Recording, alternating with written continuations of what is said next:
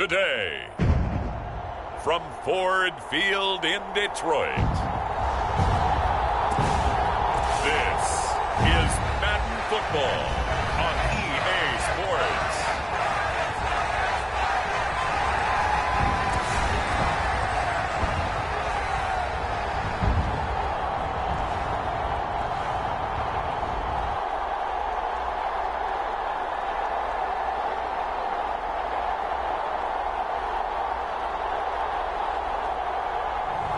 We'll see Jared Goff and the Detroit Lions taking on Kirk Cousins and the Minnesota Vikings. Downtown between Brush Street and I-375. That's where we're located in the heart of Detroit at Ford Field, which first opened back in 2002. Today we've got what's always a hard-hitting battle in the NFC North, as it'll be the Minnesota Vikings taking on the Detroit Lions.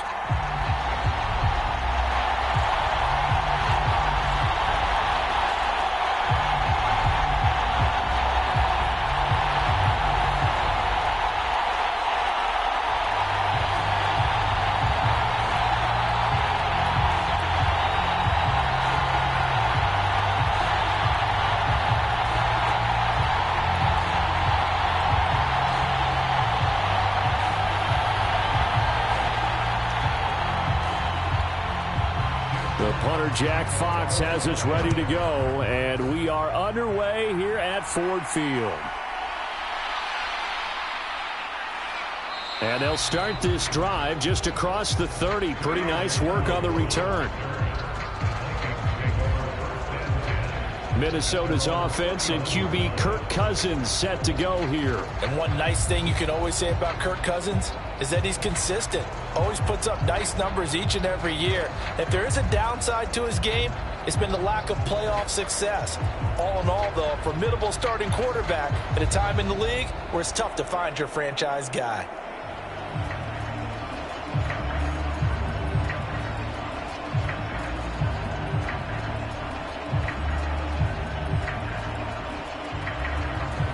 Line of scrimmage, the 31 now on 1st and 10. Osborne motions left. He's going to get it on the jet sweep. And he'll be tackled just past the 35 at the 36. 5 yards on the game's first play, second down. Well, I sure wouldn't be surprised if we see more of this as this game goes on, because we know they like to use their wideouts either on quick throws or on jet sweeps like what we just saw there. And to say that that one worked well, partner, that's stating the obvious.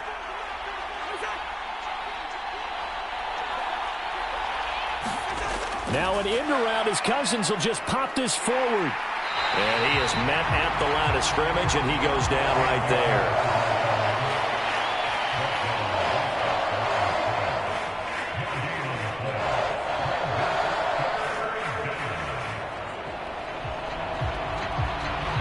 Third play here, this opening drive, as they're up against a 3rd and 5. From the shotgun, it's Cousins. They're looking for Jefferson, but this is intercepted. Jack Campbell with a pick. And he'll get this back to the 32-yard line. That's kind of a double whammy. I mean, the interception on the opening drive, that's one thing, but to give him this field position, that's another. Absolutely perfect start for this defense. They take the ball away on the opening possession. They know that their offense will get the ball to start the second half. They line them up in field goal position, and to me, they got a chance for a touchdown right here out of the gate. So now the Lions go on offense in a great starting spot. They're led onto the field by the former Cal Bear and the #1 overall pick in 2016, Jared Goff. And at one point, the ascension of Jared Goff was really, really strong. Back-to-back Pro Bowls, took his team to the Super Bowl and came really within 1 quarter of winning it. But since that time, he's had bouts of inconsistency, and that's been the struggle for him as he tries to get back to the form he showed earlier in his career. St. Brown motioning left, and they're going to give it to him on the jet sweep. Defensively, Harrison Phillips there to stop him. Well, they gave up a few yards there, but all in all, I think it's a pretty nice job defensively against the jet sweep. If they don't slow him up, he might take it to the house. So they'll take that play every time on the defensive side of the ball.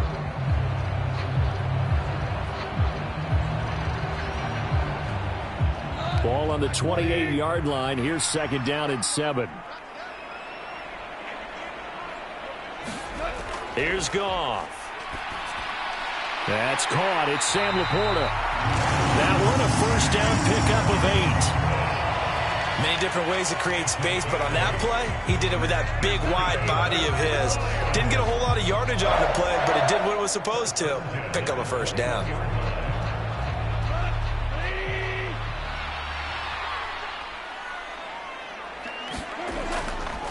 First run of the game for Jahmyr Gibbs, the Alabama product. And that play going absolutely nowhere as he's belted before he could get out of the backfield. It was Danielle Hunter to make the play in the backfield. Well, let's face it, that's just a helpless feeling for a running back there. He's looking up to find a hole, and all he finds is a whole lot of ticked-off linebacker.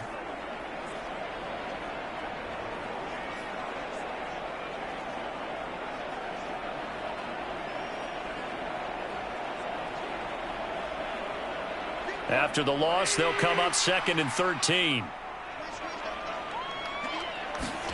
Now it's Goff. That is caught by Laporta. And he will reach the 5-yard line before going out of bounds.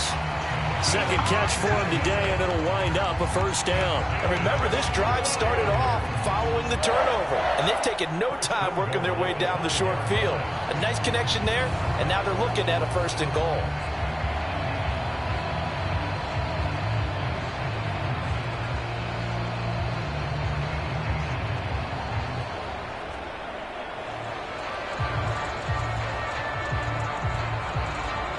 First and goal, a chance to convert that early turnover into points. Goff now looks to throw. Now the pressure gets there, and he goes down just inside the 20 at the 19. Sheldon Day. Give him the credit for the sack and a loss of 14 yards.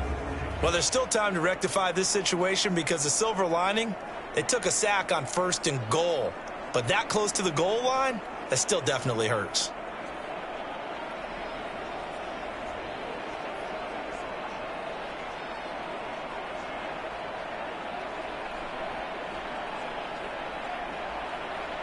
First down, a bit of a disaster, and now on 2nd and goal, back even further. And he'll get this one down to about the 17. Only a couple yards there, and that's going to set up a long 3rd and goal. When we talk about defenders, specifically linebackers, keeping their eyes in the right spot, he had that eye down the entire time. And you know that's not easily done because they throw a lot of misdirection at you. They try and fool you and get your eyes in the wrong place. But you're right about that one. He correctly figured that one out and made a really nice play.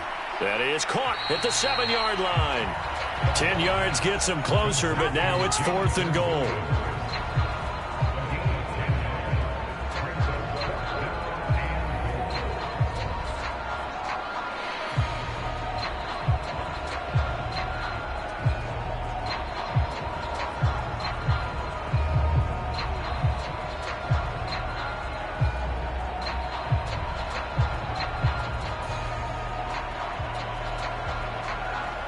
Here's Michael Badgley ready for the field goal try.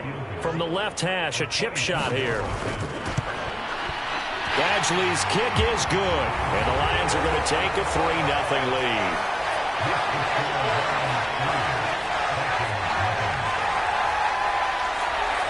So a pretty good opening drive. That'll make the home fans somewhat happy. They wanted 6, but they got 3 in the early lead. And they should be happy. The guys look good getting down the field. That's got to give them a little bit of hope that good things are in store here today for them.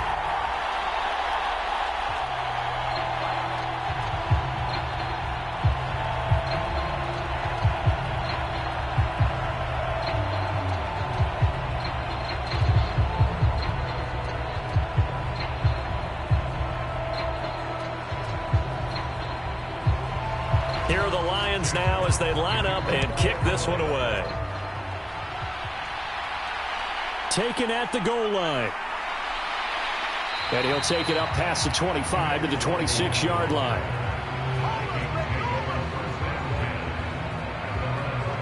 The Vikings taking the field here for their second drive of the game. Their second drive here of the ballgame, Charles. Remember last time they threw the interception, but the defense held up. It bent a little but didn't break, only giving up the 3 points. Yeah, obviously they left some points on the table there their last time out, but boy, they have to thank their defense for holding the opposition just 3 after they threw the pick. Their turn now. Back out on the field, put together a good drive, and get some points of their own.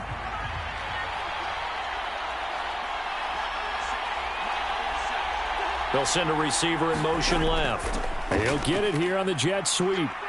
Able to fight through one tackle. And they get him down, but not before he takes it across the 40-yard line.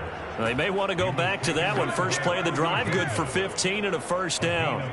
I think the reason that this play is so successful is not just the blocking at the point of attack, but how about the speed at which he takes the handoff? He's in motion already, so he's not coming from a flat start like a running back often is.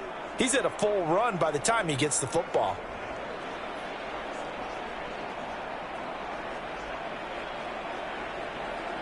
One play has him up past the 40 already, and another 1st and 10. Now Cousins. And that one drops down, incomplete. Good coverage there, forced the ball free, and it's second down. I certainly thought he had an open look beyond the first down marker to his receiver, but they just couldn't connect, and that will send them back to the drawing board.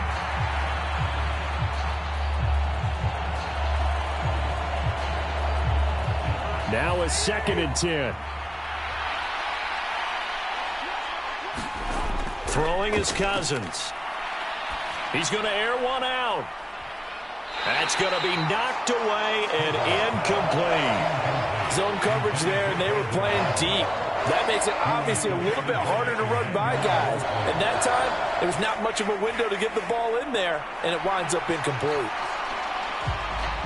So back-to-back incompletions, and that has him staring at a 3rd and 10. Here's Cousins. Finds his man. There's Jordan Addison. And he gets it just shy of midfield, but that's not enough. He's short of the marker. That'll go for a gain of 7. And it'll be 4th down. Well, we hear so often how tackling has become almost a lost art in the NFL game. But it's so important to tackle well on these receivers, especially in a play like this one. 3rd down, they gave him the underneath stuff. You got to go up and make the tackle right away.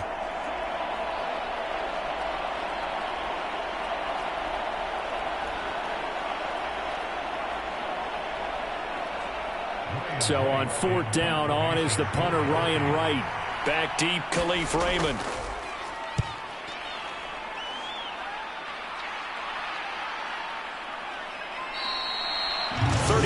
Yards that time on the punt. And the Lions are going to take over with a long field ahead and a 1st and 10. Back onto the field come the Lions for their 2nd overall drive. They've got a 3-0 lead and the football as they start 1st and 10.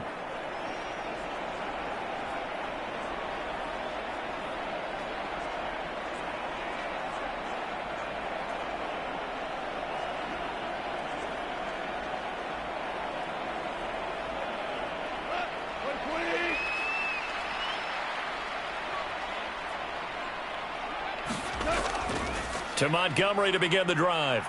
And he'll manage to pick up about 4. It's 2nd down. Well, at the end of all that hitting and hollering, it was a 4-yard run, so the offense is going to go back to huddle and feel pretty good about themselves. Defensively, you have to feel okay because you didn't let it turn into a bigger run, but the goal, shut it down for 2 yards or less. That's when you start to feel good about yourselves. Back to Montgomery on 2nd down. And down he'll go at the 25. That one, a 1st down pickup of 8. That's a good, nice, crisp run for a 1st down. I wonder if the defense might have been loosened up a little bit, maybe anticipating a pass instead of the run that they got.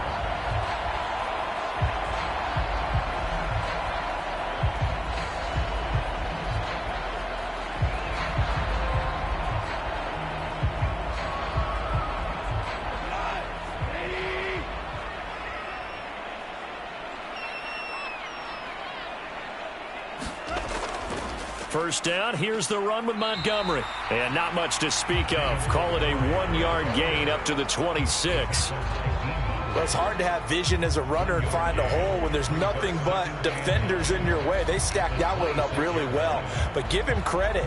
Instead of trying to bounce it out and turn it into a big play, which might have turned into a big loss, kind of just took his medicine there and took the 1 yard. They'll try the air now with Goff. That's to the tight end, Laporta. And they get him down, but not before he takes it across the 40-yard line. A busy first quarter. His third catch of the afternoon is a first down. And that's a more than acceptable read right there because it's zone coverage, so timing is everything. This time he waits for his man to come open, puts it right on him, and they pick up a first down.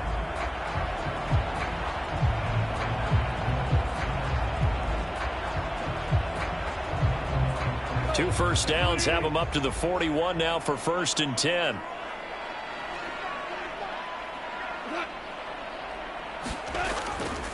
Here's a fake on the jet sweep, and instead a give up the middle. And he can only manage to get a couple. 2nd and 8 coming up. Defensively, we always know that he is tough in run support, and I think the way that he gets there is he understands what an offense is going to do before the ball's even snapped. A great job of scouting prior to the game, then reading, reacting, and taking the right path to the ball carrier. Here's Goff now on 2nd down. That's taken in, complete to Reynolds.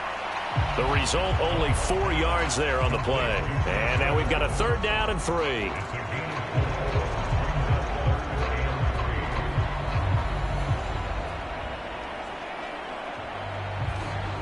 Coming up here looking for 3 yards to pick up the first.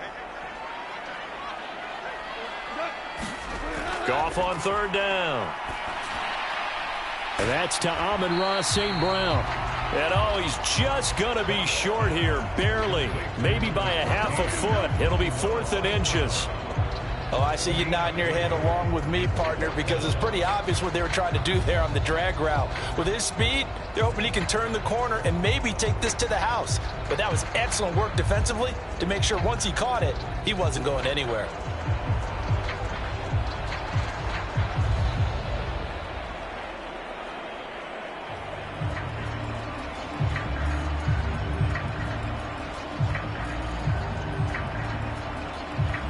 Jack Fox out to punt here on 4th down. Brandon Powell deep for Minnesota.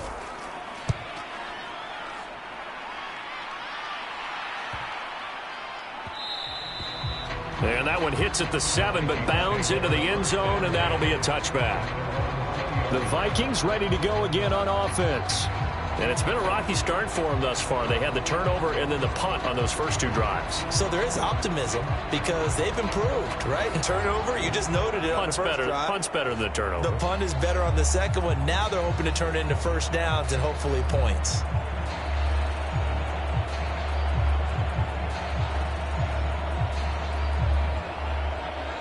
Cousins and the Vikings with a 1st and 10 at the 20. They'll come out throwing here to start the drive. That's complete to Justin Jefferson. And he gets this one just shy of the 40. They'll mark him down at the 39. The drive starting play, a good one. Give him 19. Certainly no settling into the drive there. They came right out on the first play and attacked the middle of the field for a big gainer and a first down.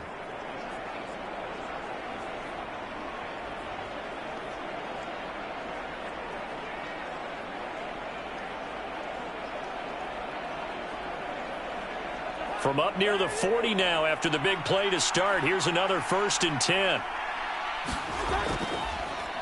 First carry for the Boise State Bronco, Alexander Madison. And able to break 1 tackle, but then quickly brought down. But a nice little gain. On any explosive run, you can almost feel the ground shaking, and that's from the offensive linemen creating space for their runners. I had an old coach tell me before, they always told his runners, run around the offensive line in pregame. Get used to the ground shaking so you don't trip and fall when it happens in a game. A good down to possibly take a shot, and in fact, they'll come up with an empty backfield on 2nd and inches. To throw, Cousins. And under the Lions' pressure, he's brought down. Alex Alex Anzalone came in there hard on the blitz and got him down 9 yards behind the line of scrimmage. Led the right down and the definite distance to take a shot downfield, but it didn't work out the way that they had envisioned. No, that's a situation where if you take a sack close to the line of scrimmage, it's not that bad, but a loss like that, you can't take a sack there. Yeah, absolutely. The one thing you cannot do, they did.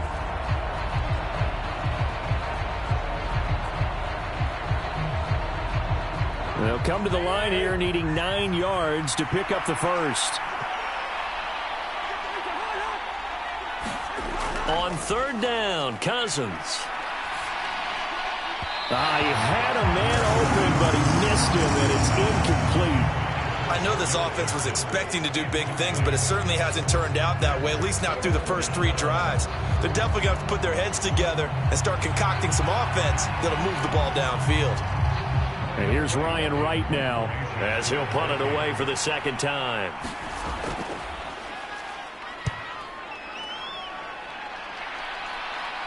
Calls for the fair catch, makes the fair catch just inside the 15-yard line. So a change of possession here on the punt. And the offense will come back out deep in their own territory. So the Lions offense ready to go back out onto the field. No points last time out. They were forced to punt, if you remember, but no time to dwell on that. They've still got the lead here and a chance to add to that here. 1st and 10 as this new drive starts.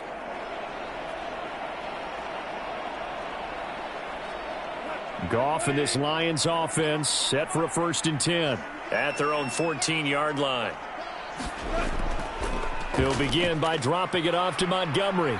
And a nice gain there as he'll be taken down just shy of the 20. 5 yards is the tally on first down. That brings up 2nd and 5. If you're a coach, you'll absolutely take that run every time on first down because it really sets you up to go in a number of directions here on 2nd. Now 2nd and 5.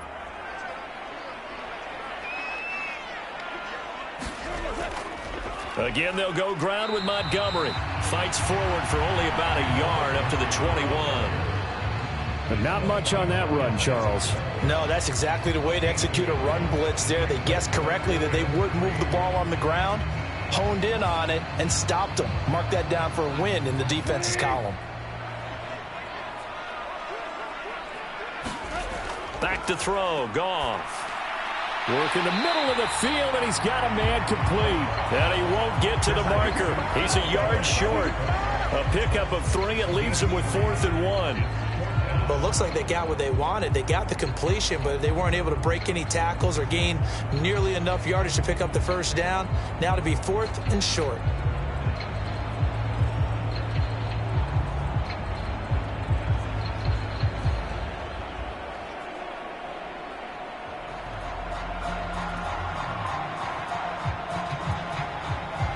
On 4th down, Jack Fox on to punt for Detroit.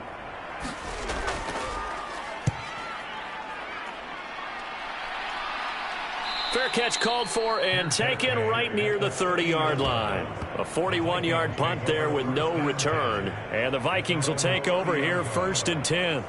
Minnesota's offense takes over possession. The crowd may be losing just a little bit of the edge after back-to-back punts. They want some big plays. They want to see some offense. They want to see somebody break away, whether it's through the air or on the ground. Now it'll be interesting to see where the patience is on both sides. Each head coach, can you hang in there and not try and force something that could put your team in some jeopardy? On first down, they'll start out with Akers. And tough going there as he'll only get it up to about the 31. That stop made by Jack Campbell. Nice run defense presented there, and what I mean by that is discipline. Guys filling the right gaps in the right holes, no one over pursuing, and making a very nice play. 2nd and 9.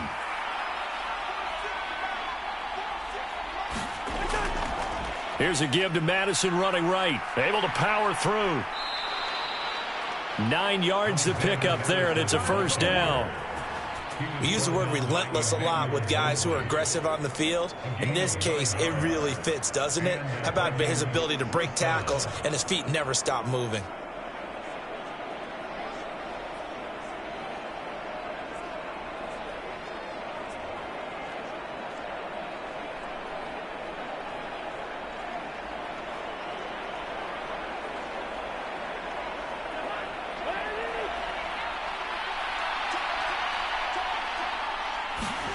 A first down throw for Cousins. This is caught by Addison. And he's brought down. 17 yards, first down, Vikings. Partner, that's excellent timing right there. Breaking off the route and being able to hit it right when he stops.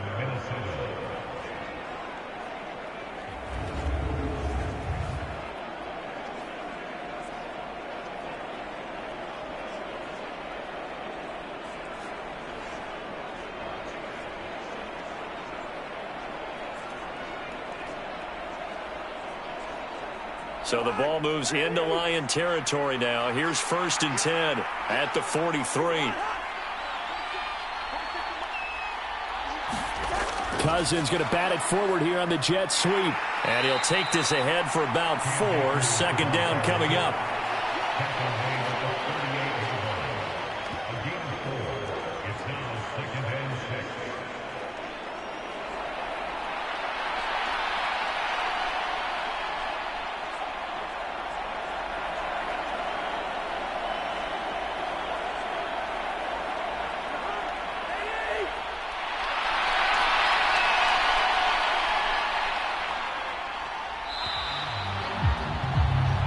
Nothing after 1 on EA Sports.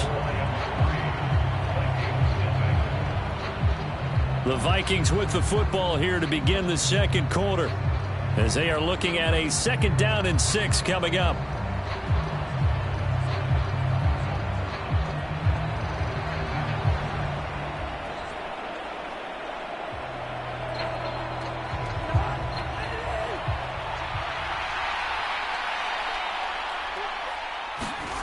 Cousins.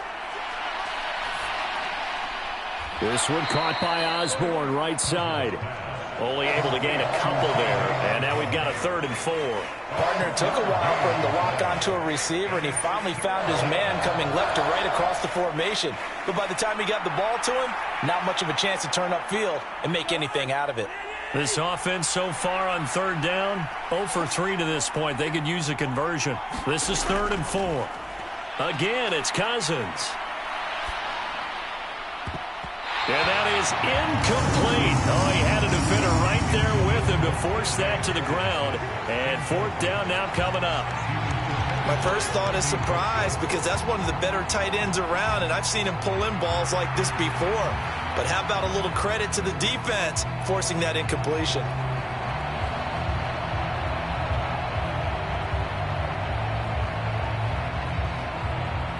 So now they're going to send out the field goal unit to, as they say, fire away from long distance. And they're going to fake it. He wants to throw it here. And it's going to be batted down. And will go the other way with a football.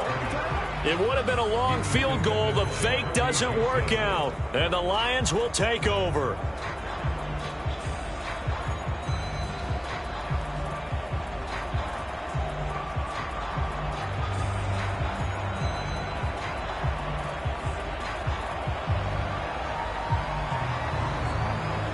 They've got good starting field position as they come up here 1st and 10 at their own 37. To throw is Goff. That's into the hands of Reynolds. And he'll be taken down, but not before he gets into enemy territory. 15 yards is the pickup there, and the drive starting very nicely. 1st down. But one of the ways that quarterbacks keep all the receivers alive in a play, never lock in on any one guy. Make sure you keep your eyes moving, scan the field, and here he finds the open guy for a nice pickup.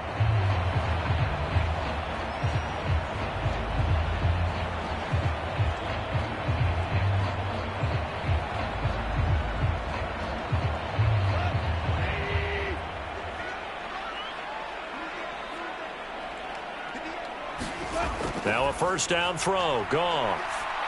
And that is incomplete. He couldn't hold on through the contact. Brings up 2nd down. So much about defending the pass is being able to be right there at the moment the ball gets to the receiver, and he was right in his hip pocket, helping force that incompletion. Here's 2nd and 10.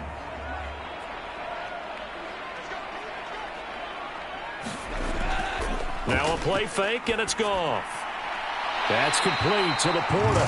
And this is going to turn into another first down as the tackle is made at the Vikings' 29-yard line. 19 yards to pick up there. Move the chains.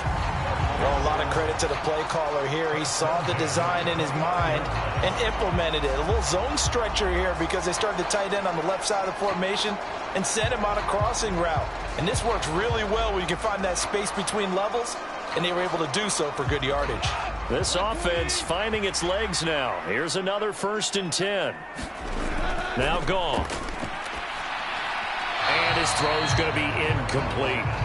Offense was moving it a little bit, had them back on their heels, but they earned a brief pause by forcing the incompletion. That gives them a quick chance to regroup and try and mount a stand before they're backed up even further. 2nd and 10.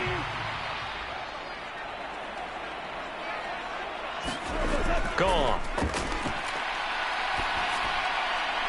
Open man right side is St. Brown. He'll get only 3 there, so it leaves him with a 3rd and 7 ahead. Oh, it's time to give a little credit there to the defense. They played that very well because it was a drag route, and he ran a little shallower than normal as he worked straight across the field. He was hoping he'd get lost behind the defensive line, but once he made the catch, nowhere to turn upfield and gain any yardage. Throwing again is Goff. Going to throw deep for the end zone. And unable to connect. Incomplete. Now give them credit. They took their shot, but it's going to bring up 4th down. That's some good closing speed there defensively because that looked open for a minute. But that's great work with the ball in the air. Never gave up. Converged on his man and broke the play up.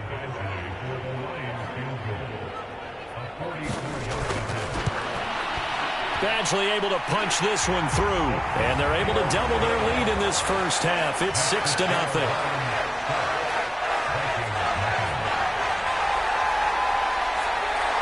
So they're able to end that drive with 3 points in this one-possession ball game. And ideally, you want to end every drive with points. Most quarterbacks would tell you, let's end it with a kick, right? A PAT, that's number 1. Field goal you'll take. Punts, you really don't want to do that. In this case, they'll take the field goal and get prepared for the rest of the game.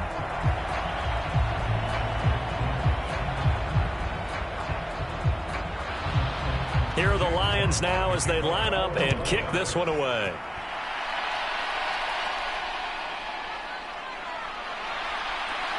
And out a little across the 25 to the 27.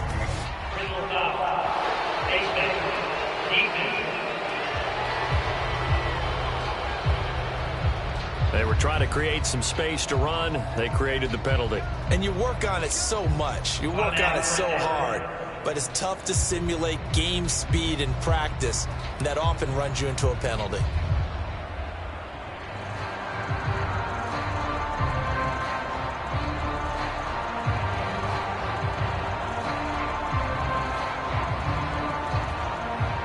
So a big penalty there on the face mask leads to 1st and 10.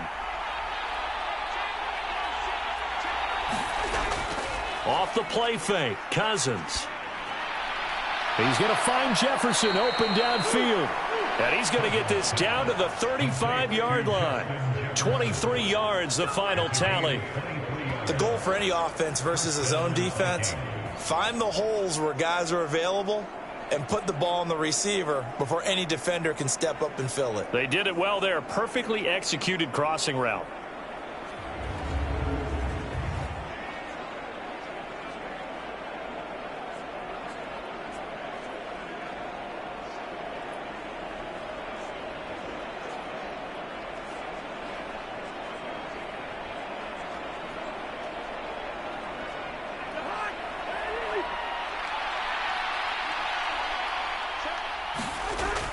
Here's Madison running on 1st down. This will be a gain of about 8 to the 27-yard line. Good yardage there on 1st down. Exactly what you want. Get yourself set up to keep making 1st downs, keep the clock running. And if they're smart, you're starting to milk the clock. No hurry before you run your 2nd down play. Ball on the 27. Here's 2nd down and 2. They go play action. Cousins. He's going to hit his man out of the backfield, complete. And he'll be out of bounds just inside the 25-yard line. They'll get 3 as the drive continues. It's a first down.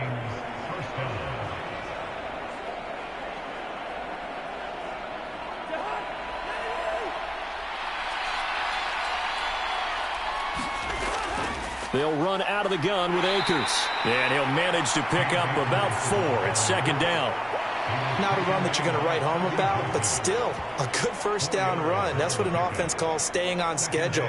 3 to 4 yards on first down, you're set up very well for the rest of the drive.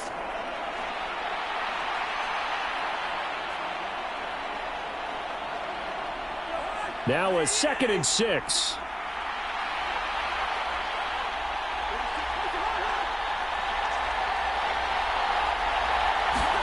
Now an end around as Cousins will just pop this forward. And this carry not as productive. He's swallowed up at the line of scrimmage.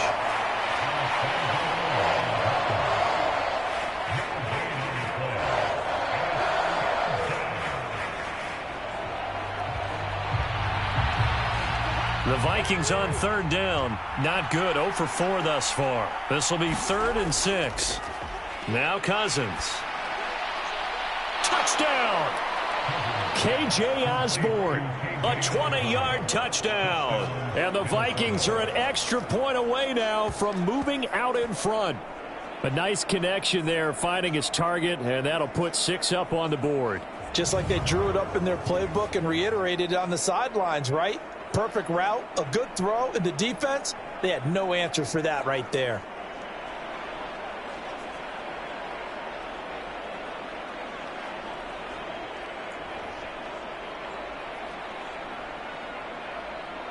Greg Joseph on for the extra point.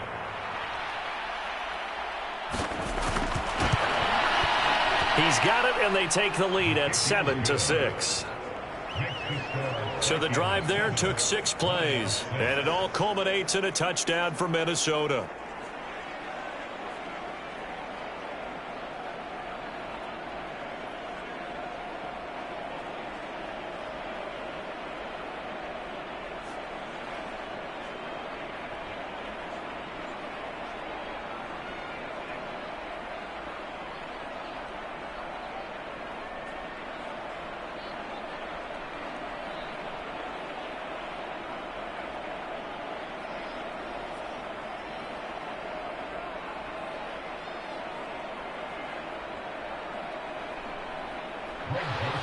Now Joseph tees it up to kick off following the touchdown.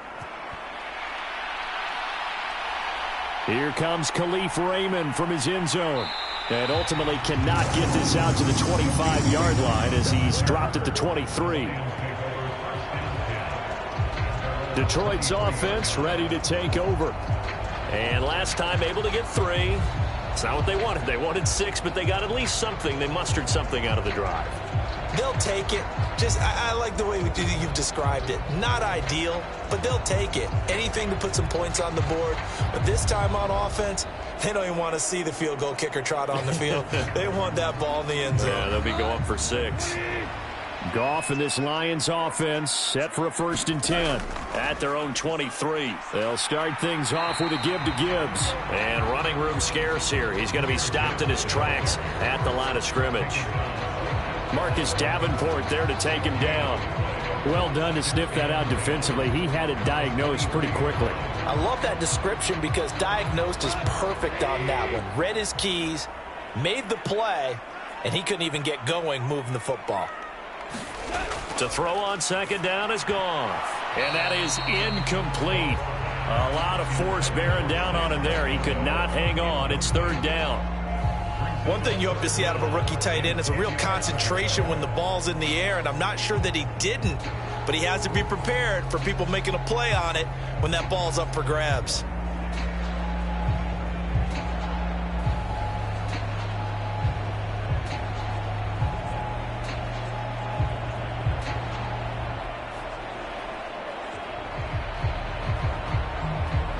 They come up to the line now facing a 3rd and 10 after the incompletion. A shotgun snap for Goff.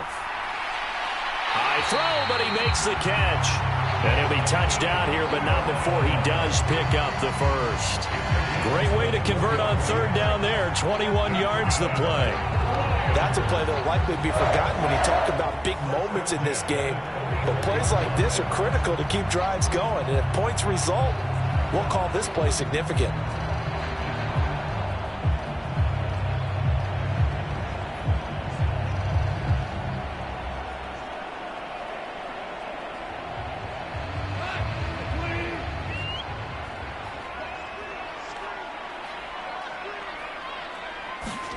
On 1st and 10, Goff. He's got this to Williams, complete. And they're able to work this to the 25 before it's all said and done. Give him 30 yards there. We always talk about the guy who paid off the play, don't we? A guy who caught it or ran it. But how about the elements that go into making a big play? This one in particular, able to scan the field. Pocket held up nicely. What a terrific job by the offensive line. The route well run, and the football right on the money.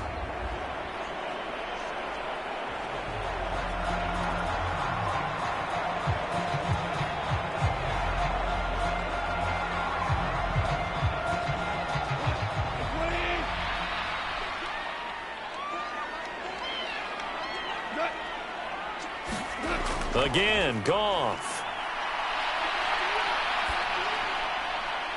That is caught. Josh Reynolds. And they do get him down, but not before he's able to slip it inside the 5-yard line. A well-executed 22-yard gain. How about the way they're moving the ball down the field? They had a big play a moment ago. Followed it up with another nice one here. And before you know it, they're already looking at 1st and goal.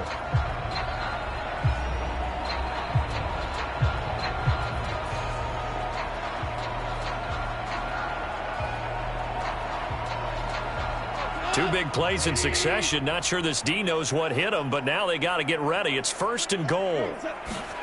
Goff.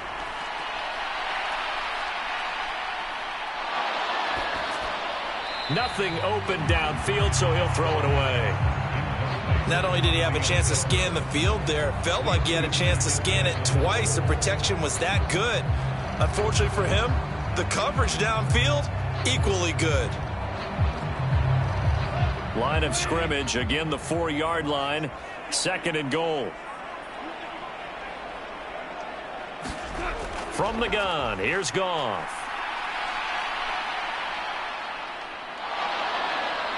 And he's going to go down, sacked back at the 13-yard line.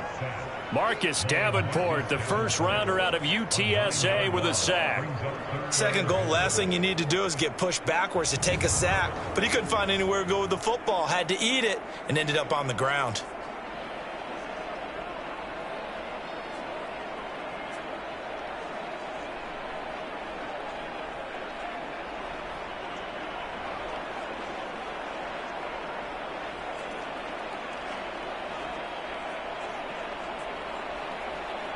They've been denied touchdowns in the red zone twice already.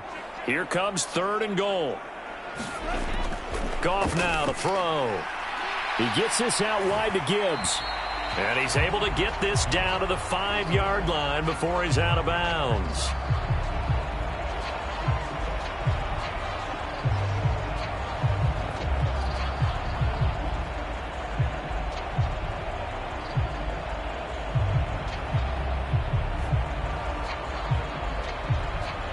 Here's Michael Badgley ready for the field goal try. From the left hash, should be a fairly easy one here. Badgley able to knock this one through, and they jump back in front here. It's 9-7.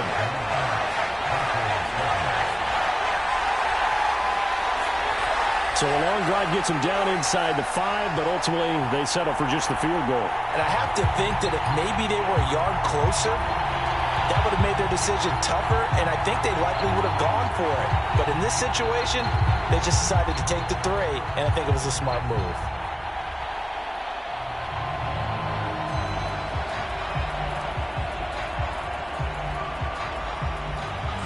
Here are the Lions now as they line up and kick this one away.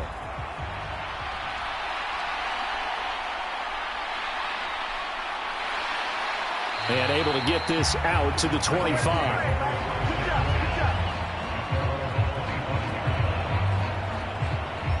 Kirk Cousins back out there for the next Viking possession. He had the touchdown pass last time they had it.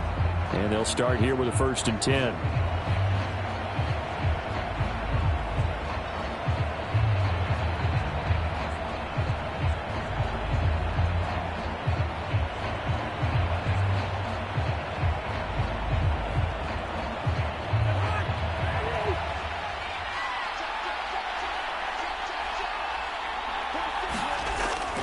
Play fake. Cousins. Oh, the ball comes out on the hit, but they'll say it's incomplete. It certainly didn't appear that that's where he wanted to go with the ball initially, so he tried to get something out of it by dumping it off to his running back unsuccessfully.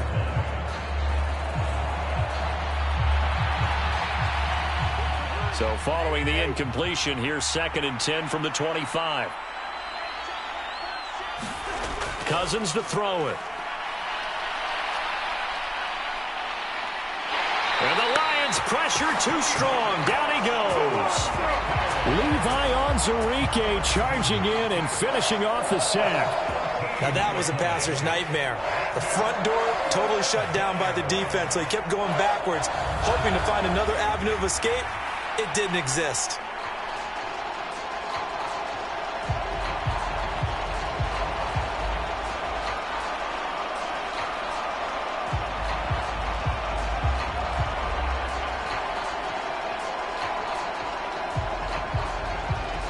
So now after the sack, Cousins and the Vikings come up here 3rd and long. They'll set up a throw. That's out to the flat for Akers. And they'll bring him down at the 27-yard line. Despite a pickup of 16, they're still well short of the sticks on 4th. I don't know how many times, not just in my playing career, but you and I working together, have we ever heard a coach say, you know, I just don't have that play on my call sheet. And that's really what we had here. That was a big hole they were trying to get out of. Yeah, big gain, still a ways to go, though.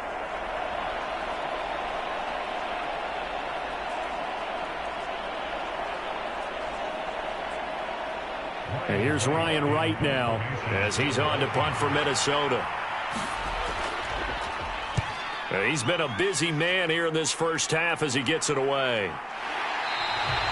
39 yards on the punt, give him just 1 yard on the return. And the Lions will take over. And Detroit getting set to go now.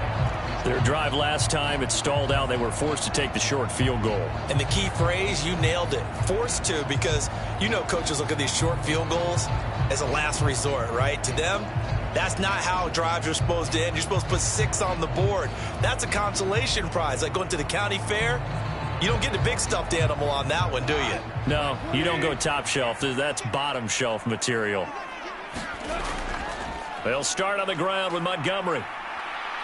To about the 33-yard line. I feel like I could see what he was thinking on that carry. Wanted to follow that big tackle through the hole. Ended up only getting 4 yards on the carry. I think he had designs on that one being bigger.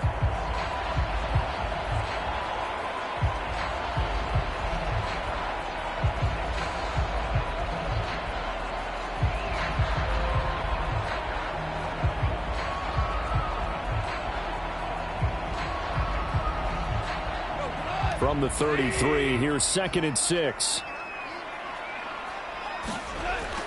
Off play action. Here's Goff. He's got Wright on the short throw. So give him 5 yards there on the pitch and catch. And that'll leave him with a 3rd and just a yard. That's a staple of this offense. Drag route to the tight end. Yeah, he's unable to use his size to break off much more yardage after the catch, but still an effective gain nonetheless.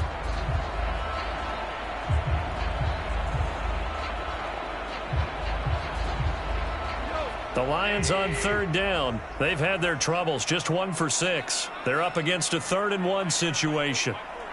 In motion goes the tight end. They'll run it. Here's Montgomery. And he's got the first before he's brought down at the 39-yard line. There are a lot of different formulas to winning football, but one constant over the years, winning on 3rd down. That pickup there was big because they had struggled throughout this one.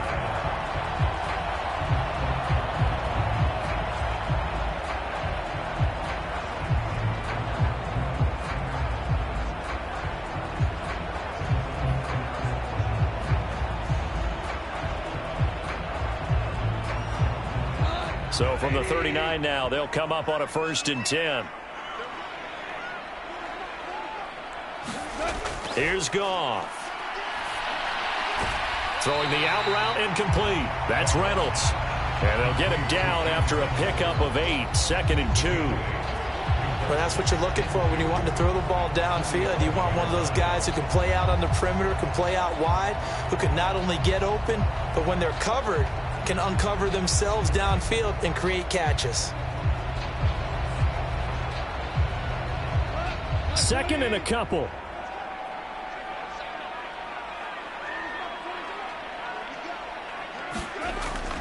Play action. It's Goff.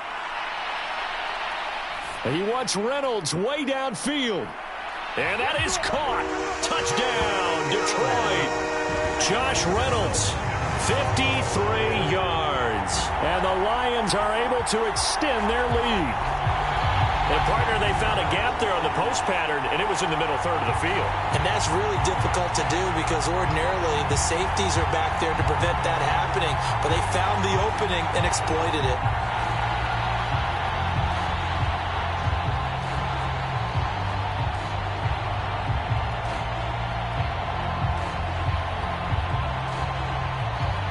Michael Badgley on for the extra point.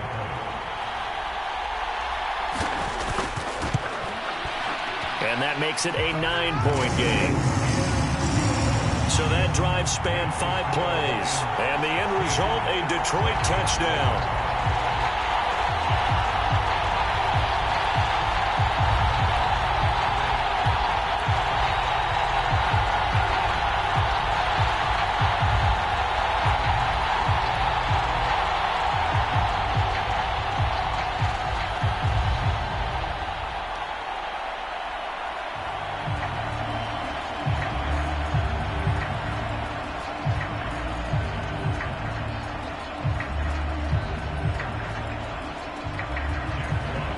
The kickoff unit is out on the field, and they will send this one away.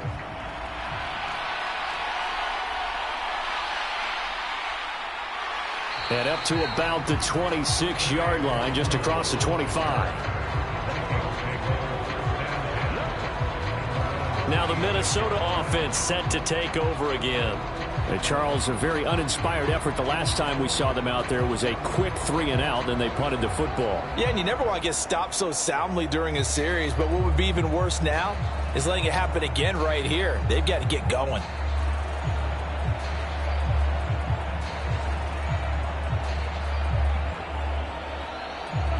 Cousins and the Vikings with a 1st and 10 at their own 26. They'll try and start this drive in the air. That's caught by the big tight end, T.J. Hockenson. And he'll be taken down, but not before they work it across midfield. 28 yards the gain there on the catch and run. For many teams, the evaluation of tight ends has really changed. We used to wonder about how they would block first and foremost. Now we want to know how these guys can run because we envision them in offenses. Catch the ball. How much yardage can they gain after that? And that on display there for a good pickup.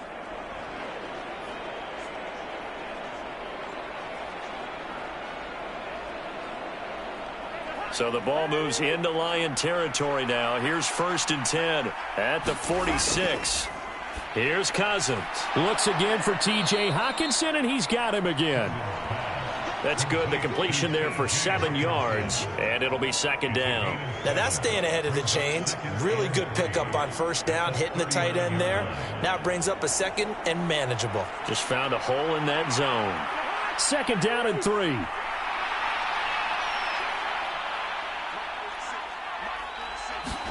To throw is Cousins.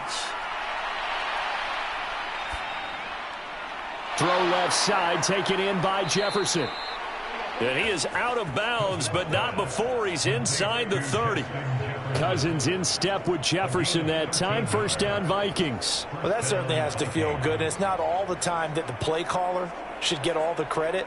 Sometimes I think in the huddle, the quarterback just says, hey, who's going to make a play for me? I just need something right here.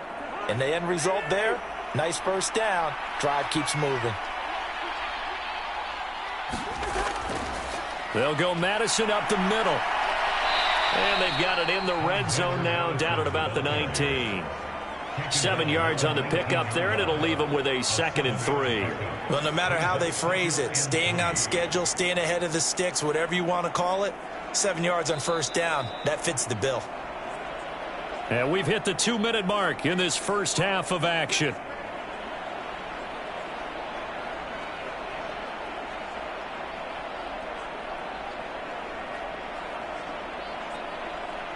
Here's 2nd and 3.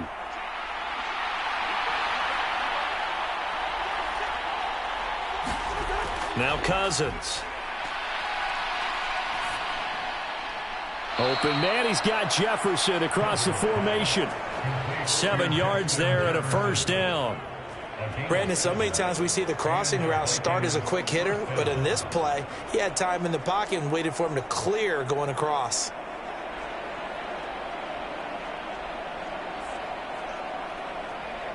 From the 13 now, they work on 1st and 10. Cousins. And it's caught. And the Vikings are going to be set up with a 1st and goal on a pass play that moves them all the way down to the 1. I think he has to be saying to himself, how did that not wind up a touchdown? Remember, you just need the tip of the ball to cross the plane. It's not going to get there, but they're going to be set up in great shape with 1st and goal.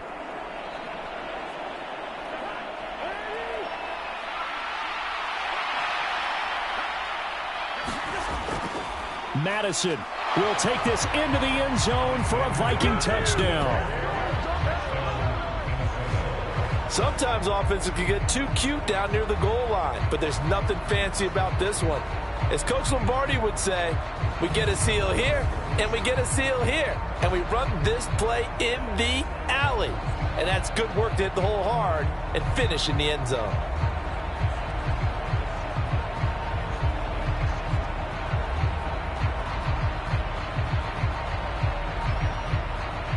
Joseph now to have the PAT.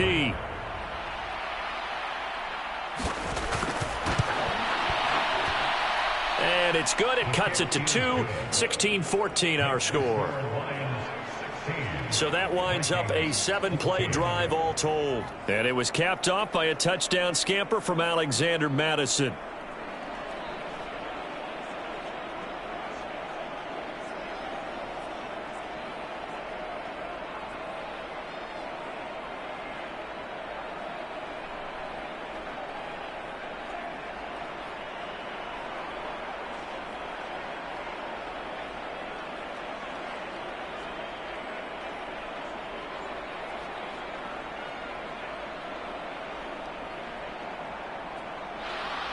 Now Joseph tees it up to kick off following the touchdown.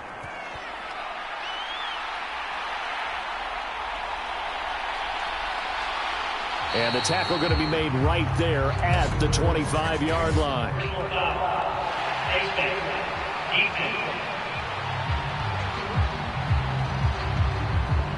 So potentially a good chance now to answer back from the touchdown a minute ago as they get 15 yards tacked on. It's going to give them much better starting field position, and they didn't even have to make an extra play to get it.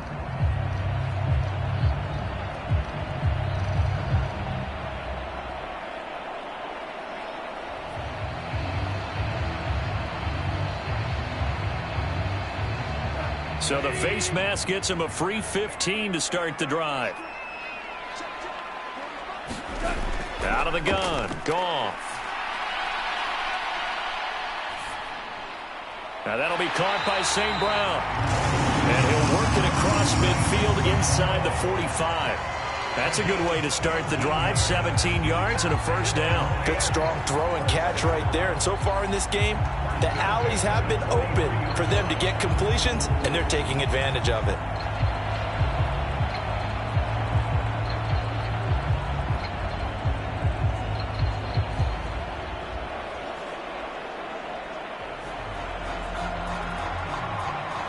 The Lions will use the first of their timeouts as they'll stop it with just over a minute to go before halftime.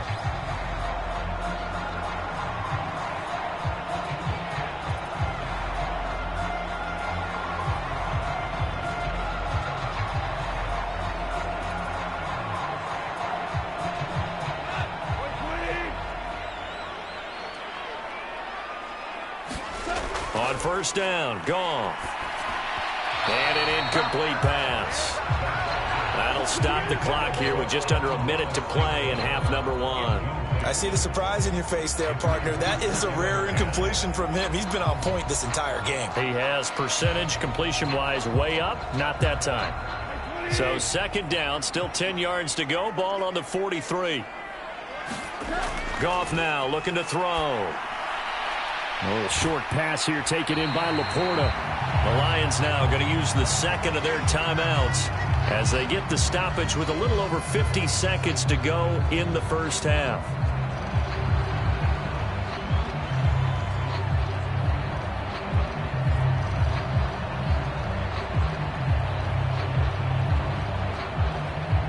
They'll come up now, 3rd and 3. To the air again, Goff. Nowhere to go here. He lost the football. Oh, and one of the linebackers has got it. And his guys are going to get the football at their own 47-yard line. He was under duress, surveying, trying to find somebody to get the ball out of his hands. In the meantime, the defense, they took it out of his hands. And when the ball snapped, I know exactly what the defense is thinking. Get a sack, put him on the ground. But when you can also knock the ball free while doing so, oh, there's the bonus for you as a defender. The Vikings going to take over now late in this first half. And with good starting field position and 3 timeouts as well in their pocket, no reason not to try and put a late scoring drive together.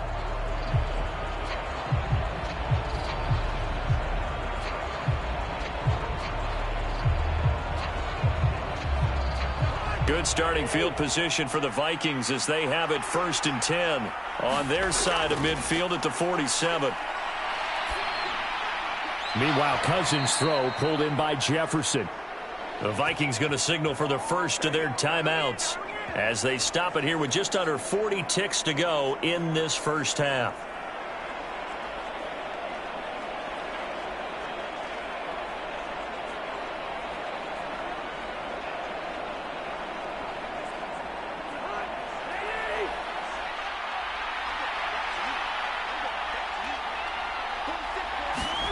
First down, here's Cousins. And this one right back into the hands of Jefferson.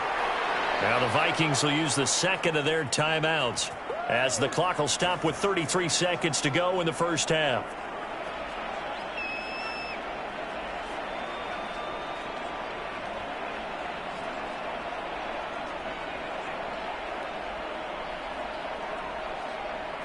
Back-to-back good plays have them on the move on first down. To throw, Cousins. Middle of the field to Jefferson. And down inside the 15, shy of the 10. A good gain again. That's now 31 yards combined on those last 2 plays. That's the 3rd time on this drive that these two have connected with each other. They've got a real rapport going. And right now, it's paying off with big chunks of yardage as shown by that last play.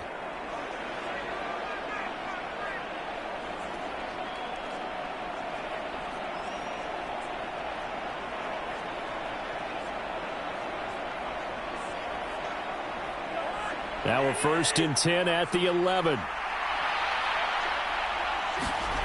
Cousins. Looking underneath, he's got Akers. Oh, he's brought down. And remember here, no timeouts left. They got to get to the line quick. It's a gain of a couple on what should be the final carry of half number 1. So we've reached halftime here in Detroit with the Lions out on top. As we'll head down to Orlando, that's where we find our man Jonathan Coachman at our EA Sports Halftime Report. Coach. All right, BG, thanks very much. And welcome one and all to our beautiful new downtown Orlando studios for this EA Sports Halftime Report. The Lions got a very strong performance out of their quarterback, Jared Goff. He had a touchdown pass in that first half, helping his guys to a halftime advantage. Okay, Coach, yeah, adjustments likely going to play a big role in this 3rd quarter in what's been a tight contest so far.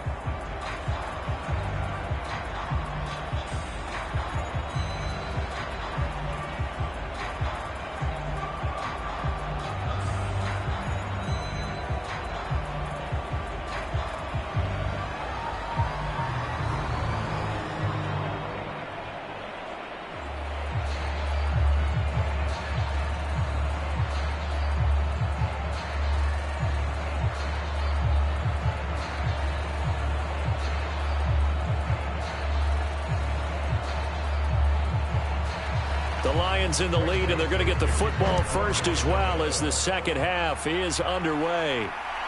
Here's Raymond bringing it out. And he'll be stopped right around where he would have been had he gone down to a knee, maybe a yard shy of there at the 24. And the Lions getting set to go on offense to start the third. Hey, Charles, they've got the lead. Put your coaching hat on here now. What's the game plan for the second half? I think getting the running game going a little bit more, because I thought in the first half they didn't get it moving the way that they would like. They had success throwing it, but I think these first couple of drives, they'll want to get those running backs going and give them more opportunities, and I will guarantee you that those guys were lobbying for them in the locker room at halftime. On first down, it's gone. And that went too far in front. He couldn't reel it in. It's incomplete. One thing I have learned, receivers don't mind high throws so much to the sideline, but do that over the middle to them, and not only are the DBs going to throw a little verbal trash their way, when they get back to the huddle, they're going to have a few words to say to their QB, aren't they? Yeah, hung out to dry a little bit there on the high throw. Luckily fell incomplete. On second down, Montgomery fighting through the tackle at the 30. And he'll get it up near the 35, right at the 34 here. 9 yards, and that leaves him just short, so it'll be third and less than a yard. So from second and long, now we go to third and very manageable. Yeah, they love that phrase, don't they? Because as an offensive coordinator, you can keep people a little bit off balance and guessing, because you don't have to throw it. You can come back with a strong run game if you want to, and if you're in 4-down territory, that really opens things up for you. And he is going to have a Lions first down, maybe by about a yard, as they find a way to convert on 3rd and inches. No surprise to see his sideline fired up by that big play. Heck, we're fired up, and we're supposed to be neutral. That's a quarterback putting his body on the line to fight and just barely get the first down. When he does something like that, it gets everyone ready to lay it all out there and try and match his intensity.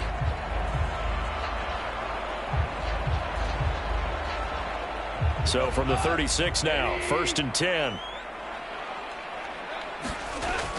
They'll fake the give. Now Goff.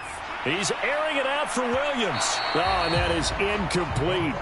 I usually hesitate when I say a guy's got world-class speed, but this guy might. So let's fire the starter's pistol. Let's go. If you've got him, you've got to try and use him. A lot of anticipation with the ball in the air, but no, incomplete.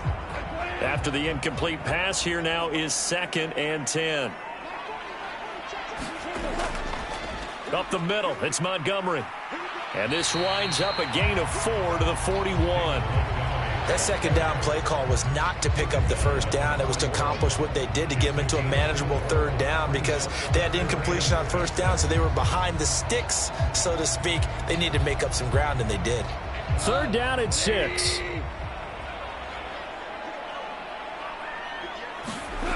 Now Goff. Work in the middle of the field, and he's got a man complete. And he is going to have a Lions first down as they're able to get the 3rd down conversion. And the tight end is certainly a position built to move the chains, because they can control space underneath. If they've got good hands, then, of course, they're a dynamic target. But one other thing is they're right in the sight lines of a quarterback on just about every play, and that makes it easier for the quarterback to pick him out and deliver. 2 first downs have him up near midfield now on 1st and 10. Going up the gut, Montgomery. And now the ball's out. Fumble near midfield. And the Vikings pick up the football. And his guys are going to take over at their own 48-yard line.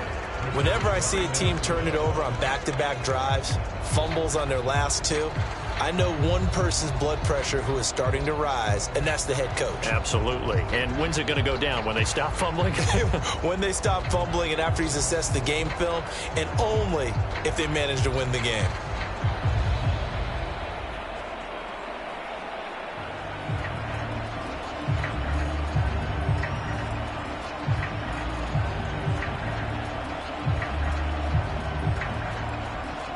And now before the ball changes hands, they're going to take a look at this just to make sure that they have it right.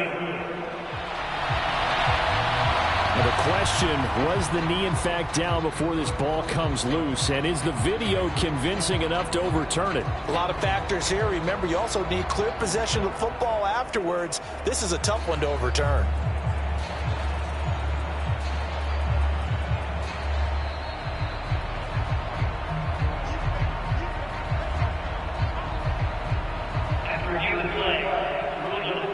So that one overturned. They say the knee was down, and that will not be ruled a fumble. The fumble on first down now. Here's second down. Goff now looks to throw. Quick hitter here. It's complete. And he'll be brought down, it looks like right at the 40. He continues to deliver a first down here. He had 4 catches in the first half, and this one number 5. They like going to him in the slot. He catches another one. I think this comes under the heading of until they stop him, why not go back to it? He has something going really well. Great working relationship with the guy throwing the ball, and they keep making the connection.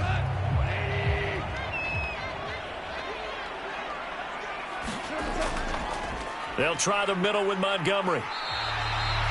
The tackle there by Sheldon Day.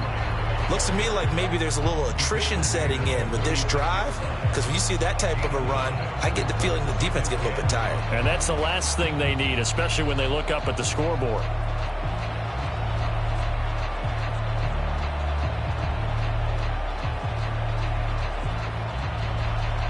Ball on the 36 now. Here's 2nd and 5. Here's Goff. Oh, he's got a man wide open, complete. And in for the Lions touchdown. Josh Reynolds, his 2nd touchdown of the afternoon. And the Lions are able to add on to that lead. In order to lead in a game, you're going to get plenty of contributors, but that's his 2nd touchdown catch of this game. He's one of the key guys in this one. And you better believe he'll be looking for the hat trick here as this one continues to go.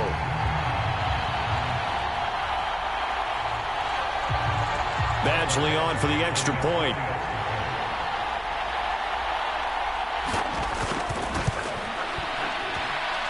And that makes it a 9-point game. A 10-play drive that time. And it's capped off by a touchdown for the Lions.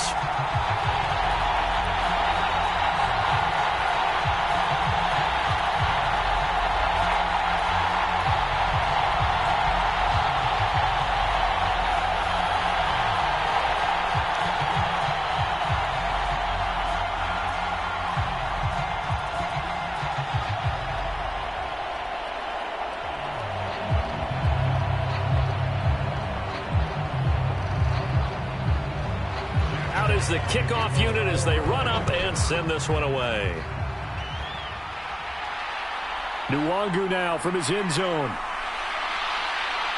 And he's up across the 25 and down at the 28. It's the Vikings' turn on offense. We get ready for their first possession of the second half.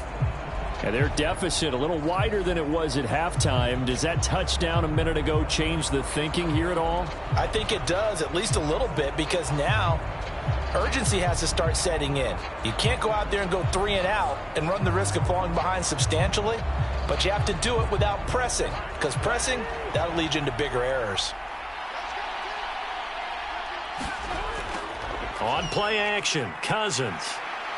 Rush coming, and he's taken down. It looks like a loss of right around 11 there on first down to set him back on 2nd. I wonder if they're wandering back to the huddle thinking to themselves, can we just hit rewind and go back a play? Definitely not the down they wanted to begin this drive by giving up a sack, but for the defense, that's exactly how they drew it up.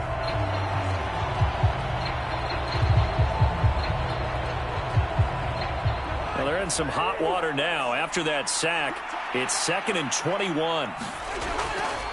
Now a give to Madison. And not a whole lot to speak of there as they'll bring him down shy of the 20. And they only get a yard back there. They'll be left with a 3rd down and long. A big part of a middle linebacker's job is being able to take on blocks and then go make plays. But the best ones, they have those big guys in front of them playing defensive line to hold blockers off of them and allow them to flow sideline to sideline and make the big hits. Now on 3rd and long, they'll look to throw. The throw here right sideline falls incomplete. They're going to give out a little applause on that play. It has to go to the defense. More good work by them. They've taken away the passing lanes all game long, and you can see the frustration that it's causing because he just about threw that one into the first row. And here's Ryan Wright now as the drive goes backwards, so he's on to punt it away.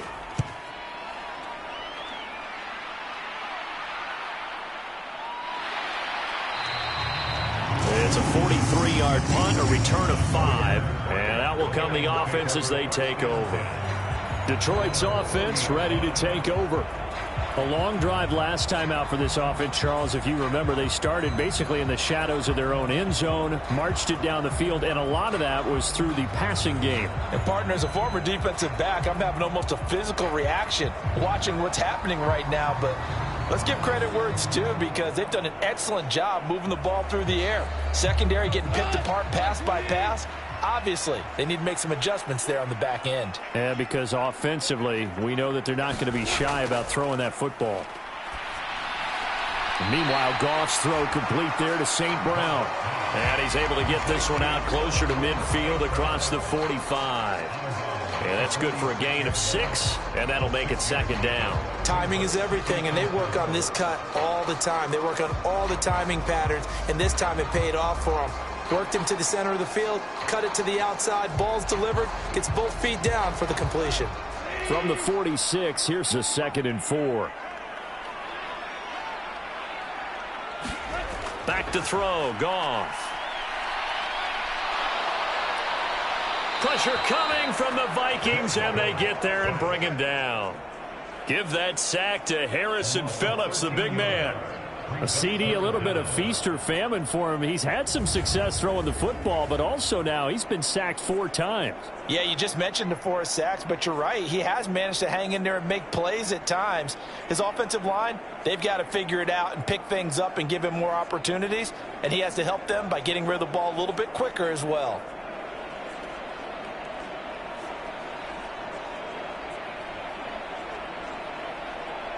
So now following the sack, Goff and the Lions needing to come up with something here on 3rd and long. He'll look to throw.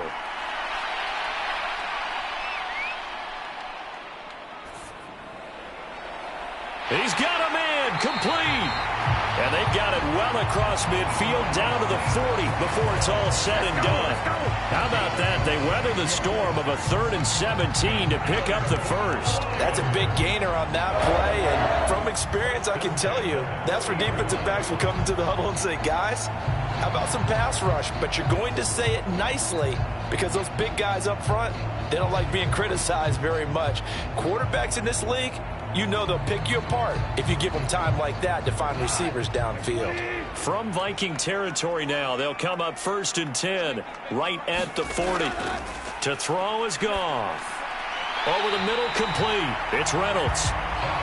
They'll wind up getting 7 on the play, and it'll be 2nd down. He decided to run a hitch route. It really helps to have a guy who can turn it loose, and boy, he rifled one in there on that one. Not much run after catch, but it worked really well. Here's a 2nd and 3 now from the 33. Out of the gun, they'll give to Gibbs. And not much running room. Down to the 32. Absolutely love the effort there. The ability to flow from his inside spot and stop that one at the line of scrimmage. Nice linebacker play.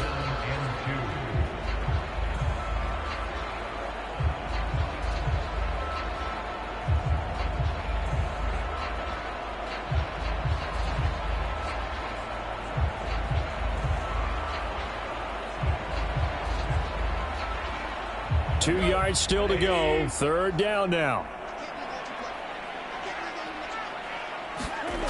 Now it's Goff.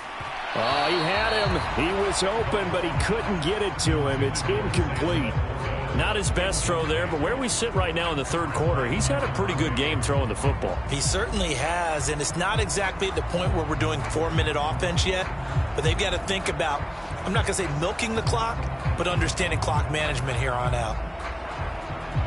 Here's Michael Badgley ready for the field goal try. It'll be a 49-yard attempt from the left hash.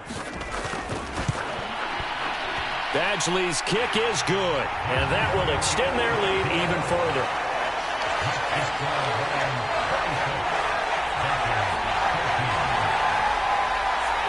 So making 4 out of 4 now in the field goal department, and he's able to extend their lead. When drives are bogged down, he's been automatic out there. So nice to have a kicker you can count on to put points on the board.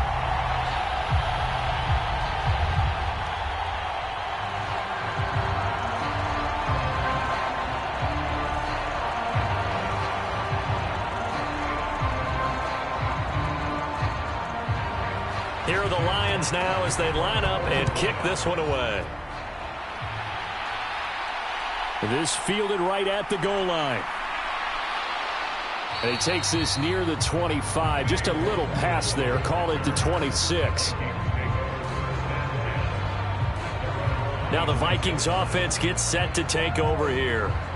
See if they can put this drive in the end zone, Charles, because it's been a little bit of a rough go at times. They've had to punt the football a ton in this ball game because of stalled-out drives. So are you saying that you're kind of tired of seeing the punter run out there and do his thing during this game? Is that what you're trying to say? Well, I mean, I'm okay with it. I have a feeling that this offense, they don't want to see the punter again. And frankly, the punter doesn't want to run out there anymore himself. He would love to see his offense put together a drive and give his leg a rest. Going to begin the drive here with Madison. And he'll get this up just shy of the 30. I think they want to start getting back into this game. It behooves them to get better on first down. Yeah, certainly not what they were looking for there out of the opening play of this drive.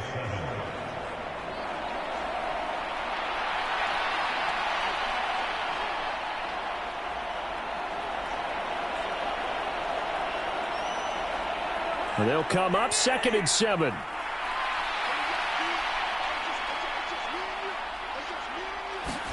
Cousins now.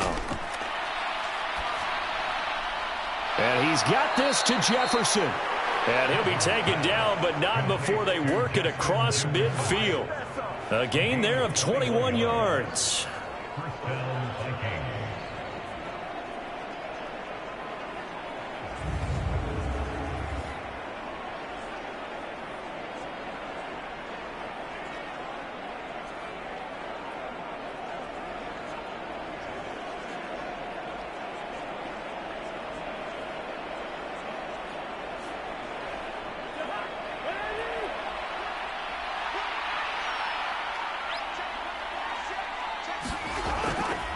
On the handoff, it's Madison. Derek Barnes in on the stop.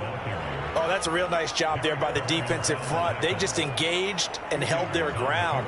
But how about the guy who made the play? We often talk about whether they take a good first step or not. Many times you just don't take any step. Just get your feet moving, get your body going, and then once he made the read, he was able to make the play. Throwing is Cousins. Going underneath, he's got Hockenson. They'll give him 4 yards there, and now it's 3rd and 3. They gave up the completion there, but this is what zone defenses count on. Catching the ball and not much run after the catch. This offense in desperate need of a conversion as they come up on 3rd down. Throwing, Cousins. And that one too wide and incomplete. And this defense definitely in his head there on 3rd down, and he's pretty fortunate. They didn't call for grounding on this one. That was a good 10 feet over everyone's head.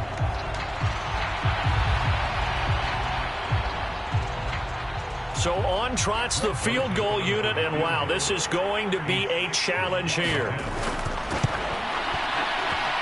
And that one's not going to get there. Not enough juice, an ambitious effort, but it's well short. And that will keep this a 12-point game.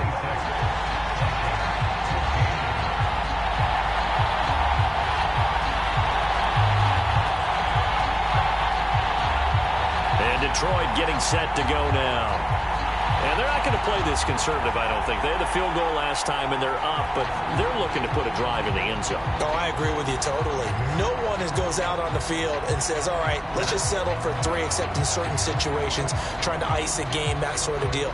Most of the time, it's end zone, and that's what you're thinking, and I believe that's exactly what they're thinking as they begin this one. Yeah, no quarterback ever goes out there saying, hey, let's get 3, right? Not one that I've ever met. They'll fake the handoff. Now Goff. Toward the sideline, intercepted. Picked off by Harrison Smith. And the Vikings are going to have the football here at their own 35-yard line. Their passing game has been spectacular this afternoon. Finally, a win for the defense. You think maybe there was an adjustment there. Finally gained a measure of, I don't even know if you call it revenge, but got a play done against him, and that's been difficult for them all game long. And out now come the Vikings. And they've got to be a little bit frustrated about that last drive, missed field goal. Always hurts a team because, you know, you've put something out there, you've given yourself a chance, you're in range, and the ball doesn't go through the posts. But it's not something to panic about, I don't believe. Just keep playing and keep going. So good starting field position for them here as they come up 1st and 10 at their 35-yard line.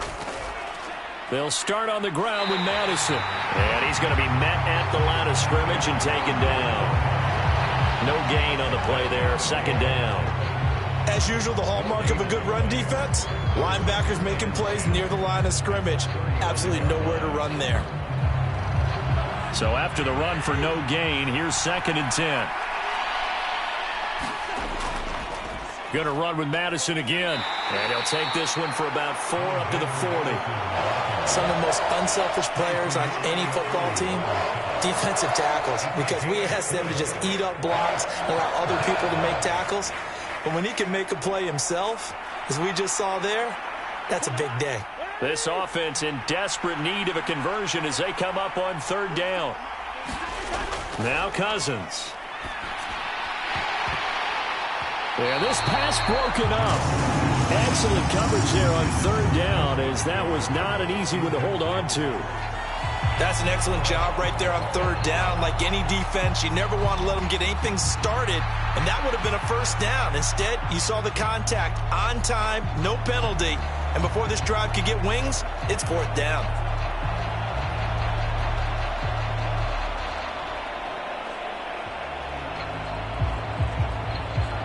And here's Ryan Wright now as he's on for the 5th time here today.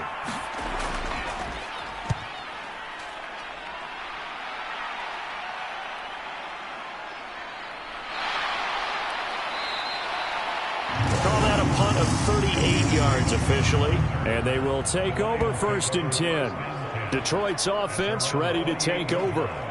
The last drive for this offense, Charles, you remember it ended in one play, that quick interception, but they do still have the lead as they start this drive here. And that's something to focus on for them as well, because it's not quite no harm, no foul, but the interception, hey, shake it off, move on. Hasn't cost your team the lead, and now it's time to rebound, and the quarterback and his teammates, they can add to the lead with a good drive here. Trying to shake off the interception. He'll look to throw. And that's going to be incomplete. Too tough to hold on to that one. It's 2nd down. And that's one of those plays where it's hard to keep 2 eyes on the football when you know the contact's coming, let alone getting 2 hands around it, hugging it to your body, and absorbing the hit. Even for those big tight ends who you would think could absorb that contact. So 2nd and 10 now here in the 3rd quarter from Detroit. Goff. He'll let this go deep for St. Brown. And, he's unable to hold on to that defensively. A potential game changer, but it falls incomplete. Boy, that ball's just hanging up there waiting to be intercepted. That looked doomed from the start. But they took the deep shot anyway, and fortunately, it winds up incomplete.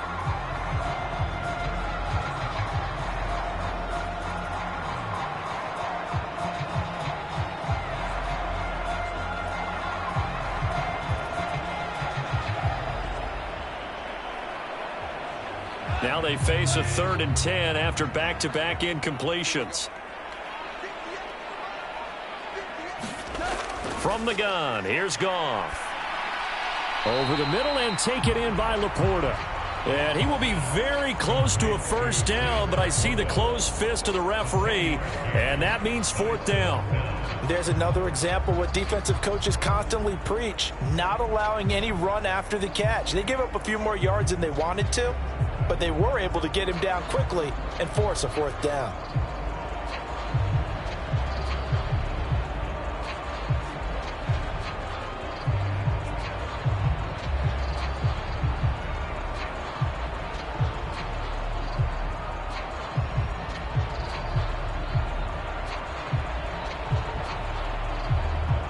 Here comes the Lions punter now, as he'll come on to kick this one away.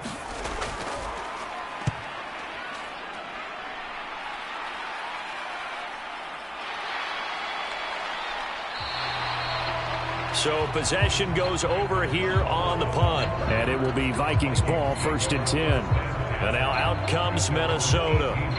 Over on the sideline, hoping to hit that reset button between possessions. Last time out, they had to punt it away. This time hoping to finish this thing off in the end zone.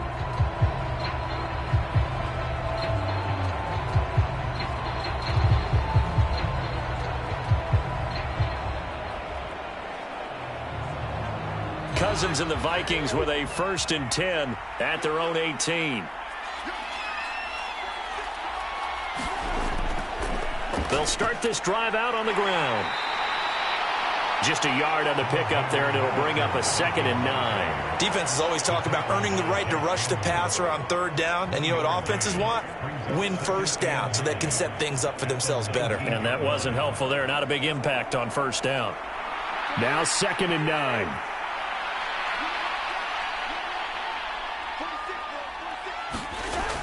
Back to throw here. Quick throw there is incomplete.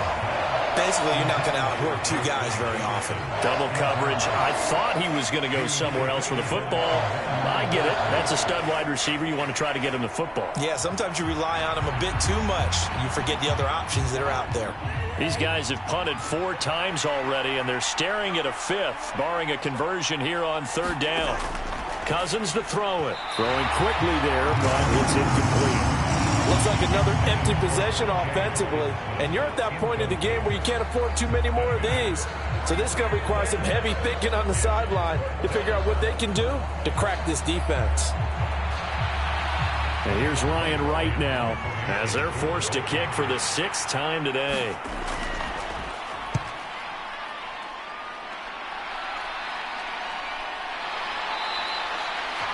Seven yards on the punt with no return. And it will be 1st and 10 as they take over.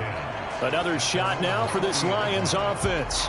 This crew had to punt last time they had the ball, but when you've got a lead like this, you content to play the field position game? You are to an extent, especially if you like your defense, because you have the lead, you've been controlling the game. But why put them in a tougher spot? You want to get out there and get something done on offense and maybe take command of this game yourself. Goff in this Lions offense set for a 1st and 10. At the 40. Off the play fake, he'll look to throw. That's taken in, complete to Reynolds. And that's good for a pickup of 10 yards. And they'll be left with a 2nd and about a foot. And that last reception puts him over 150 yards now on the game, Charles. And now it's not just execution. It's not just performance. It's a mental aspect that's going on. Because right now, he's got the defense so much on their heels, got them looking at each other.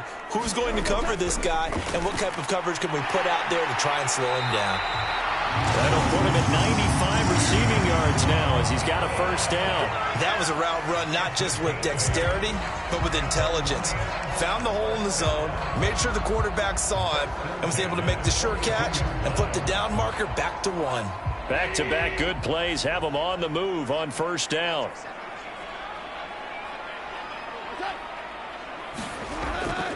A give. This is Montgomery. Oh, look at the juke. And the stop here will come at the 38-yard line. Give him 5 on the carry there, and it'll be second down. That's a really nice, tough run inside, and they gained 5 yards on it. And to be frank about it, most offenses don't expect to get 5 yards on a play call like that. So when they do, they go back to their huddle with a little pep in their steps. They're starting to think that they're starting to dominate the line of scrimmage. Here's Goff now on second down. And this is incomplete. And there's a good opportunity to just want to ride there. A drop pass. I guess that's why they call them running backs and not catching backs.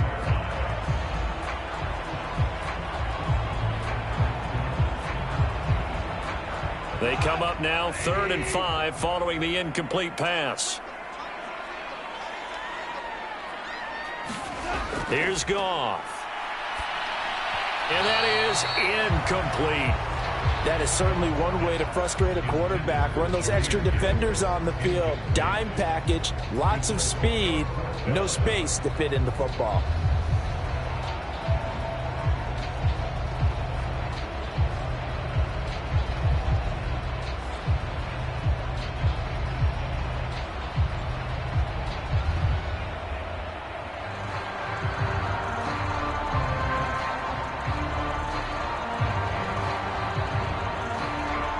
So coming on now is the field goal unit. They're going to try for 3, and he'll need all the leg he's got here. And this one will not get there. It's off to the left anyway. It's no good, and this will stay a 12-point game.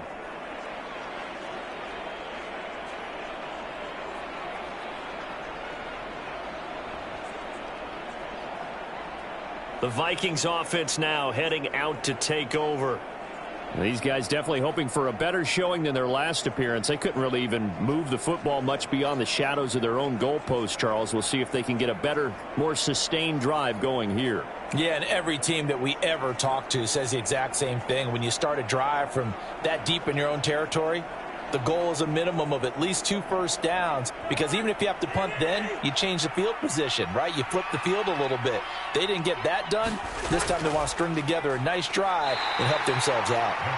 And he'll get what he can up the middle, 3 yards. That'll bring up second down. Not a huge carry there on first down, but not all of them will be. But still, all in all, a positive play for the offense. It's all about picking up at least a few to set up what you're going to do here on second down. From the 48-yard line, here's second down and 7. Back to throw. They're looking for Jefferson, but this is intercepted. Picked off by Cameron Sutton. And the Lions come up with a late turnover, but it will probably only matter to the statisticians as this ball game is now officially over. Back now at Ford Field. It's the Lions holding onto the football, and they also have the lead as we start quarter number 4.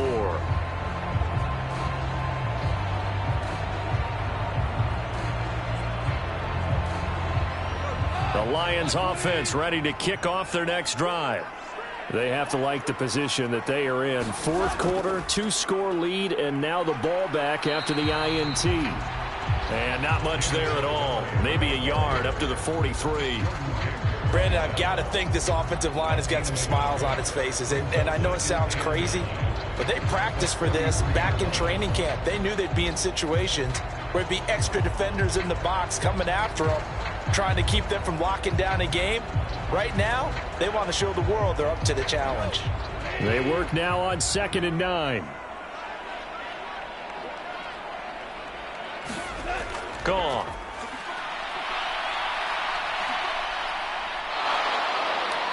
The Vikings after him, and they get there for the sack. Danielle Hunter picks up his 2nd sack of the afternoon. This is a little hard for me to compute because I'm watching sack after sack happen, but somehow they're still behind in the game. I would expect all of this defensive pressure to translate to them taking a lead, and thus far, it hasn't happened. Time's winding down. They don't want to waste this type of performance from these ace pass rushers.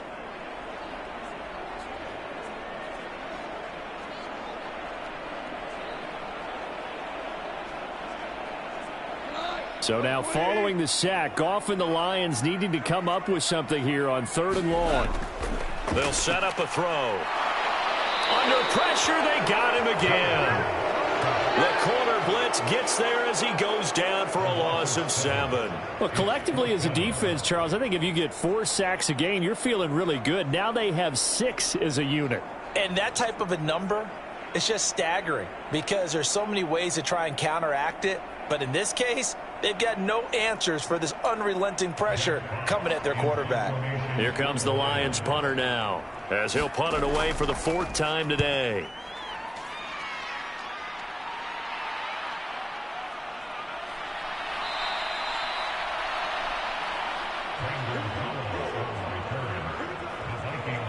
And the Vikings now heading onto the field.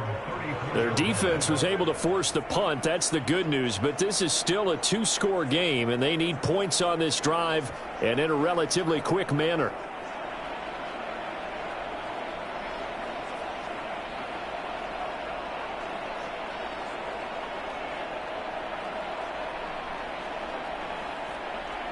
Cousins and the Vikings with a 1st and 10 at the 34. Trying to shake off the interception from the last drive. He'll look to throw. Catch is made by Hockenson, the tight end. And they bring him to the ground just shy of midfield. First play of the drive going for 14 and a 1st down. 4th quarter, every drive so critical, and you figure may only get one more shot after this, so a touchdown's imperative on this drive. It is, but you also have to think to yourself in play calling, don't hold anything back. Don't save it for the 2nd touchdown. You've got the 1st one for the 2nd one to even matter. They'll run with Madison. Stiff-armed him. And he's going to get it across the midfield stripe into Lion territory. 55 yards rushing for him now to this point. It's not a huge breakaway run, but if your starting running back finishes the game with averages of 5 or 6 yards per touch, you'll take that every single time. This 2nd and 4.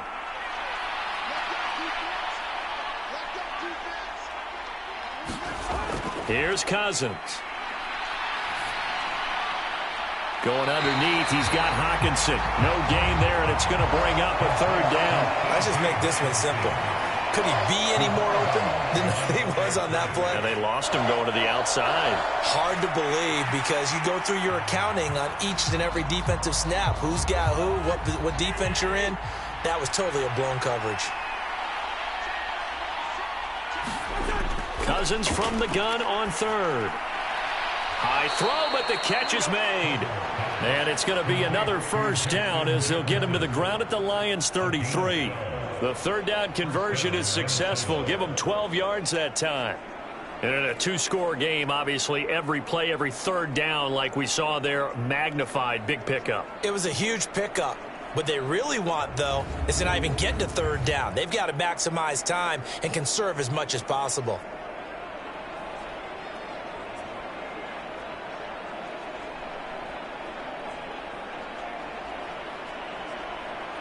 So signs of life in what's been a dormant offense in this 2nd half. Here's 1st and 10.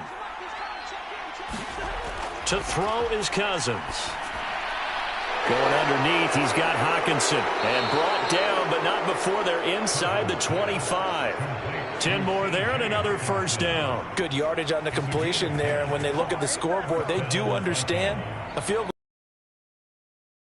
Yes, they're going to press the ball downfield as far as possible, try and throw the zone and get a score because they know they've got to get that done and get the ball back as quickly as possible. And the throw left sideline here is caught, but they'll rule it incomplete. Couldn't keep his feet in. 2nd down. Well, a momentary speed bump there with that throw, partner. The defense had other ideas, and they're trying to mount a small stand before this drive reaches the end zone. Here's 2nd and 10. They'll throw again. Cousins. Completes this to Addison out left. And he'll get him inside the 15 down to the 14-yard line. 9 yards, not quite enough, and they'll be left now with 3rd and 1. I always laugh when people say, what's the toughest route to defend? And I'm like, any of them, especially if it's a good receiver. That makes things very difficult. But when you're running a drag route, something short, shallow, going through defenders, using guys almost as screens in order to get open, that makes things tough for guys trying to get to the football. Toward the pylon, but it's incomplete. That was a touchdown if he could have hung on. Instead, it was a well-timed collision to jar that one free.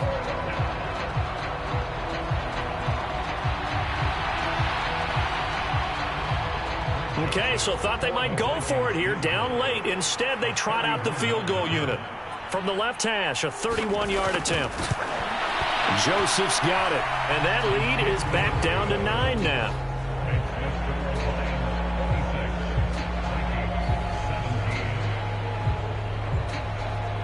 So it was 4th and 1 down in the red zone, but they elect to take just the 3. And I'm a little surprised that that's how they decided to play it, that they didn't go for it there. But sometimes just take those 3 points and put them in your pocket. I just have one question for you, partner. Okay. Hip pocket or back pocket?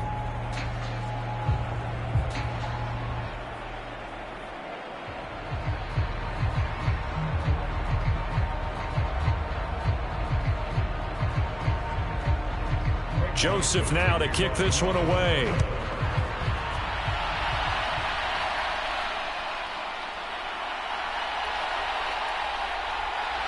And they'll get him down inside the 30 to 27.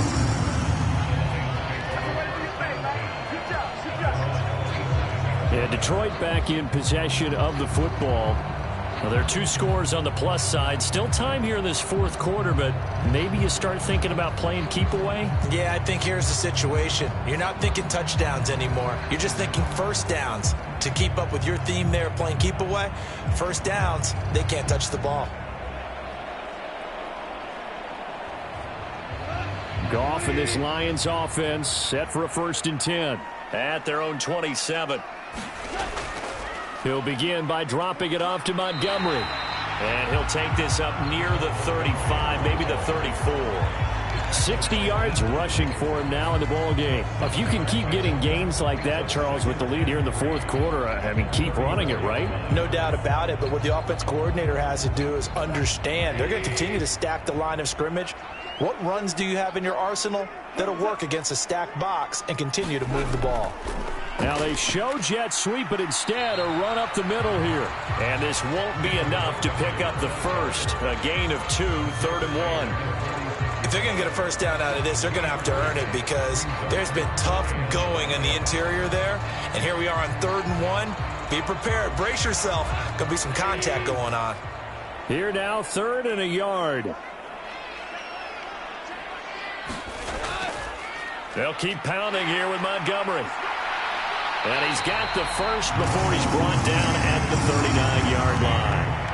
A 3rd down gain of 3 yards, and that'll be enough.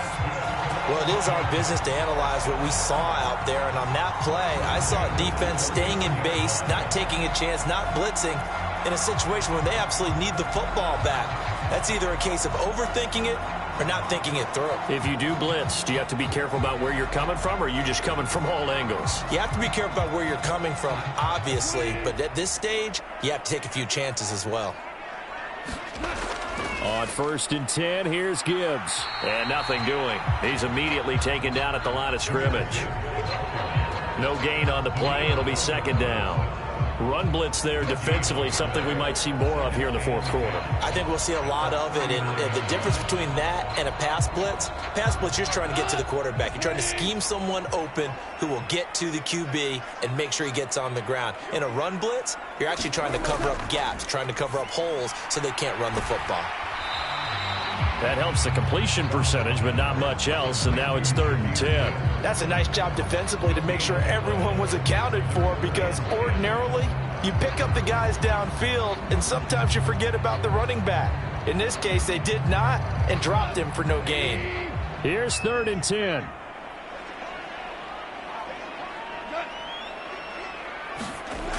Here's Goff. Hit as he throws. He lost the football. It's loose.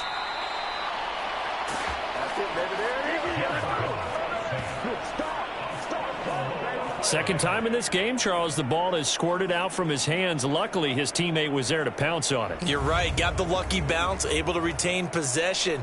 You know, we often talk about the combine and why do we measure quarterbacks' hands. Is that really a big deal? It's for situations like this. Do you have the hands big enough and strong enough to hold on to the football while being jostled? Here comes the Lions punter now as he's on here to punt it away. Here's Powell on the return. It's a 45-yard punt, but a decent return there of 9 yards. Minnesota's offense takes over possession. And last time they got 3 points, but it was a chip shot field goal. And when you go to the sideline after a chip shot field goal, maybe the offense not too happy. It's a balancing act, isn't it? Because you're exactly right. They're none too pleased that they didn't punch it in for 6 points. But they also have to remember they did put points on the board. 3 points is 3 points. And in this league, you take points when you can get them. Not easily done.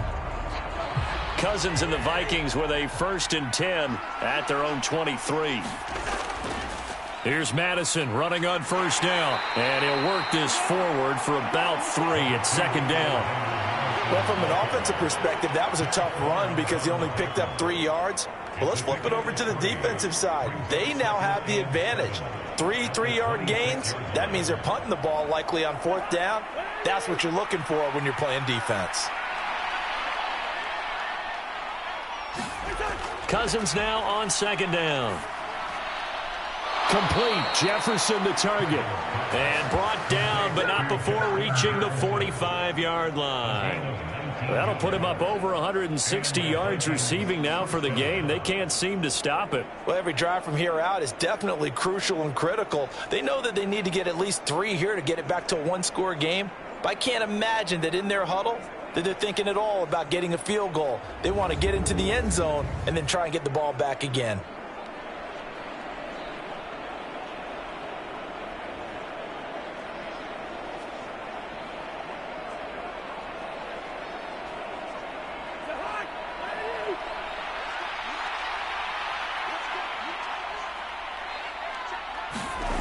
On 1st and 10, Cousins.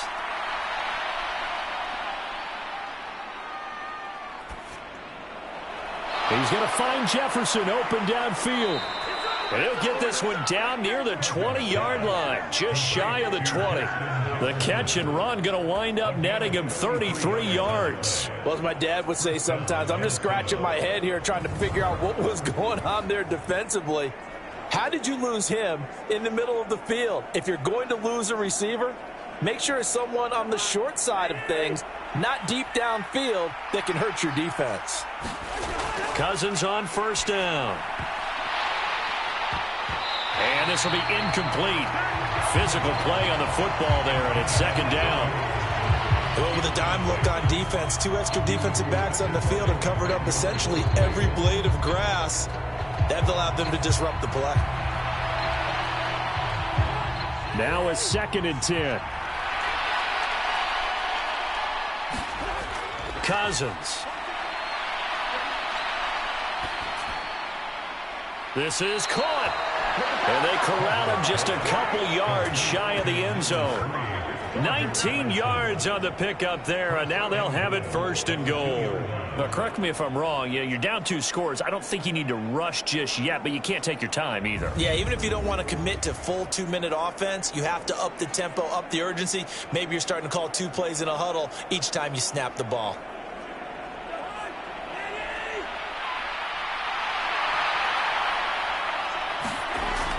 Trying the power game with Ham. And he'll get in. Touchdown, Minnesota. C.J. Ham taking it in from 2 yards out. And the Vikings have made it a 1-score game again here in the 4th. And they just powered it in right there, Charles. 3 tight ends out on the field. The fullbacks for the defense, they knew what was coming. They knew, but they weren't able to stop them. They knew they had to meet them with a little bit of force. But on that play, the big guys up front won the day. Joseph connects on the extra point. And now things get a bit more interesting here in this 4th quarter.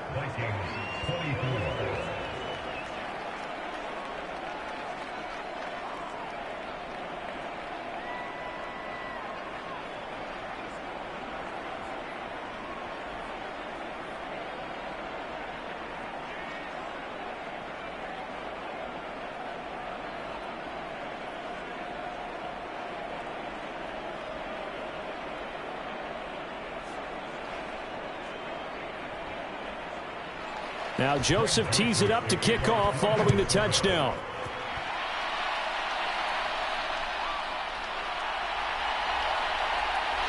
And a decent return out to the 27-yard line.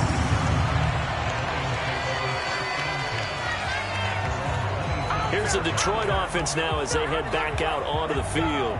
And they've seen their lead nearly extinguished after that last score. But bottom line, they are still on top with the football. And a touchdown on this drive would really put them in position A.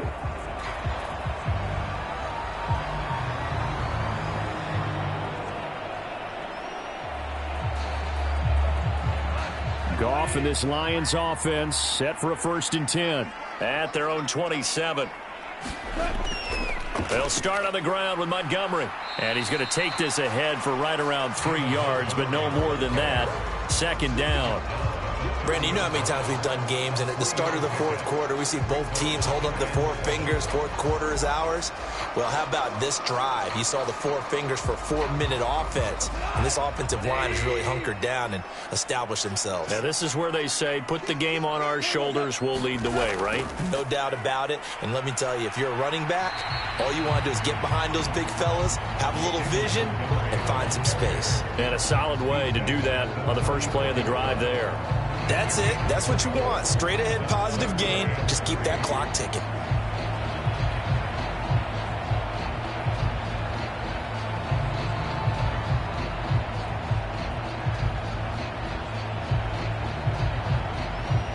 As big of a play as we've had in this one so far. This is 3rd and 3. Gibbs will try and pick it up. And he's going to have the 1st down at about the 38. The gain of 4 that time as the drive continues. But they didn't accomplish their goal. They didn't get a stop there, gave up another 1st down. They have all 3 timeouts in their pocket. I think defensively you've got to start thinking about using them here. I was just going to ask you at what point you think now's the go time? I think now's the go time. I don't think you sit back and wait because they can take a lot of time off the clock between plays and run 3 to 4 and really put you in a stressful spot. So here's a 1st and 10 at the 38.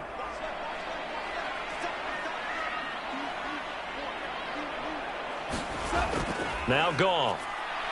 He's airing it out for Williams. And at the 7-yard line, the catch is made. Touchdown! Jared Goff with his 3rd touchdown pass of the afternoon. And the Lions use the big play to extend their 4th quarter lead. Charles, there aren't really any slow receivers, but there's fast and then really fast. He's really fast, and he showed off the afterburners there. And that he is, because when he took off, I was thinking there's no chance that he can actually reach him with that pass.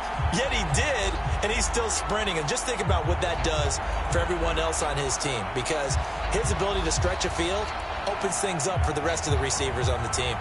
Here's Badgley now to try to add the PAT.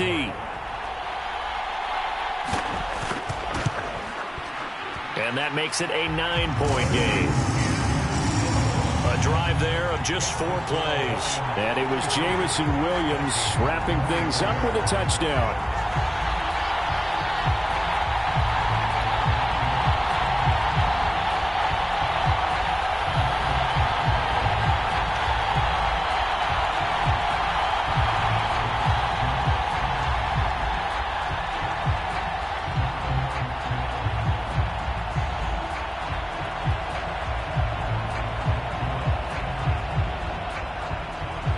The kickoff team on the field now as they will send this one away.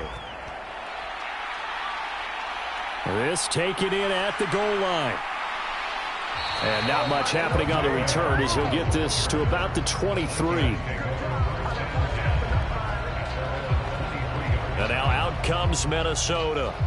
And you figure after giving up that last touchdown, they trail by 2 scores here in the 4th quarter. This drive becomes very critical.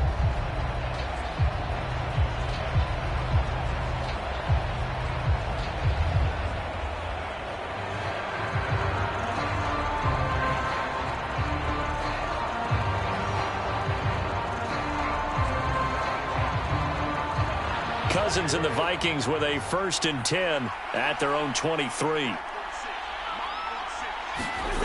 They'll try and start this drive in the air. This is Alexander Madison out of the backfield with it. And he goes nowhere. He'll lose yardage back at the 17. A completion, yes, but certainly not what they wanted. A loss of a full 6 yards. If you're a selfish player and you're throwing the ball, you're cool with the completion. Maybe not so cool with the yardage loss, though, huh? Yeah, you went backwards on the yardage.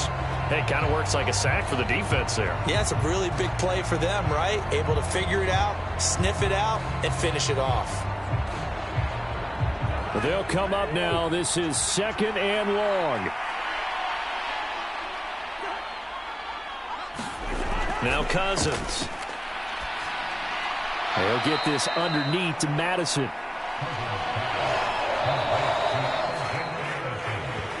Two minutes left to play in this football game here on EA Sports. So the Vikings in possession of the football as we get you reset. And let's see what they've come up with offensively after having time to talk it over. This crowd turning up the decibel level. It's 3rd and long. To throw, Cousins. Now a desperation throw deep downfield. Launches deep. A jump ball, and this is caught. Well, they're not going to go quietly. That's a big play right there. 2 scores down. They're not out of this, but they've got to move.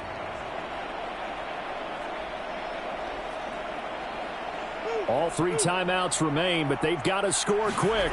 It's 1st and 10. And that is going to be incomplete as he led him a bit too much. Whew, that's certainly not the worst thing. It stops the clock and lets your offense catch its breath and lets us exhale a little bit. Now I expect them to call a couple plays in the huddle so they're ready if a tackle happens inbounds. Under 90 seconds to go. Here's 2nd and 10. Cousins. Over the middle and complete to Addison. And it's going to be another 1st down as they'll get him to the ground at the Lions' 19. Of course, remember, you need a touchdown here and a field goal. Doesn't matter the order, but they have to get it done and get it done fast. This is 1st and 10. Here's Cousins. Finding Hawkinson here on the out route. And he will reach the 8-yard line before going out. Just picking up yardage in bunches here these last few plays. They have moved right down the field, and just like that, they're going to be set up with a 1st and goal.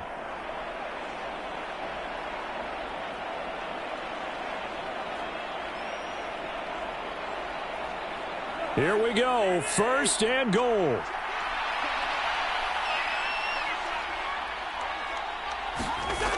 Now Cousins. And he's not able to get away. Sacked back at the 22. John Kaminsky in there to drop him as that clock continues to run. And this dominant defensive performance continued on that play. This poor quarterback has now received the protection he needs and has had to pick himself up off the turf far too often. Cousins to throw. That is caught at the 7. And he takes this one into the end zone, and all of a sudden, here in the final minute, things get a little bit tighter. Okay, game on. Don't go anywhere yet. You got a 1-score game now.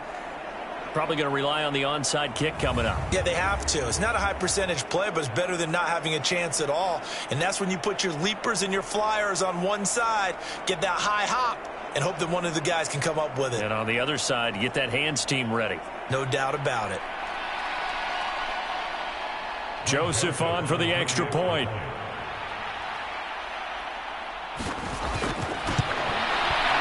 And the lead is down to 2. So that drive goes 8 plays. And it was all capped off by Justin Jefferson's touchdown reception.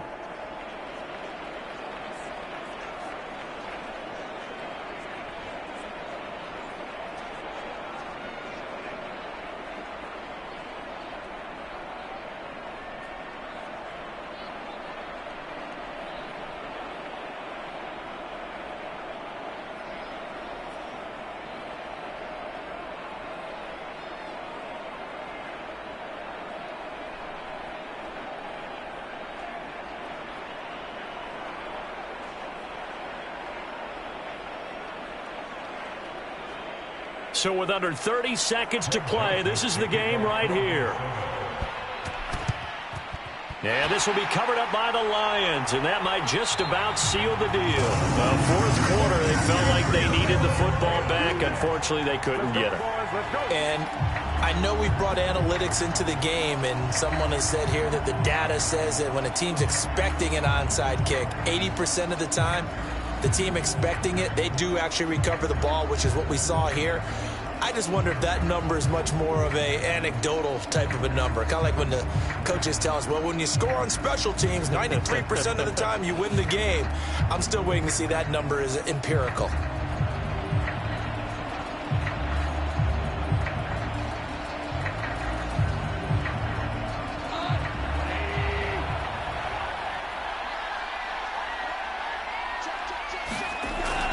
We got to have two hands on the football here as they run on first down. And down inside the 40 to about the 38. Now a timeout called for by the defense as the clock stops with 23 seconds to go in the game.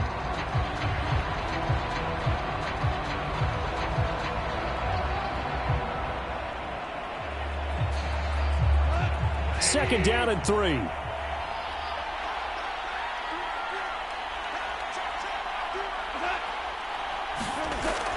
He's going to get it again. Just looking to get forward and protect the ball. Now the Vikings will use the second of their timeouts. That'll leave them with just one remaining in this fourth quarter of play.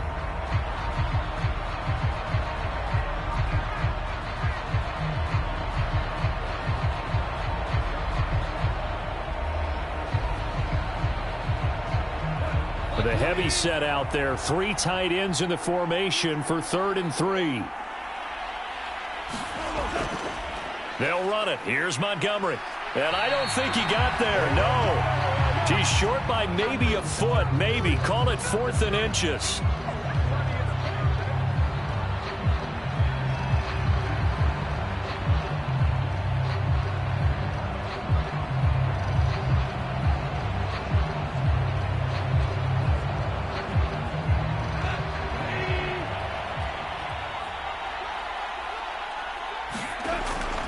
Montgomery, they'll run for it. Oh, and I think he went backward.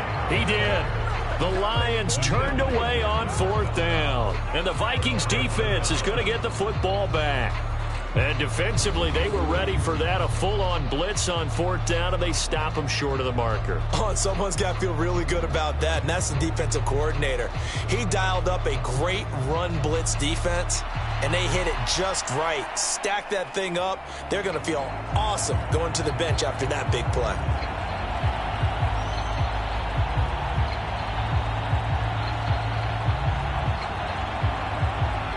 They'll come up 1st and 10 here.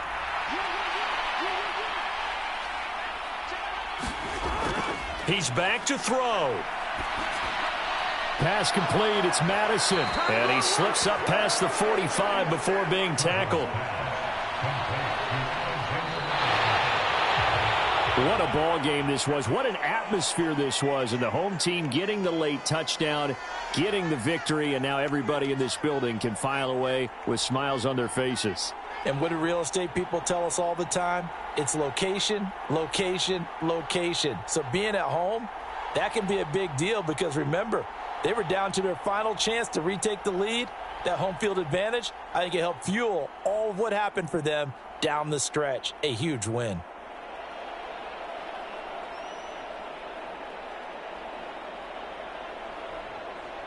So that's a wrap for Charles Davis. I'm Brandon Gunn. And this has been a presentation of the NFL on EA Sports. For more, check us out at easports.com.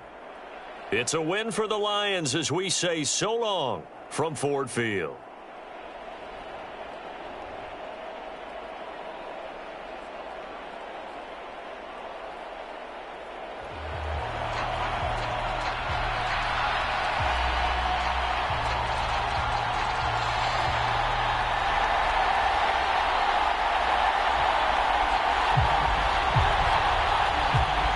The punter, Jack Fox, has us ready to go, and we are underway here at Ford Field. And out a little across the 25 to the 27.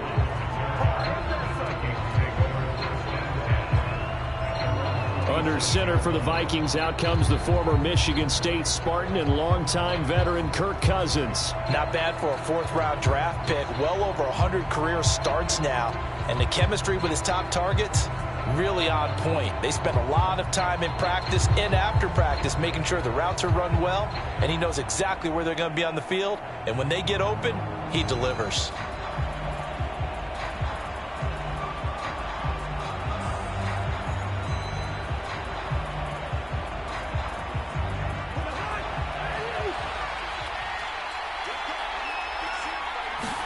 First play and a first pass for Cousins. Open man, he's got him, the tight end Hockenson. Calling no gain on the game's first play. And it's second down now. As a defense, you're more balanced when you're in zone coverage because you're able to keep your eyes on the quarterback and see the play develop in front of you. They're able to keep the quick pass in front of them and stop it right at the line of scrimmage.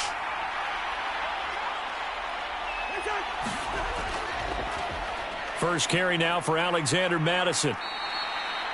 He gets them a little over half of what they needed. Now they're looking at a 3rd and 5. A quick burst there, and he nicely bit off a pretty decent gain.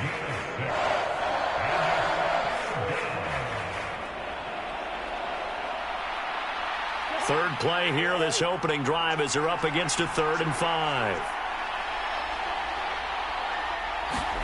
Cousins. A battle for it, and it's intercepted. It's the linebacker, Alex Anzalone, and they are going to set up shop at the 32-yard line. Well, short of them returning it for a pick six, that was about the worst start you could ask for in this one because your advantage of getting the ball first is gone, and they're set up a short distance from your end zone. Now you're counting on your defense to prevent a touchdown, and your offense, you better be ready to come out swinging on the next series. So now the Lions go on offense in a great starting spot. They'll be led out by the first overall selection of the 2016 draft. From Cal, it's Jared Goff. I tell you what, when he is on schedule for that week, secondaries take notice because you've got to stay alert back there on every snap. A truly powerful arm, one that's capable of challenging any level of the defense on any given play. That's why so many scouts preach arm talent when preparing for the NFL draft. A quarterback with arm strength to make every throw in the book, he's an asset to have in any offense. Here's a throw, complete right side to start things out. And that's good for a pickup of 10 yards. And that'll leave him with a second and just a few inches left. And after that completion, you can understand why so many teams in the league are emphasizing speed on defense at every position. The tight ends have created so many tough matchups now. If you can't run with a tight end as a linebacker, this is going to be the result every time. Oh, fine work there as he gets this thing down to the 11-yard line. They'll get a dozen there, and the Lions have a first down. Well, no slow start here. A couple nice chunk plays back-to-back. I love the momentum that they're showing here early because they did it both ways, right? Threw the ball on first down for a nice chunk of yardage. Came right back and ran the ball. Looks like they've got the defense set back on their heels. Let's see if they can keep this moving. Back-to-back good plays have them on the move on first down. Again, they'll go ground with Montgomery. And he'll be brought down this time at the 5-yard line. He'll get a nice chunk there on the first down run, and it's 2nd and 4. Consecutive positive runs for him on the last 2 snaps. He certainly appears to be trying to put the offense on his back and just move them down the field when his number is called. The way he's running it, I'd keep going back to him.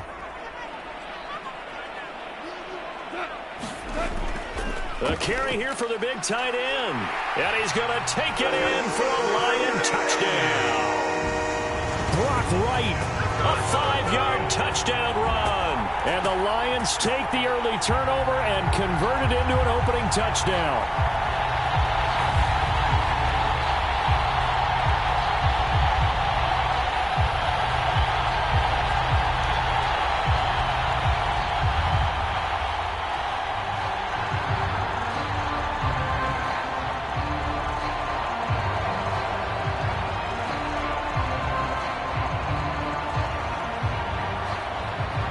Michael Badgley on for the extra point.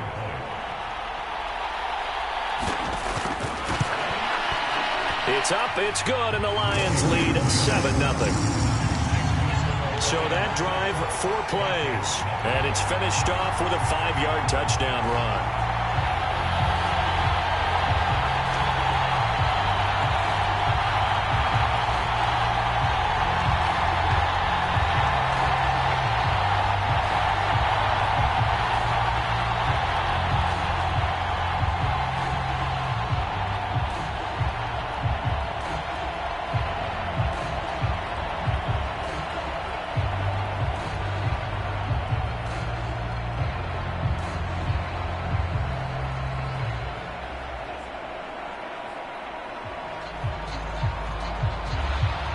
Here are the Lions now as they line up and kick this one away.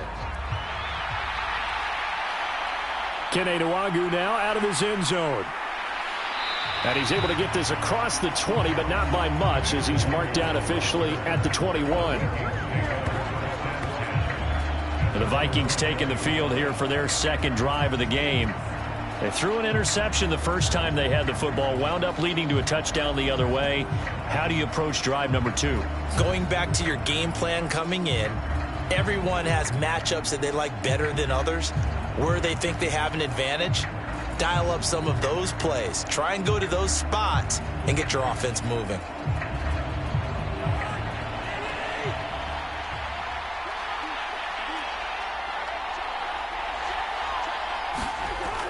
Going to begin the drive here with Madison. And a short pickup to about the 25. Nice chunk of yards on first down. It really opens up your options for what you want to do on second. You go right back to him and hope he explodes, or sucker the defense in before throwing over the top. From the 25, here's 2nd and 6.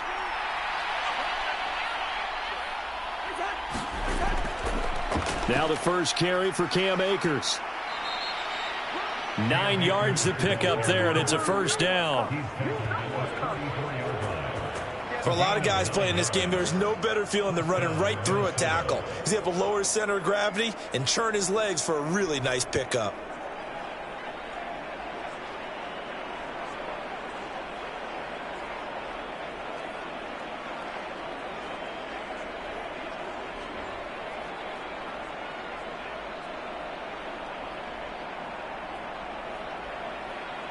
From the 34 now, here's 1st and 10. Working out of the gun, Cousins. Finds his man, there's Jordan Addison. And he'll have it past midfield almost to the 40 before being taken down. 25 yards there on the catch and run. And that's how you shake off the interception you threw on the opening drive. Come back and throw another strike and gain nice yardage. And I give credit to 2 people on this one. The man throwing the ball and the person calling the plays. They're not shutting him down early in this game.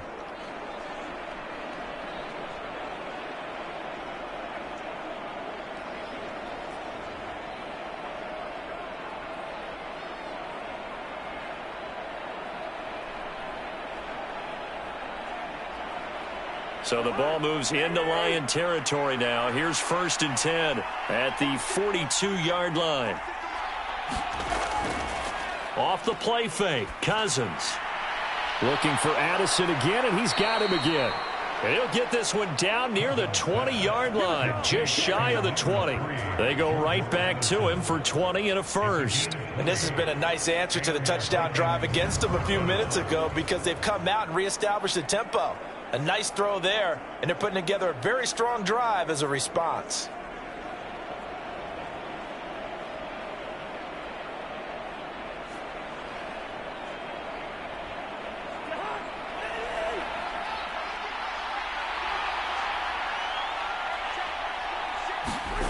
First down, here's Cousins. And he's going to be taken down back around the 35-yard line. Flying in for that sack, Aiden Hutchinson. Okay, I'm not sure you could actually draw a better pass rush than that one right there. Nowhere to go outside. He had to keep backing up and backing up and backing up. Eventually dropped for a huge loss.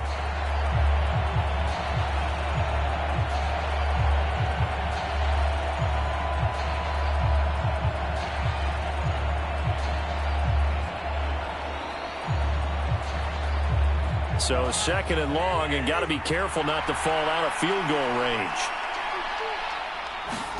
Throwing, Cousins. That's complete to Justin Jefferson.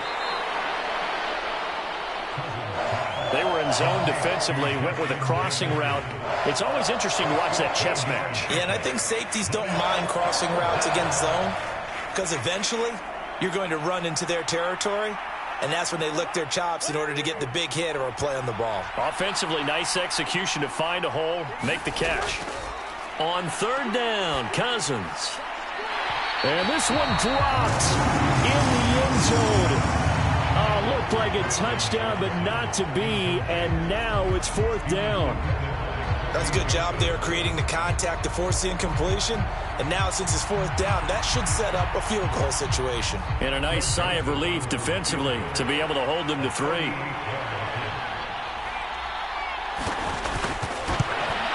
The kick by Joseph is good. And they are on the board, but still trailing. It's 7-3.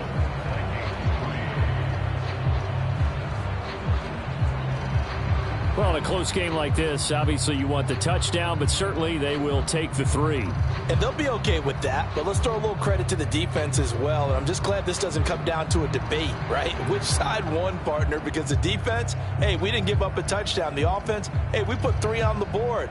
Either way you look at it, I think both sides gained something out of that drive.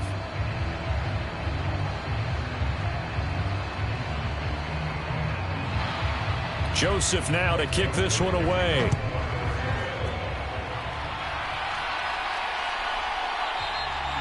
No run back here for Raymond. This will be a touchback.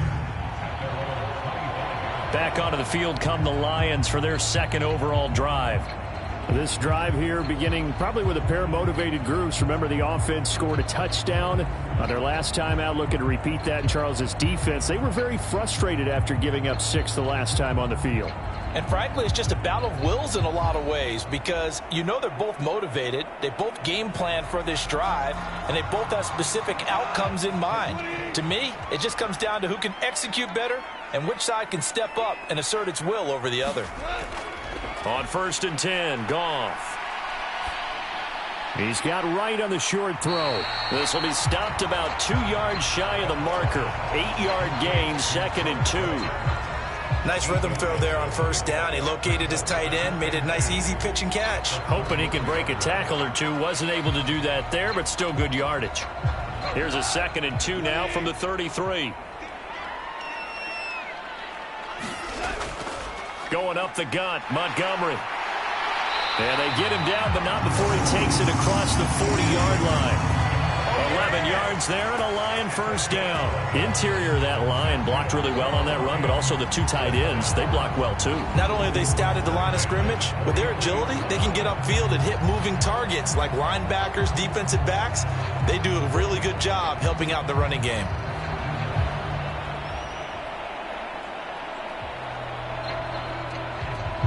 Back-to-back good plays have them on the move on 1st down.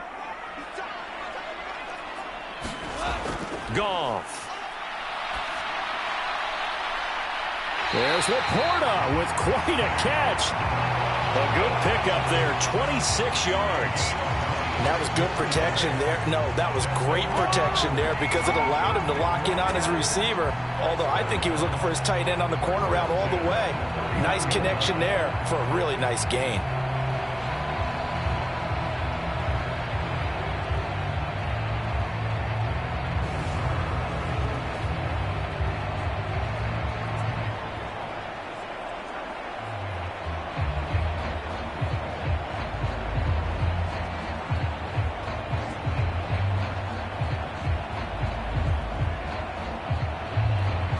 From Viking territory now, they'll come up 1st and 10, down at the 31. They'll run for the first time with a speedster, Jahmyr Gibbs, and he's got it down to the 28. Give credit to the defense for stringing that play out, and they gave up no cutback angle. You know he was trying to dart through. No place for him to go. A nice job there, only giving up a 3-yard gain. Ball on the 28-yard line. Here's a 2nd and 7. Another run for Gibbs here. And a nice job to break free of one tackle, but it slowed his momentum somewhat, and he's taken down right after. 3 yards on the pickup. That's going to set up an interesting third and about 4 to go. Just not a whole lot of room to operate there on that carry. No, not at all. They did a really nice job staying in their proper places and not allowing any lanes to open up.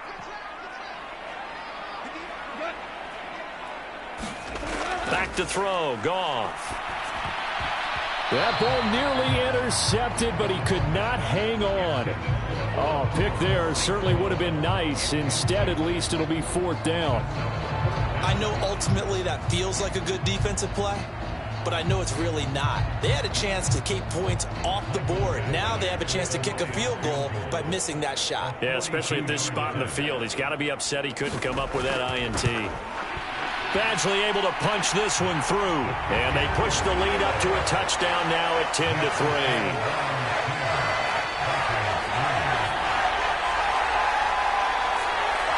So a nice kick there as they are able to add on to their lead. And that's exactly what you're looking to do. Maneuver yourself into range. That way, if your drive stalls out, you're able to get something out of it. And they do so right there.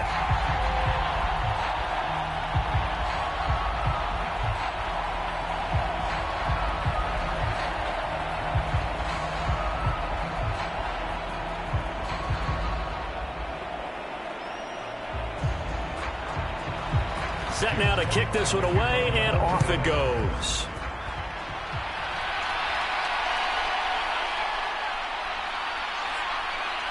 And a nice return sets him up pretty good here right at the 30-yard line. Minnesota now ready for their next possession. And after the field goal last time, we'll see what they can get here. At least they got points out of the last drive, Charles. I've never met an offensive coach that didn't want to drive to end with a kick. Most of them wanted to end with a PAT, right? In this case, a field goal, they'll take it. Way better than the alternative, which is a punt. Yeah, but you met fan bases that wanted that, that weren't happy with that field goal. I haven't met a fan base yet that wants to drive to end with a kick other than the extra point. That's it. Cousins now to throw on 1st down. Short throw caught by the tight end, Oliver. And he's out of bounds, able to take this one up to the 35. Short completion, just 4 yards, and it's 2nd down. How about the timing on that one? Boy, they were in sync, weren't they? 3-step drop, balls out of his hands, right to the tight end. Nice completion, just like they do it in practice. Throwing is Cousins. Going underneath, he's got Hockenson. And he'll go out of bounds, it looks like, right at the 40.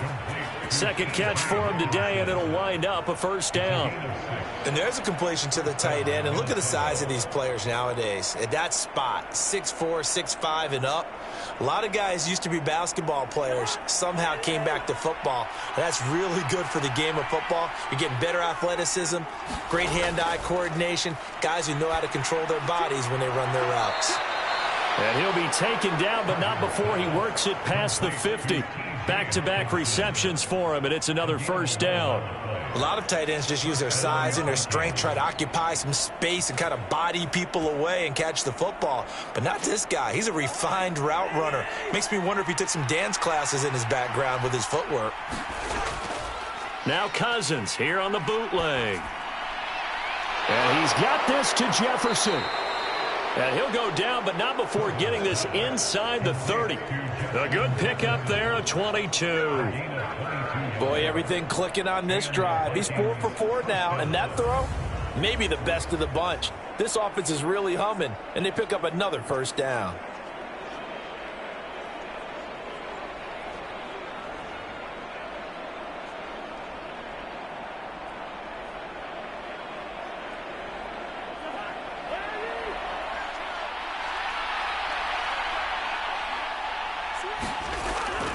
Play fake. Cousins. And this one right back into the hands of Jefferson. And they will eventually get him down, but he's inside the 5 all the way to the 3. That's back-to-back plays of over 20 yards. It's been all passing all the time on this drive. 5 for 5, and now 1st and goal. Feels like a case of until they stop us, we might as well keep running the offense that we like to run. Don't change up and do something different just because you think you need to.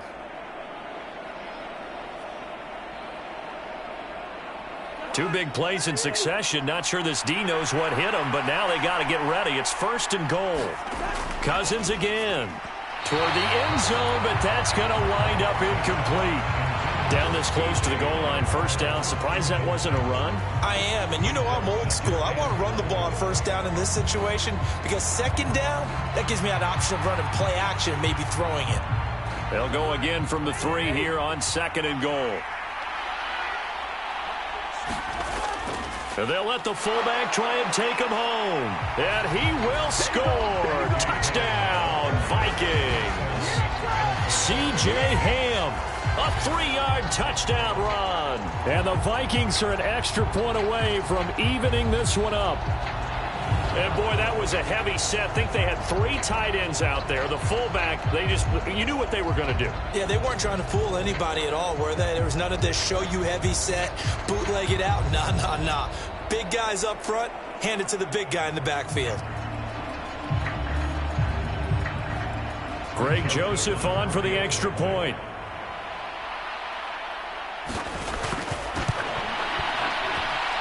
And he'll put it through, and that evens us up at 10 apiece. So this drive spans 7 plays, and it ends with a 3-yard scoring run.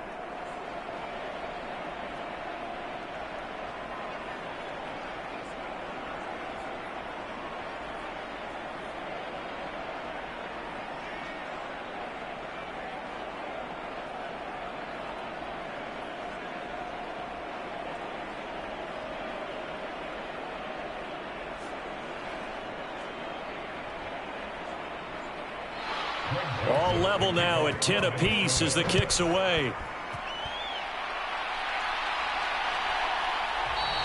And it'll come out to the 25 as Raymond will elect not to bring it out. So here come the Lions now.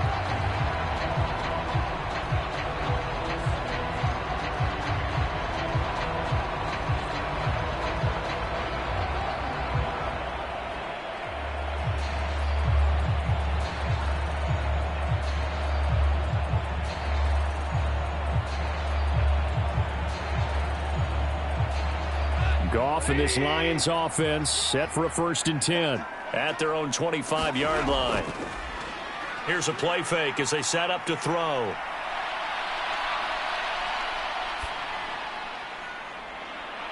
Looking for Wright, and he finds him. And he'll get it down to the 47 here. A really good pickup of 28 yards. I like the boldness of that play call from the offensive coordinator because he wasn't daunted even by the double coverage he expected to draw to the tight end. The result, a huge gain and a major shot of confidence for everyone on the offense.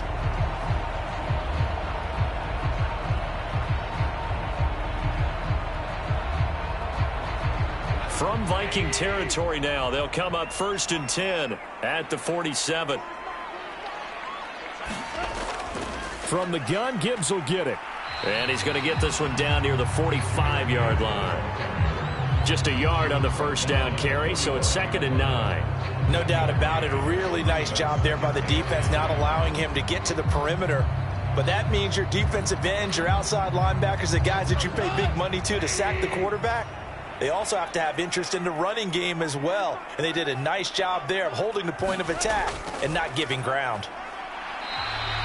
Give him 3 on the run there. Now they're looking at a 3rd and about 5. We haven't seen much from him running the football here in this first quarter. No, you're right about that. We haven't seen much of him at all so far. They've stacked him up pretty well, but when you're trying to run the football, sometimes you got to play the long game. Keep handing it to him, and some of those runs that aren't working now, they turn into 6, 7, 8, and maybe more later on.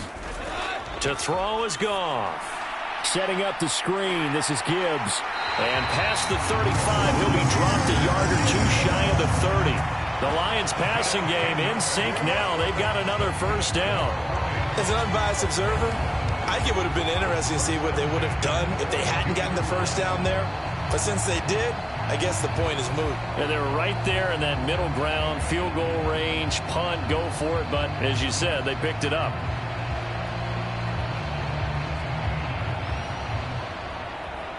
From the 32 now, here's 1st and 10. Out of the gun, Goff. That's going to be caught by Josh Reynolds. And inside the 20 before he's brought down. Back-to-back nice gains. That one for 14 yards and another first. You can see the time and effort and thought that they put into their passing game because it was evident right there. It looks like a simple pitch and catch, but you and I both know that they have planned for this and worked hard to make it happen. Throwing on 1st down, but this one winds up to be incomplete. Down here in the red zone, you know your tight end's going to be a favorite target. Couldn't hang on. And sometimes they just have to get out of their own head because they understand how tight windows are there and how many bodies are there. And sometimes they just overthink it and don't catch the ball.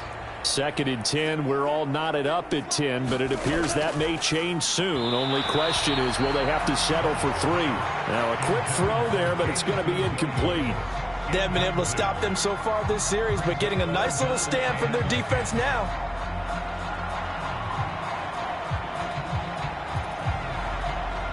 This offense was on the move. Now 2 straight incompletions have them looking at 3rd and 10. Here's Goff. He's got it to Williams. And, boy, he is very close to a first down, but from where they're spotting that football, he's going to be a foot or so short. That was a heck of an effort to stop him just short of the marker, but now they're going to need another big play on 4th down on defense, I believe, because offensively, they went from 3rd and long to now it's a go situation here on 4th and inches.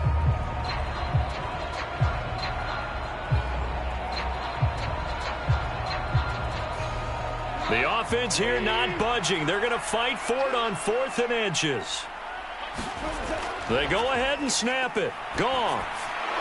And it's incomplete. They cannot convert, and they turn it over.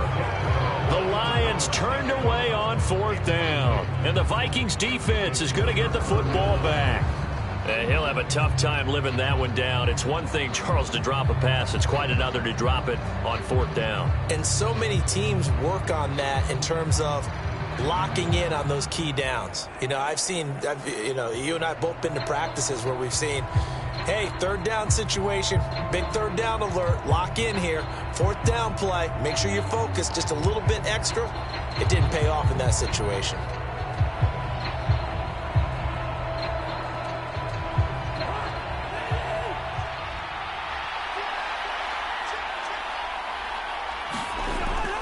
They'll start on the ground with Madison. And he's going to lose yardage here back at the 8. Officially, it's a 1-yard loss. That's going to bring up 2nd and 11. I like the strategy. Extra tight ends, extra beef. They want to run the football, but that means they probably want to run it inside. If you get strung out on the perimeter, you're in peril. Yeah, we saw the result, negative yardage.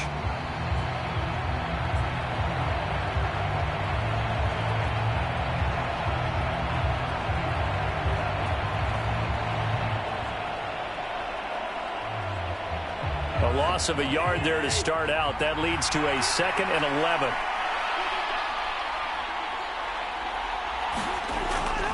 Going to run with Madison again. And he's going to take this up past the 10 to about the 11. 4 yards on the pickup there as they get it back to a more manageable 3rd and 7.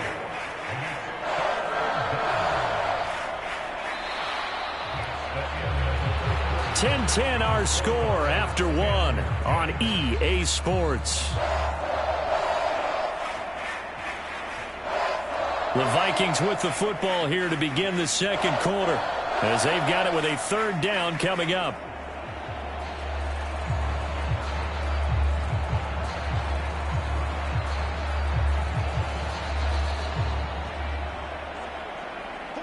So 7 yards from the first down here as they come up to the line of scrimmage.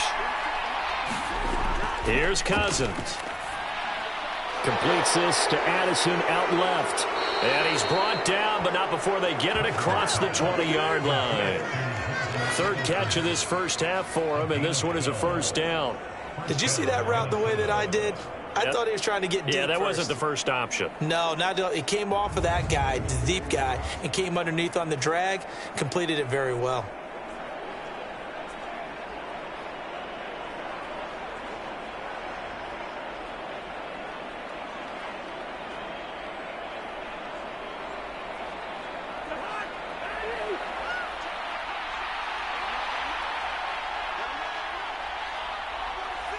Addison will go in motion left. He's going to get it on the jet sweep. And he gets this one just shy of the 40, down at the 39. 15 more there, and they're on a roll. It's another first down.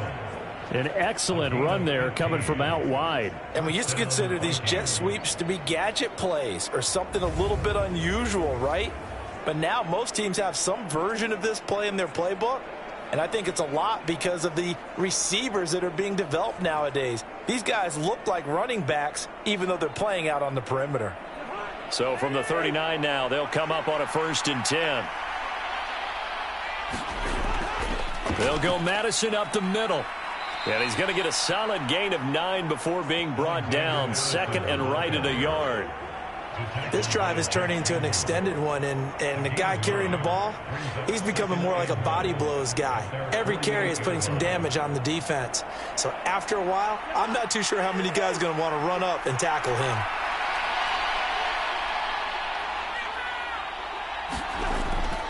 Here's Madison getting it again on 2nd. And he'll take it down shy of the 45 at the 46. 6 yards the pickup, and that's a first down. They were not fooling around at all, were they? 2nd and short, and they brought out the heavy package. Almost felt like the super heavy package against that defense, didn't it? Yeah, I don't think they expected that much beef up front, and it turned into an easy first down conversion. Here's Madison running on 1st down. And the second wave of tacklers is going to get him as they stop him behind the line. 2 yards the loss, 2nd and 12. Part of the thinking when you bring in extra tight ends, you're hoping that each of your guys gets those one-on-one blocks and creates a crease for your runner. You know what the converse is, though? You've got to win those one-on-one blocks, and when you don't, that's the result you end up with.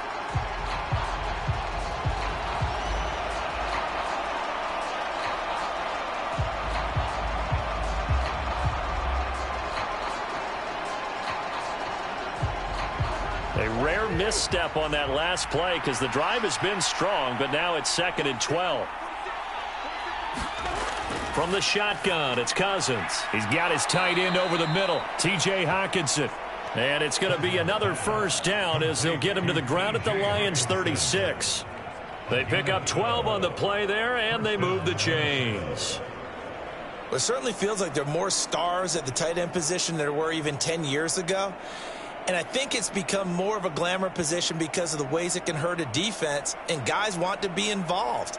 They can be in line, close to the line of scrimmage. They can split out like receivers. But hands, route running, speed, and some toughness to go across the middle, you put it all together, you got a heck of a tight end candidate. They have their backs up against the wall a little bit, and they come through by forcing an incompletion. Now they've got to continue to ratchet up the intensity a couple more times and get off the field before giving up any more yardage.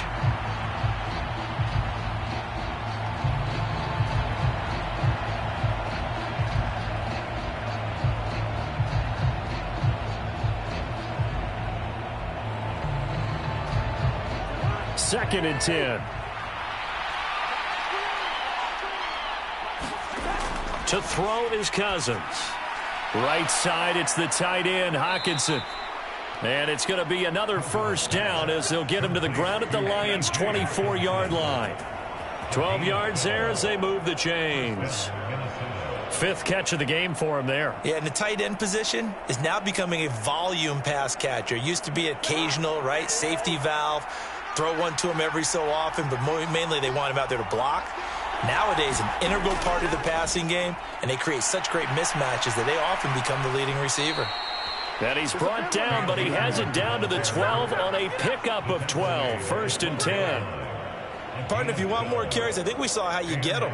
Showed that he's got the fresh legs, and he picked up the first down on that run. Don't just ask for them. Show them that you're supposed to get the football.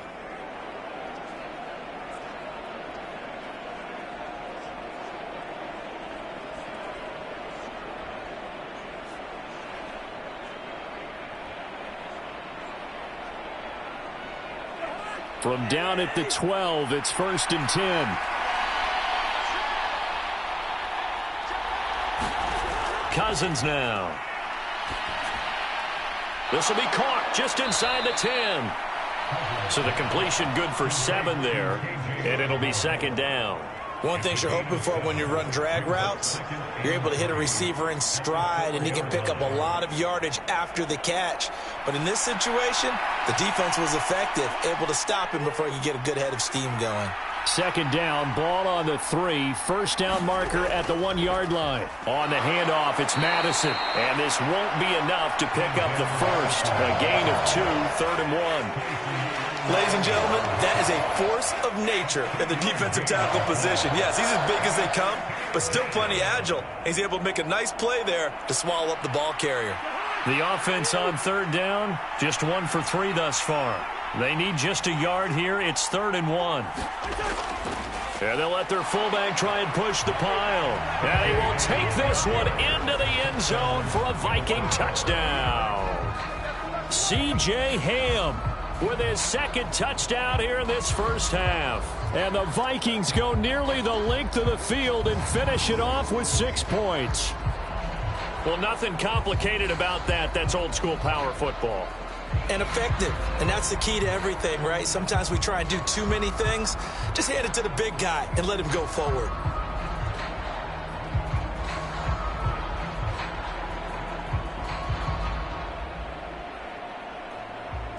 Joseph now to have the PAT.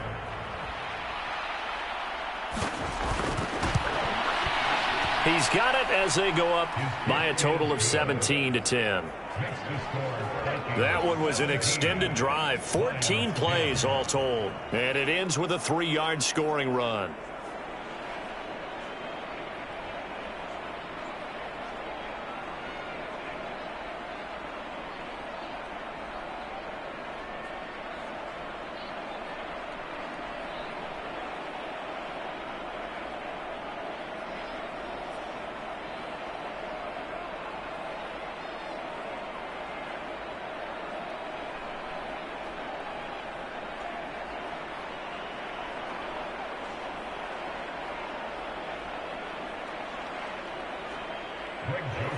Now Joseph tees it up to kick off following the touchdown. No run back here for Raymond. This will be a touchback. Here's the Lion offense now as they get ready to take over. Well, they've got some stuff to build on from that last drive because they moved the football, CD, and then they tried to go for it on 4th down, didn't convert, probably left a bitter taste in their mouths. I would say so, and I think that they go out in this series determined for that not to happen again. In fact, they don't even want to get to a 4th down opportunity. They just want to make sure they get it done within the parameters that they've set for themselves. Run their offense, get it into the end zone. Yeah, I think a little bit of determination and a dash of anger. Now he dumps this off over the middle. And he's going to be dropped following a pickup of 7 past the 30 to the 32. They'd love to just strike back with a touchdown right here. And if it's a long play, so be it. But the main goal, get a couple of first downs. Run some plays, run some clock. Allow their defense to get a chance to catch their breath, settle down, and relax a little bit after they just gave up a score. Here's Goff now on 2nd down. This to Laporta, right side. 3rd catch of this first half for him, and this one is a 1st down. He's a rookie, and you don't want to get hung up on the word potential. But when you see him make catches like that, you keep thinking to yourself, he's good now. He's got a chance to be great with plenty of work.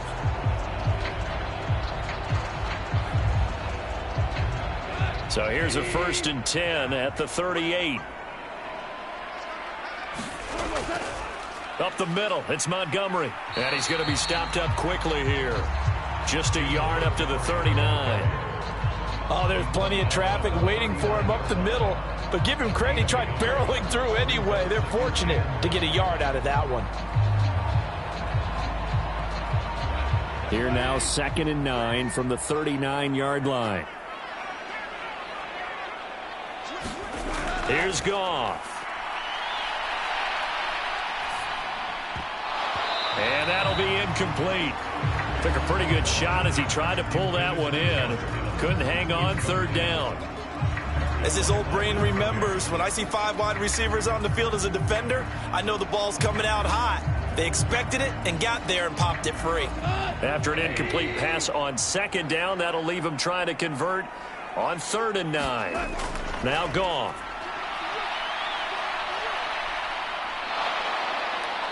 Pressure coming from the Vikings, and they get there and bring him down. And the defense coming through on 3rd down, a loss of 7 to bring up 4th. And, partner, it's safe to say that the secondary really contributed to that sack. Yeah, nickel set, 5 defensive backs. They covered everything. Nowhere to go with the football. But my question is, why didn't he throw it away?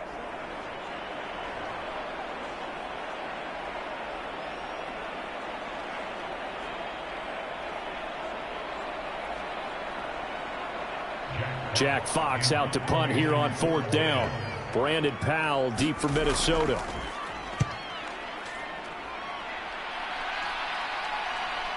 Taken in at the 22. It's a 42-yard punt, but 8 on the return. Minnesota's offense takes over possession. And they'll just simply be looking to build off the confidence of the last time out where they scored a touchdown. Then confidence is powerful, isn't it? When you've scored once, you feel like you can go back out there and get it done again. Doesn't matter what the defense throws at them. They feel like they're in a groove right now, and they want to get out there and show it. Yeah, hoping to stay in that groove here this go-around. Cousins and the Vikings with a 1st and 10 right at the 30. They'll try and start this drive in the air. Going underneath, he's got Hockenson. And they get him down, but not before he takes it across the 40-yard line. It'll be a gain of 10 to start the drive out, and by a few inches, that'll be a 1st down. And what a nice example there of a tight end doing exactly what he needs to do. How about how he worked his way to the outside, made sure he secured the catch, and then anything after that, we count that as a bonus. And indeed, he gets enough for the 1st down. Here's a give to Madison running right. Now he's tackled a yard short of the marker. Good gain of 9 on 1st down.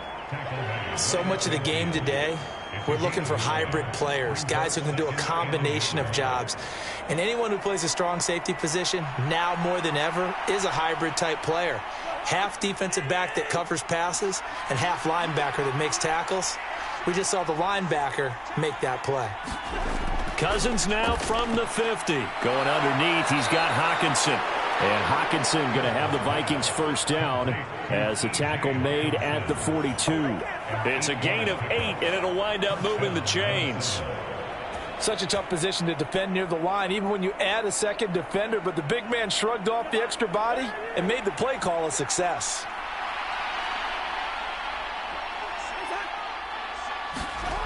Cousins on 1st down. They'll get this underneath to Madison. And brought down, but able to get it to their 30-yard line. Another good completion on the drive as the Vikings have a 1st down. So many times in my career I've heard coaches talk about completions are one thing. But as long as we're there at the catch and we get guys on the ground, we can live with that.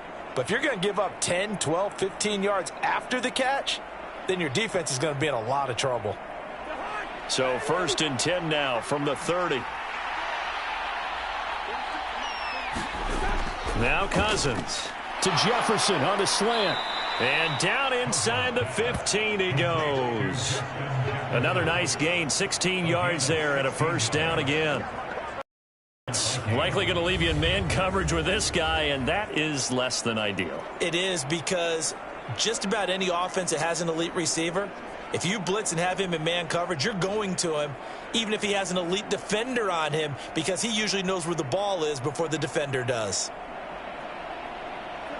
From the 13 now, they work on 1st and 10. From the red zone now, Cousins. A quick throw there is incomplete. Had an open man that time, but ended up putting a little too much heat on it, don't you think, partner? Absolutely, just needed a touch more air under it. Instead, he fired an absolute bullet.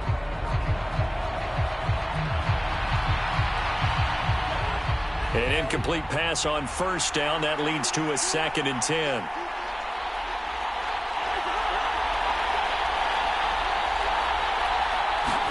Cousins going to bat it forward here on the jet sweep. And here he'll get it down to the 7.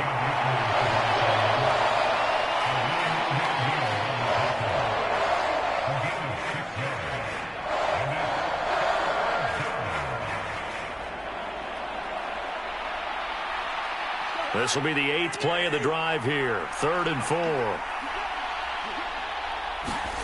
They'll throw again. Cousins. Pass to the sideline and pulled in. And he takes this down to about the 2 before going out of bounds. The gain of 5 that time gives him the conversion and makes it 1st and goal. Now that's absolutely frustrating for a defender. Had a chance to get him on the ground before he got to the sideline, but what great vision and understanding where he is on the field as he headed for the marker and picked up the 1st down. Well, they've got 3 tight ends here on 1st and goal to add some extra mass. Touchdown, Vikings!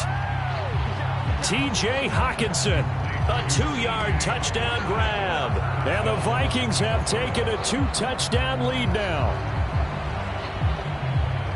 There was no going through the progressions on that touchdown pass. Yeah, nor was it necessary. His receiver won that route early, presented himself, no reason to wait. Go ahead and put it on him and score a touchdown.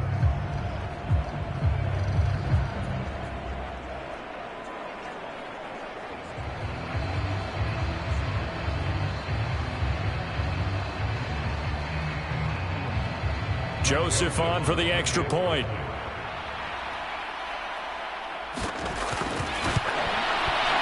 And the lead is up to 14. That time a 9-play drive. And it was T.J. Hockenson who finished the drive with a touchdown reception.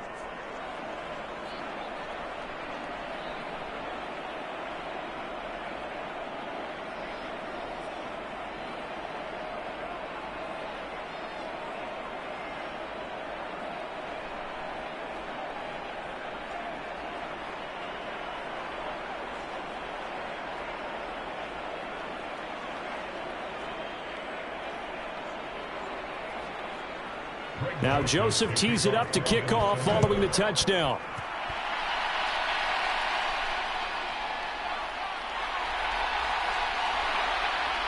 And he'll take it up past the 25 to the 26-yard line.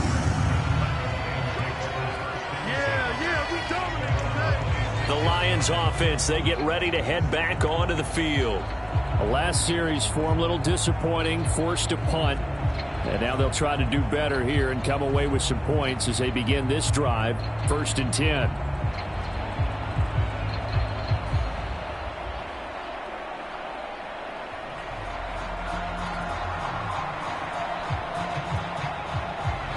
Goff and this Lions offense set for a 1st and 10. At their own 26. The play action fake. They'll look to throw. And that is incomplete. He couldn't hold on through the contact. Brings up 2nd down. And I think they'd be well served to take that type of a physical approach against him the rest of the game. He's had his way so far. But on that last one, that worked quite well for the defense.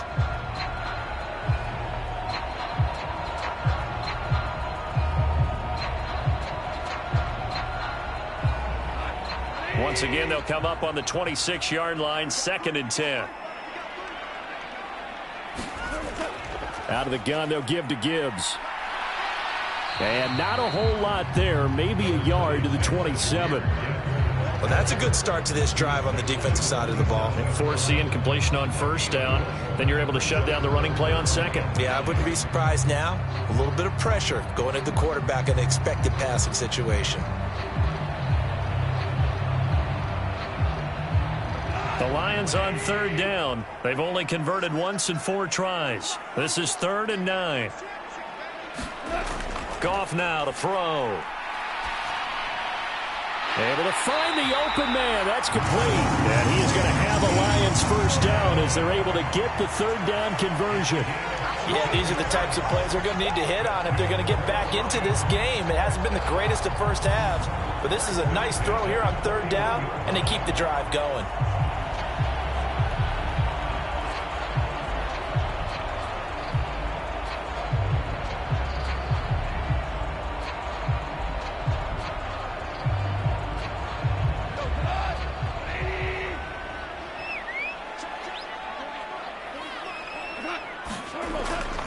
First down, here's the run with Montgomery.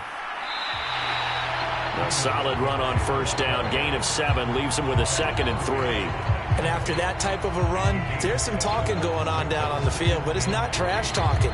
The guy who just carried the ball, he's going back and telling his offensive line, great job, keep it up, and we'll break that one soon. Now 2nd and 3. They'll keep pounding here with Montgomery. And he'll take it down shy of the 45 at the 46. 43 yards rushing for him now on just 6 carries to this point.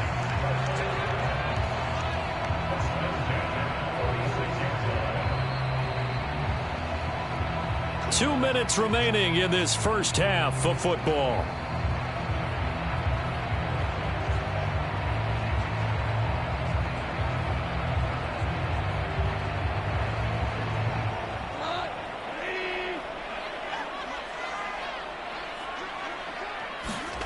Goff on first down. Oh, it's a screen pass. That's complete. And this time he's able to take it down to the 42. They'll get 4 there out of the screen, and it's 2nd down. Good reactions there defensively. That screen was a little slow in developing, and they shut that one down with little gain. 2nd down at 6 now from the 42. Goff now looking to throw. Slant pass. He's got Reynolds. And this is going to turn into another first down as the tackle is made at the Vikings' 31-yard line. Give them 10 yards there as this offense is on a roll. This drive continues to plunge forward. Well, these guys have definitely been outplayed in the first half, but I like their countenance. I like the way that they haven't panicked out there, the way they're carrying themselves. They're starting to move the ball, and what you have to do, maintain your poise and start to put together some drives. And inside the 20 before he's brought down. 12 more yards there and another first down. Now a timeout called for by the offense as they'll stop it with just over a minute to go before halftime.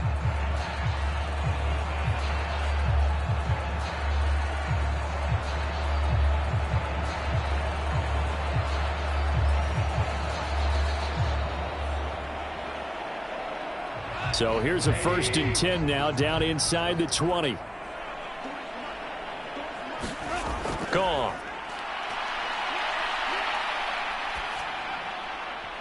And an incomplete pass. That'll stop the clock here with just under a minute to play in half number 1. Certainly appeared to take away his first read, and by the time he tried to look elsewhere and find an open target, the coverage was too good. That one falls incomplete. So after the incompletion on first, now 2nd and 10.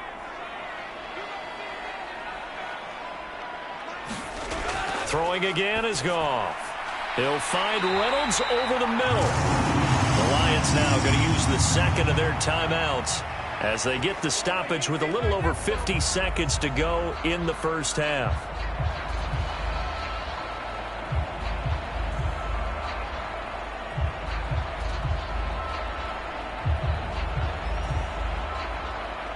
This is 1st and goal and a golden chance to get a score back here before halftime. Now Goff.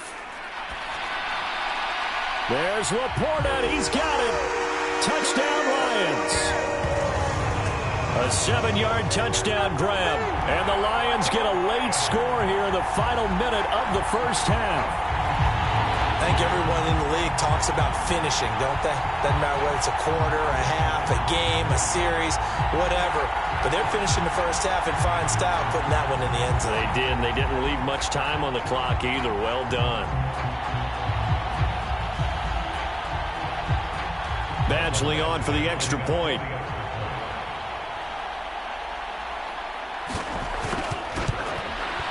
He's got it, and it's 24-17. So that one a long 11-play drive. And the end result, a Detroit touchdown.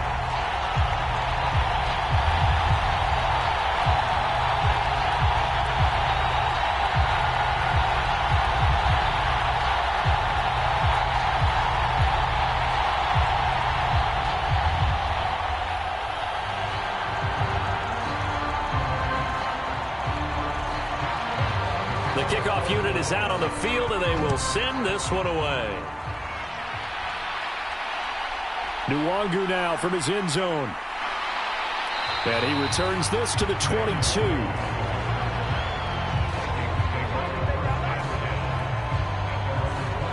The Vikings going to take over now late in this first half. And we'll see how this is played. Offensively, they've got the lead. Not a whole lot of time left. What do you think, Charles? Well, it's tempting to try and add to your lead, but a mistake there, that could change things in a big way. I say go ahead, take the knee, get on out for the half.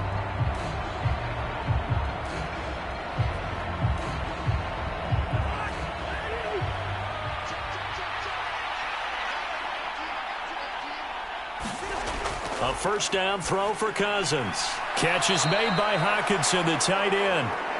The Vikings going to signal for the first of their timeouts as they'll stop it with 40 seconds remaining in this first half.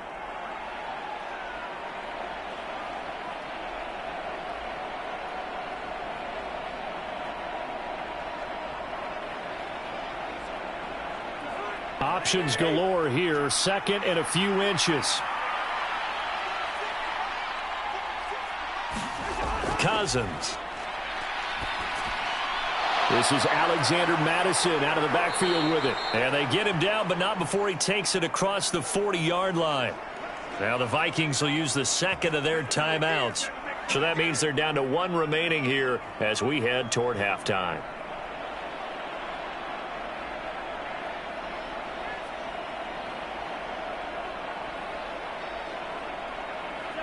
Back-to-back good plays have them on the move on first down. Cousins. And that one to the right side and incomplete. And that's the knowledge you gain from being in this league for a long time. He's learned the hard way when to give up and fight another down. And that's a smart move to throw it away.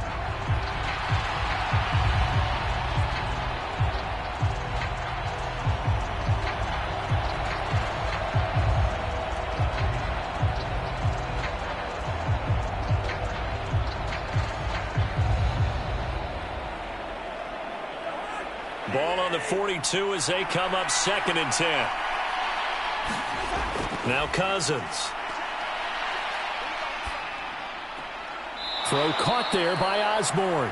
They do get a couple, but they'll be left staring at a 3rd and 8 coming up. When you see zone defense and you know you got a drag route on as your primary call, you got to be really careful as a passer about how far you let your guy go because he might wander into some tough coverage. They'll see about converting this 3rd and 8. Throwing is Cousins. Yeah, to the right sideline, and it falls incomplete. One first down here, and that's all, folks. Good work by this defense to hold things in check and force a punting situation.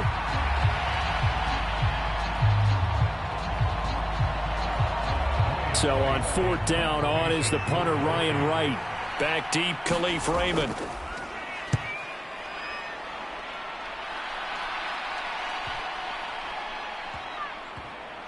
Oh, and what a play on special teams here. This is going to be down inside the 5, all the way down at the 2-yard line. And he's got to be fired up about that effort. I don't think he could have walked down and placed it any better than where he ended up putting the football. That was excellent.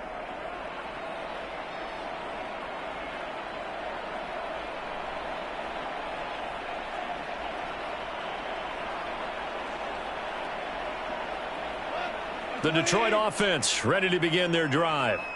And the ball backed way up, so thinking with this amount of time on the clock, probably just sit on it, and we'll see these two teams go to the lockers. Yeah, I don't think you want to overthink it in this situation. Either side of the ball. Just go ahead and finish up the half and get on out and talk about it.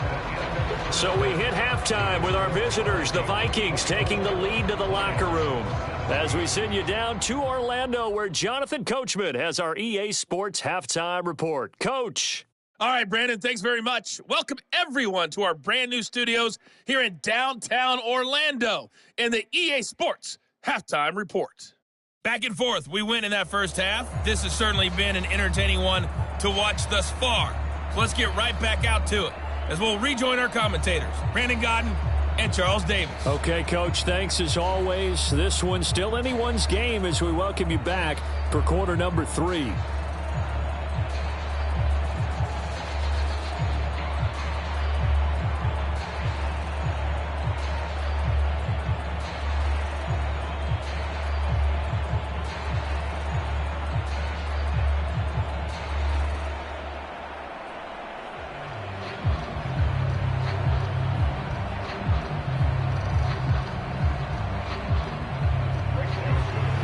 These offenses have been in fine form. What will the second half bring us as we are underway in quarter 3?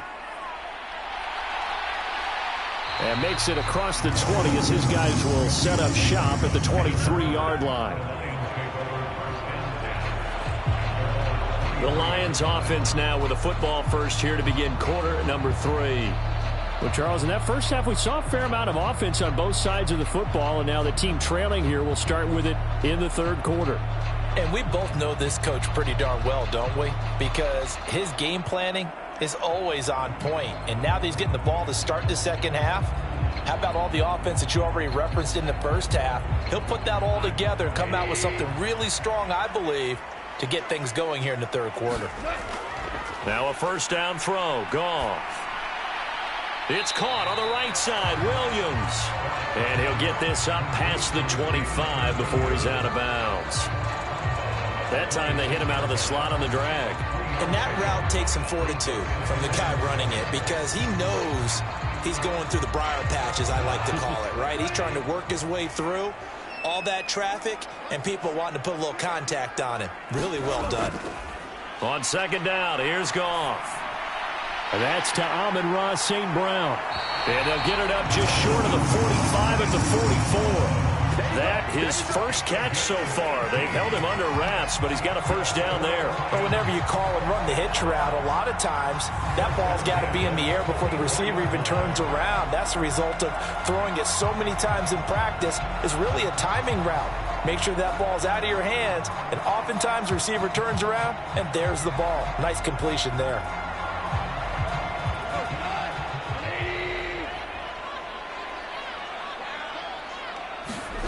On first down, it's Goff. And the timing a bit off that time as that one falls to the ground. And those two just haven't been in sync thus far. They've done a nice job against him, but still, with his talent, you would expect him to have more completions to him in this game.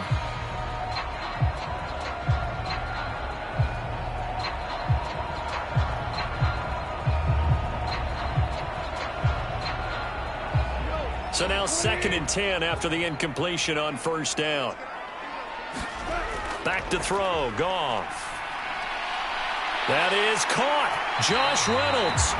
And this is going to turn into another first down as the tackle is made at the Vikings 28. 28 yards the gain there on the catch and run.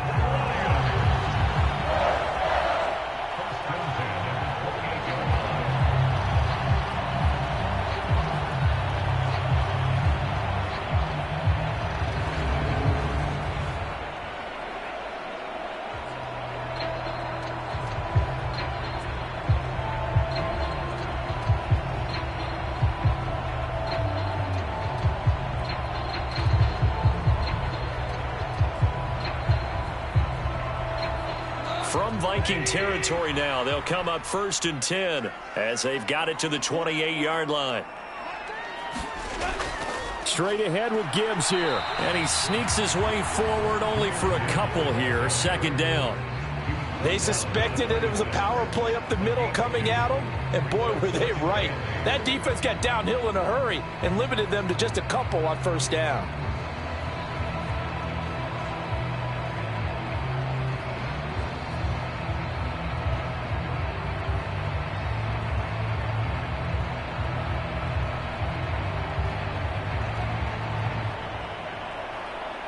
So from the 26-yard line, here's 2nd down and 8.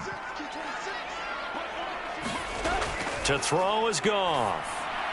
Throwing quickly there, but it's incomplete. Not sure what happened out there, but it looked like the timing was a little off on that throw. Well, you know I'm a defender, so what am I going to say? Great defense. Darn right. They did something to disrupt that timing. 7th play of the drive, forthcoming on 3rd and 8.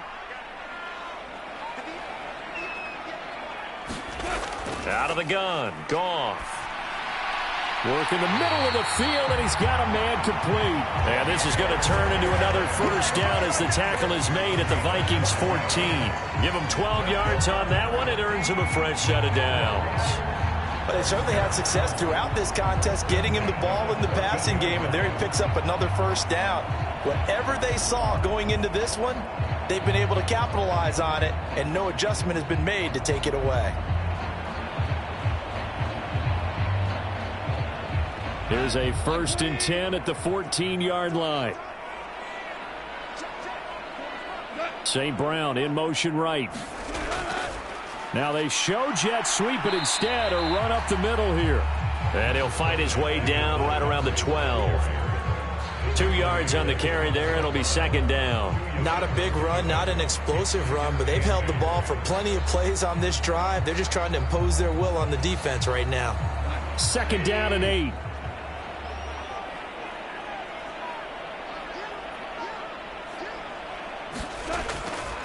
Again, they'll go ground with Montgomery. And he'll get this one down to about the 10-yard line. Another 2-yard gain there, but they'll need to do better this time. It's 3rd and 6. 2 yards on the 1st down carry, and then followed up by 2 yards on the 2nd down carry. Well, that's definitely not going to be enough to get the job done. Wasn't the expression 3 yards in a cloud of dust? Now they're going to need 6 on 3rd down to keep the drive going. Now a 3rd and 6. Now it's Goff.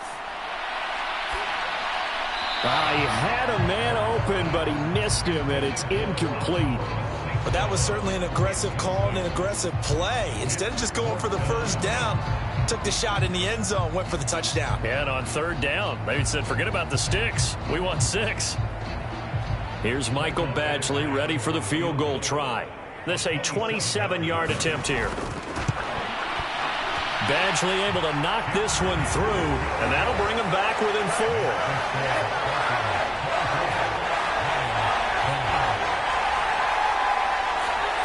So they were facing the deficit coming out of the locker room at intermission, and at least they're able to get the field goal to cut into that deficit. Yeah, now your offense feels pretty good about itself, right? A little bit more up to speed coming out of the break. You turn to your defense now and say, hey, we got 3 there. We're chipping into the lead. Can you help us out? Hold them. Let's get the ball back for us.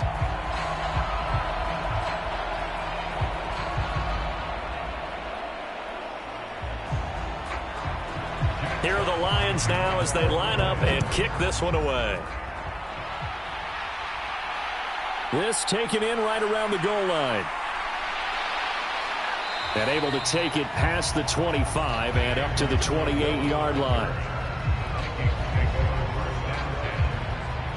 It's the Vikings' turn on offense. We get ready for their first possession of the 2nd half. They have played so strongly. You look at the scoreboard, you probably, with the way they played, you would think the margin would be a lot bigger, right? You would. And in your experience, how many times have we run into coaches where they've talked about, hey, we just want to put it in the hands of our defense and have them win the game?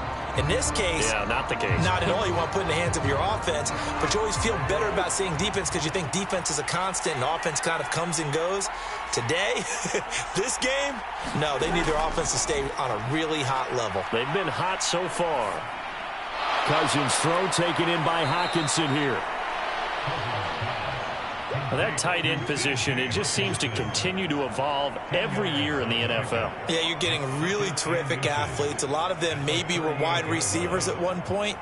They continue to give you speed, great hands, and big bodies, which make them excellent targets for quarterbacks. Play fake. Cousins.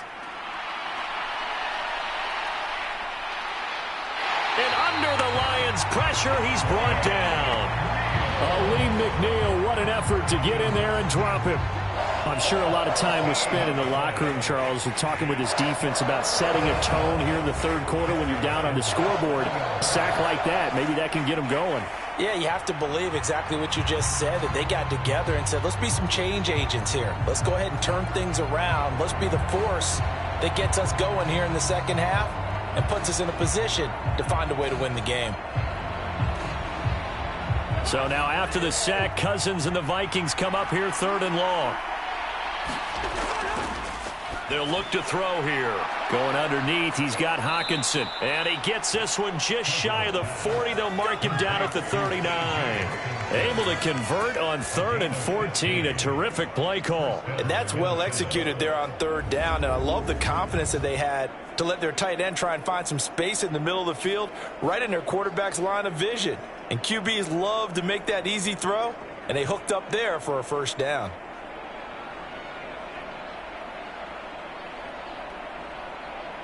So from the 39 now, they'll come up on a 1st and 10. On play action, Cousins. This is caught by Addison. And they'll get this well past midfield before being stopped just before the 35. Call that a very strong gain of 24. I'll tell you what, a lot of those mid-range throws have been available because sometimes teams get too concerned about the deep ball and they leave too much space in front of them. And these guys have been taking advantage so far.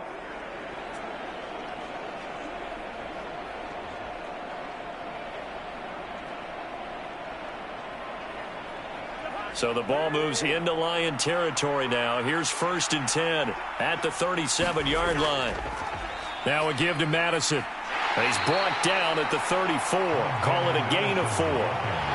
When you find that kind of yardage, you couldn't be more confident as a ball carrier. And guess what? You're going to go back and tell your offensive coordinator, I'd like to keep carrying it, thank you. Line of scrimmage, the 24. This is 2nd and 6. Cousins to throw it. And his throw here is incomplete. Looked like he had a couple of different options as far as who to throw to on that play. And who am I to say this, but I'm not sure he made the right decision. Well, the window of opportunity is always going to be small in the NFL. That's why those quarterbacks who make quick decisions and have quick releases have the most success in this league.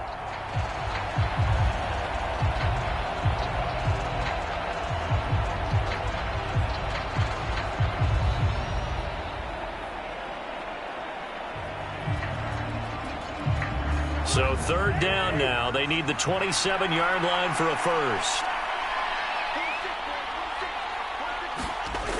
Here's Cousins.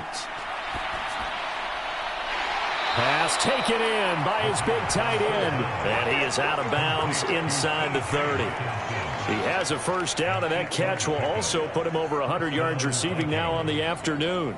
Well, he has been the featured receiver on this drive. They've looked his way a number of times. Why not get it to him on 3rd down? And they do. And they're able to keep this drive moving.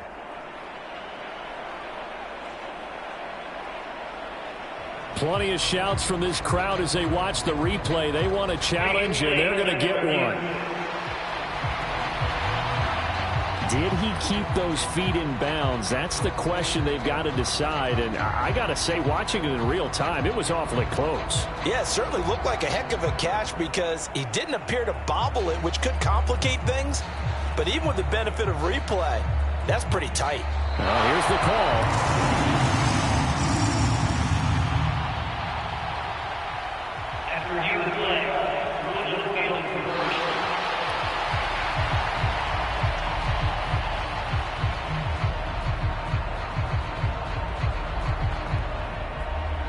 Fourth down, field goal try coming, so Cousins is off, and on comes Greg Joseph from Minnesota. And did he have enough? He did. He kept it on line and managed to tuck it into the bottom right corner. And that'll make this a 7-point game. These kickers now, it's like we take them for granted. Kicks like that used to be such a big deal, and now you just expect them to make it. Yeah, you're exactly right, and we shouldn't take them for granted, but I have a theory about it. You want to hear it? Yep. They are more athletic now than ever before. Talk about kickers.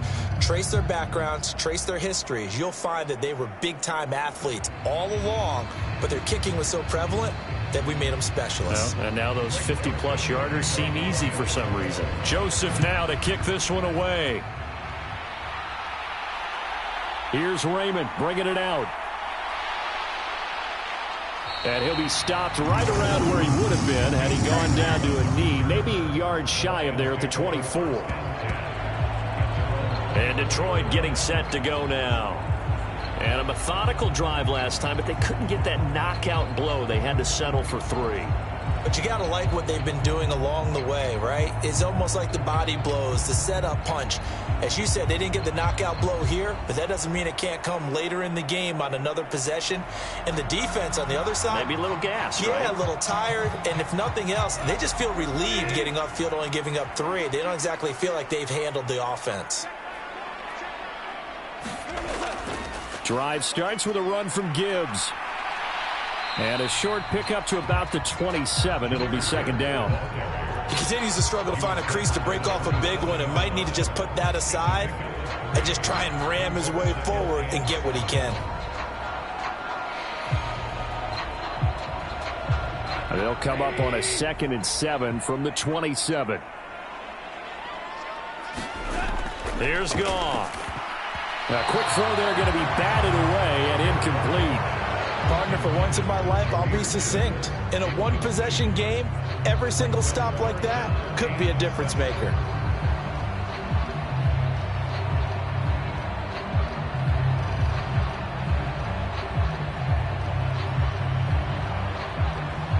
They head to the line facing a 3rd and 7 following the incompletion on 2nd down. Here's Goff. He rifles one, and that's going to be intercepted. Mekhi Blackman's got it.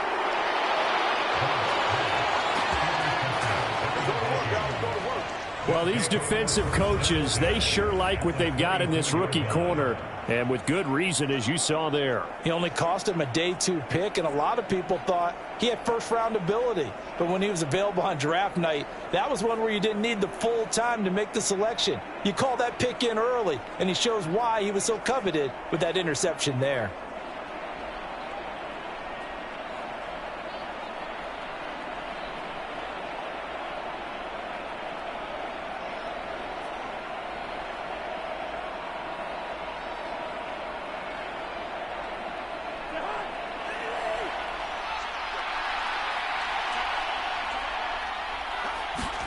Following the interception, Cousins.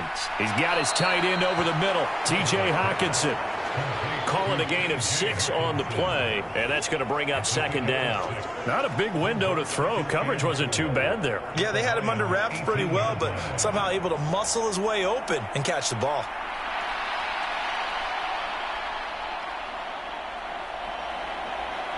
Here now, 2nd and 4.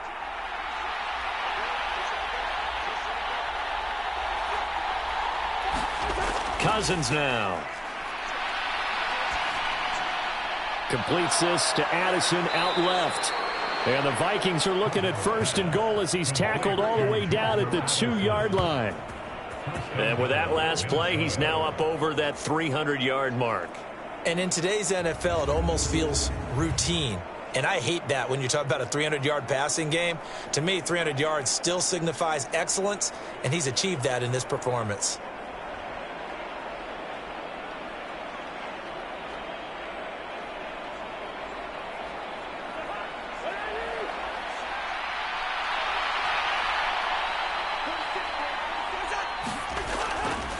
Madison.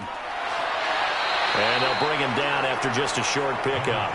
It's a gain of a couple, and it'll be 2nd and goal. Good work there, holding him out on 1st down. And this is going to be a battle down here on the goal line. Can they hold their ground for 2, maybe even 3 more plays?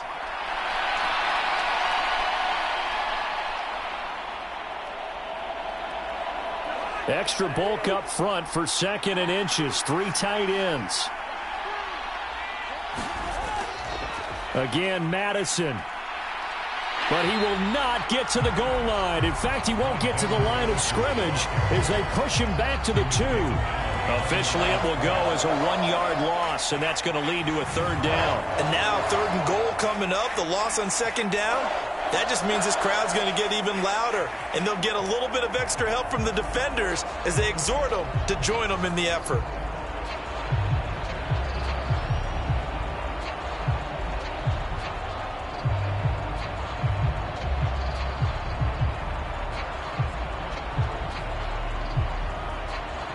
Now, they'd really like to make the short field pay off. We'll see if they can, but this is 3rd and goal.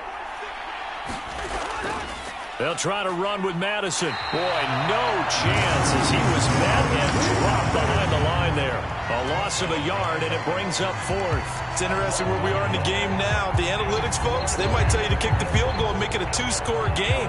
But you have to wonder if emotionally they're thinking, let's go for the touchdown and try and slam the door.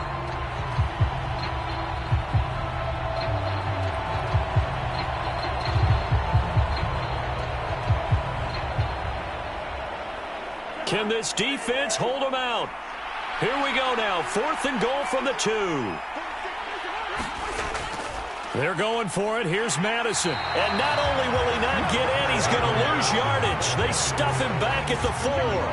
The run is turned away on 4th and goal from the 2.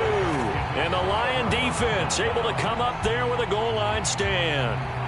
Partner, when you see a running play stop short like that, you just know that the defensive front, they won the battle of leverage and created a push back into the opposing backfield. And for the offensive coordinator, whether you had 1 yard to go or 20 yards to go on 4th down, now you're probably saying, oh, maybe I should have passed it, right? Yeah, hindsight is always 20/20.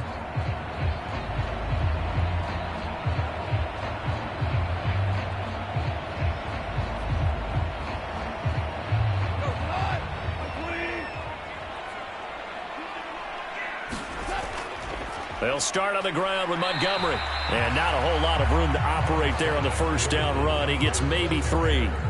And that's frustrating for a defense because they've got them pinned down deep. And on the first play, they gave up a run that keeps an offense on schedule. Yeah, because 3 to 4 yards, that's all you're looking for right there, right? That's absolutely perfect, really, as a play call. You get 3 to 4 yards on 1st down.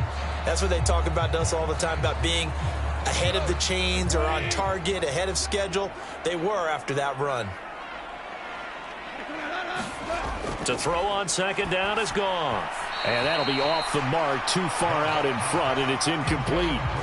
He shook his head right when he released that throw. He knew it was going to be a little off target. Yeah, the excitement got him on that one. Wasn't able to control the fact the receiver was open, and it would have been an easy throw. They head to the line facing a 3rd and 7 following the incompletion on 2nd down. Here's good. That is caught, and he gets it to the 30 when it's all said and done. That one goes for 24 yards. With the kind of game he's had so far, you had to know that on 3rd down that they would be looking his way, and they did, for big yardage and a 1st down. I think the defense fell asleep at the switch on that one. I would have doubled him, tripled him, anything to keep the ball out of his hands.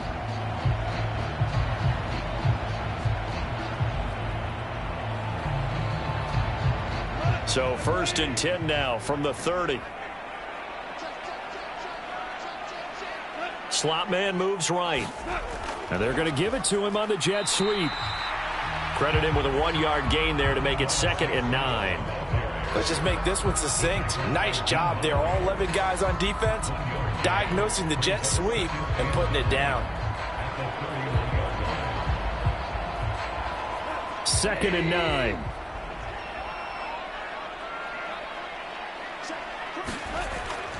Going up the gut, Montgomery found a little room there as he's up to about the 37. 57 yards rushing for him now to this point. Good, strong run against the 3-4 set. And that 3-4, you've got to have your guys up front eat up a lot of blocks. The guy playing over the center, the nose, he usually has to take on double teams. But when you're able to successfully move him, you're often able to get some yardage, and that's when linebackers have to clean up and make tackles. He's got right on the short throw. Nothing doing on that one, and it'll be 4th down. Excuse my snarkiness here, but isn't the idea of completing a pass supposed to mean you get downfield and gain yards? Especially on third down. Yeah, that one. How about the defense? Figured that one out in a big way. Yeah, they completed it all right and lost yardage.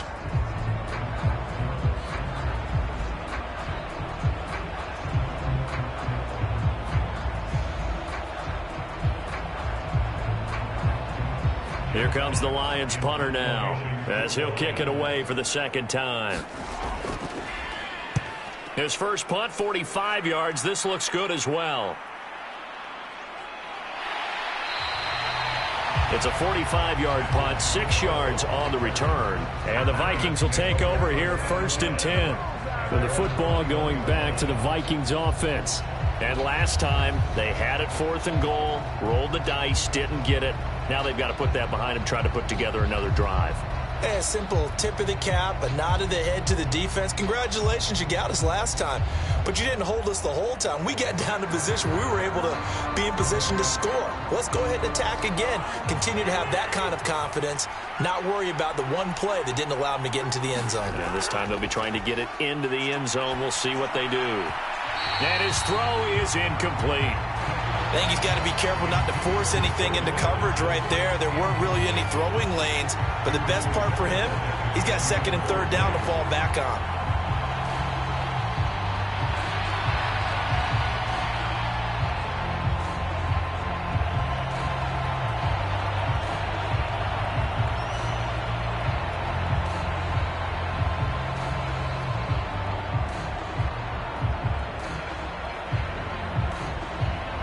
Third quarter of a tight football game as we come up on a 2nd and 10.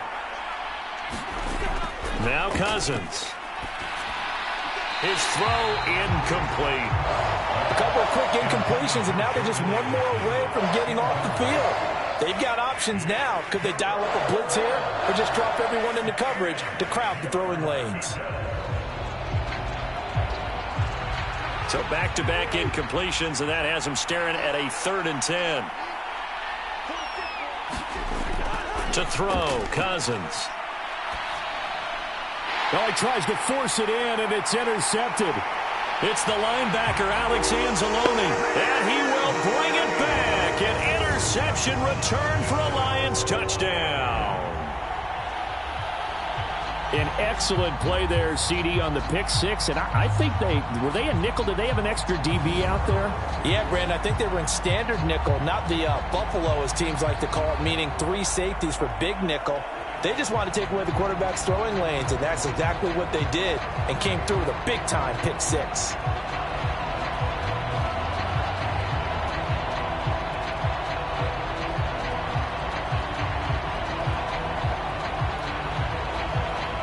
Here's Badgley now to try to add the PAT.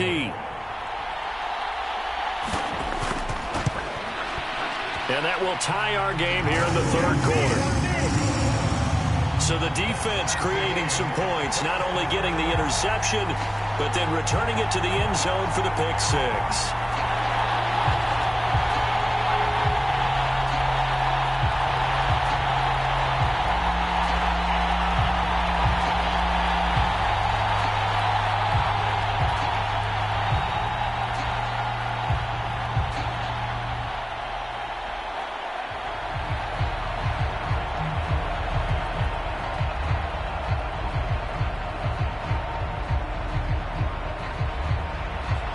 To ask for a better game thus far. 27 apiece is our score as the kick's away.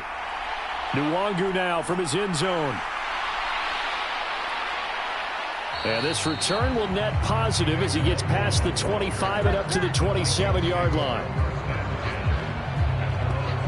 And now out comes Minnesota. Now remember, they were just out here a moment ago through the pick six, so we'll see if they can take better care of the football this go-around. And sometimes, partner, I think it's almost better that you just throw the pick six and you come right back out on the field. You're not over on the sidelines dwelling for it for very long. You're not hearing everyone say, hey, you'll get them next time. Hey, don't worry about it. All that stuff just goes right out the window. You're right back out on the field with a chance to atone. Cousins and the Vikings with a 1st and 10 at their own 27. After the pick six, they go right back to the air. Throw left side, taken in by Jefferson. And they get him down, but not before he takes it across the 40-yard line. Well, they may want to go back to that one. First play of the drive, good for 15 and a first down.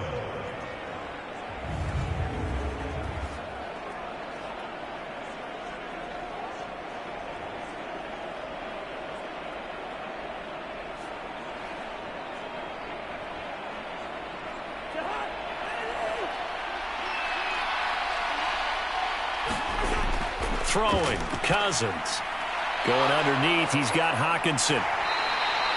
It'll be a gain of just a yard, and it's second down. Brandon, perfect defense in this situation would have meant that there was an incompletion. They would have picked it off. Okay, so they gave up the completion. But I really enjoyed watching how the defense stayed in sync, stayed in great communication. And as he dragged across each zone, you see him pointing, communicating. There he is, and they passed him off to each defender. Ended up making a nice play, even though it was complete. That'll go for a gain of 7. And now 2 yards to go on third down.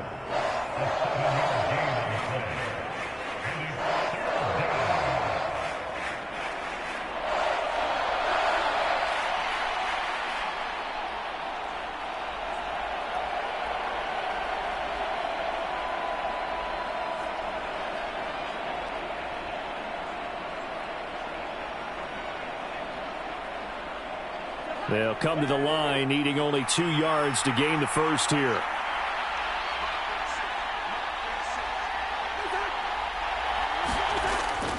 They'll try to get it on the ground with Madison. And he gets it down to the 48, enough for the first.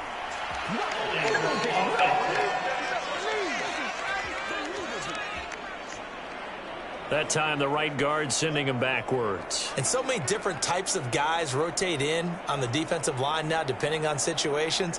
You can get the bulky guy, the fast guy. No matter what, though, you can't hold them. Here's 3rd and 10. To throw is Cousins. Another one on this play for Justin Jefferson. And he'll go out of bounds. It appears right at the 45. So just 3 yards on the completion there. And that's going to make it 4th down. One of the money routes for any offense, the drag route. So tough to defend because the receiver can stop at any point and make himself available to the quarterback and get a completion. But I love the communication we saw there. All the defenders pointing out the receiver, where he was going, and then they're able to rally to the ball after the catch and stop him short of a first down.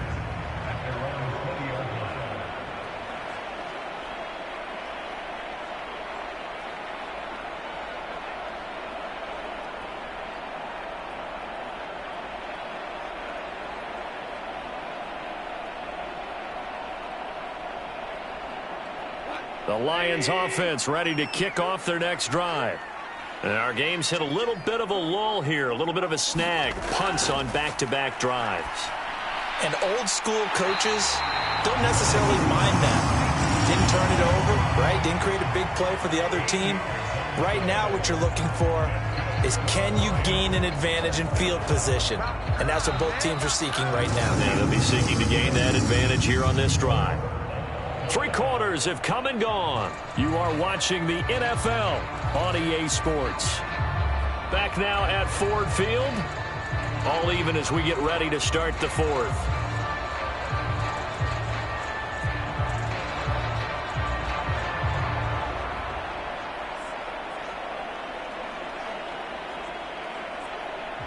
So they'll come up 1st and 10 now from the 33. From the gun, Gibbs will get it. Give him 3 on first down. It'll set up a 2nd and 7. Yeah, I don't know if it's exactly a win-win, but if you're on offense, you'll take that kind of a run, all right? It was kind of stacked up, found a little bit of yardage, and frankly, they're pretty close to staying on schedule on offense. The playbook is still open for the coordinator.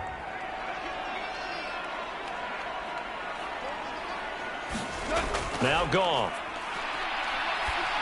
Oh, hit as he throws there, incomplete. Partner, what we're seeing so far is the defense is certainly coordinated. Both levels doing their jobs in tandem. The back helping the front helping the back. The pressure got home on that last play and forced him to try and throw through contact and short of the sticks. The Lions on third down. They're right at about the league average, 40%, 4 for 10. This is 3rd and 7.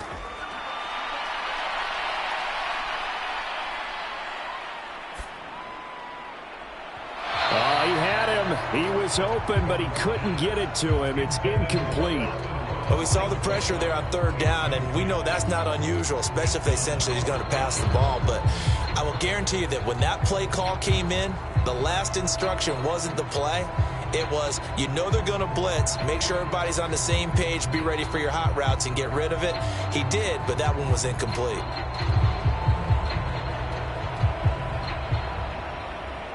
Here comes the Lions punter now as he's on to kick it away.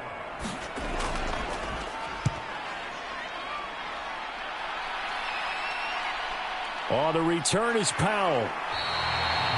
It'll go as a 42, make it a 43-yard punt. 6 on the return. There's a glimpse of Justin Jefferson, the wide receiver, as he and the Minnesota Vikings return back here on offense. And I know that they've double-teamed him a couple times, but not a ton. Whatever they're doing isn't working. He's up over 100 yards. We'll see how they adjust. And when they do that, they weaken their defense in other places as well. And how many times have we done games where we've seen a guy have a big game like this?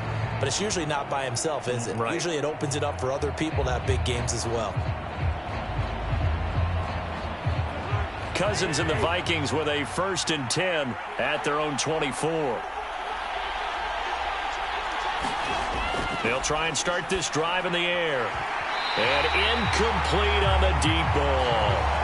Have to give some credit to the defender on that when he read all of his keys perfectly and got a great break on the ball and able to force that incompletion.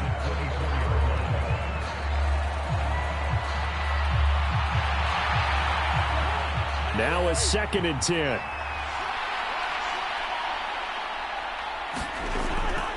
Now back to throw. Now they set up the screen. That's complete. And he'll maybe get back to the line of scrimmage, but no more than that. That helps the completion percentage, but not much else. And now it's 3rd and 10. So nothing there on the screen that time. That means all that great acting they tried on offense went for naught, didn't it? Because you have to try and influence them. Make them think that you're doing something else. Make them think that they can get to the passer by letting them by and then setting up the screen and getting downfield. Didn't happen at all. And the Lions pressure too strong. Down he goes. Aiden Hutchinson Able to get in there for his 2nd sack of the afternoon. 3rd and long. You knew that he was going to throw it. He just couldn't find anybody to throw it to. Yeah, and it shouldn't have been a surprise, but that was perfect execution of their nickel defense. That 5th defensive back, the extra defender, he really tightened up things downfield in coverage, and they were able to get to him in the pocket.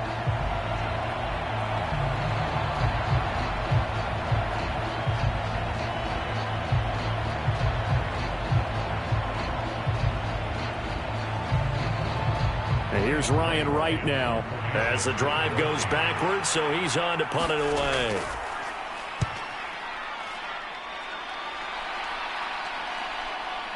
Gets around him. They'll score that a 36-yard punt. And this offense will take over right at the midfield stripe with a 1st and 10. Detroit's offense ready to take over. Excellent job by their defense to force the punt and provide them with this opportunity, all tied in the 4th quarter.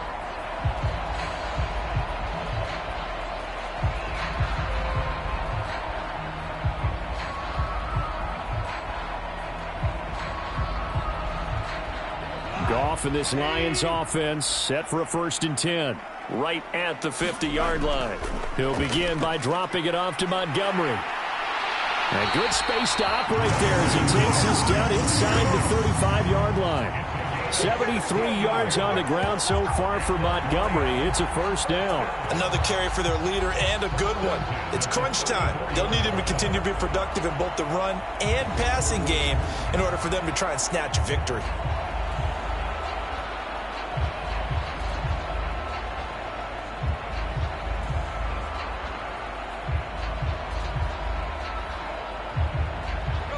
From the 34 now, here's 1st and 10. Goff now to throw. Now that'll be caught by St. Brown. And they'll be inside the 25 now at the 24. And that's good for a pickup of 10 yards. And they'll be left with a second and about a foot. It's a game of matchups, and that's why you take your receivers and move them around a bunch, especially your best guys. And when they work out in the slot, you often hear the coaches talk about how great it is because it gives you a two-way go. You can break out or you can break in. That makes it hard to defend. And he is met in his tracks behind the line of scrimmage. It'll go as a loss of a yard, and it'll set up 3rd down. That was well played there defensively. 2 tight ends in the formation, which essentially gave them 7 blockers up front. Hard to imagine with all that size and beef that they could let a tackler through, but that's exactly what happened. A loss resulted.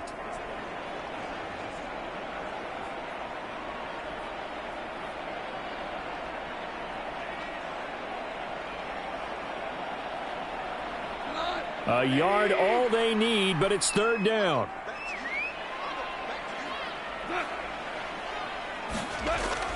They'll run it. Here's Montgomery. Oh, no, he lost the football. And the Vikings pick up the football. And his guys are going to take over at the 21-yard line. Well, so much for the 4-minute offense. They were trying to reduce the clock, get in position to win the game, and leave no time for them to come back and catch them. And guess what? They turned the ball over. Yeah, I mean, they had it all set up for themselves, and they let it get away.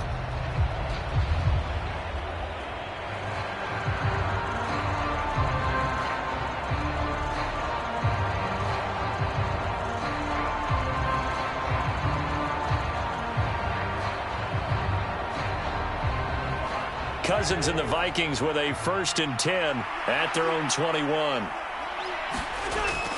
They'll start on the ground with Madison. Fights loose. And he's got it past the 30 before he's hit and dropped. 10 yards there to start the drive, and just enough by about the length of the football for a 1st down. Good push up front and that run in between the tackles. Let's play the leverage game here. Offensive line just got lower than the defensive front, and they were able to get their pads on them and move them backwards and create space for their running back to roam.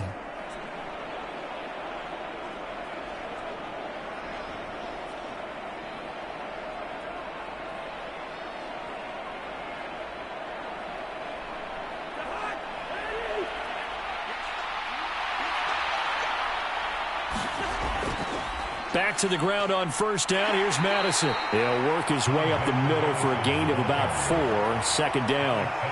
And that was a quality play to start a new set of downs. That was simply an offensive line winning the battle up front and winning it in a big way and giving their guy in the backfield a nice lane to hit. From the 35, here's the 2nd down and 6.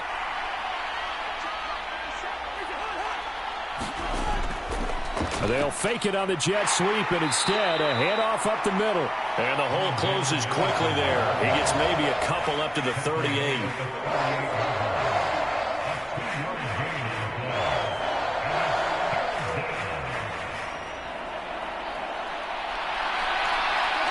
Here's 3rd and 3. From the shotgun, it's Cousins. He's going to get that to his running back out of the backfield. And he will have a Vikings 1st down as they convert on 3rd and 3 with a nice gain of 7 yards. Short yardage situation, you have to wonder if they thought that they were just going to run it inside. But you have to be cognizant of the back slipping out of the backfield trying to find some open space. And that's exactly what he does to the tune of a 1st down.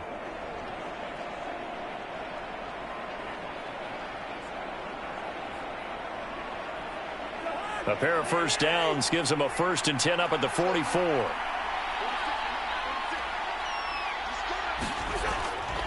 Here's Madison running left, and they're going to stop him right at the line of scrimmage. Just no cutback lane to be found whatsoever. 2nd and 10. They've called his number a lot this afternoon. You wonder how much tread is left on those tires. We certainly do, but I always think back to one of my favorite coaches in the NFL. And he used to have a meeting with his running backs every year in the offseason and say, look, as many times as you're going to carry the ball, you should be able to carry it one more time, so make sure you get in shape.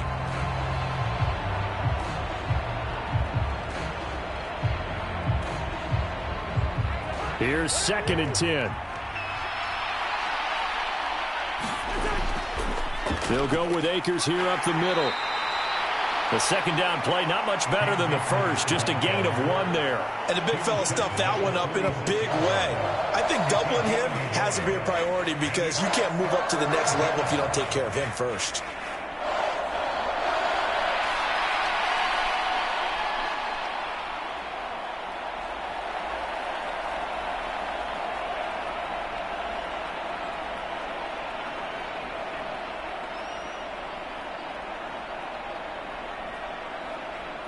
Now play number 7 of this drive, but it's a tough 3rd and 9. Back to throw. Middle of the field to Jefferson. And it's going to be another first down as they'll get him to the ground at the Lions' 36. 18 yards the gain for number 18. And partner, in a tie game in the 4th quarter, you and I both know in the NFL, that's when you lean on your stars. And he came through with a nice catch right there.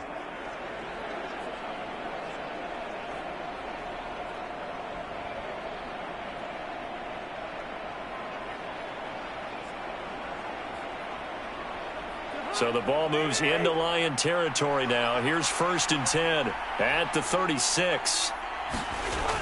Working out of the gun, Cousins.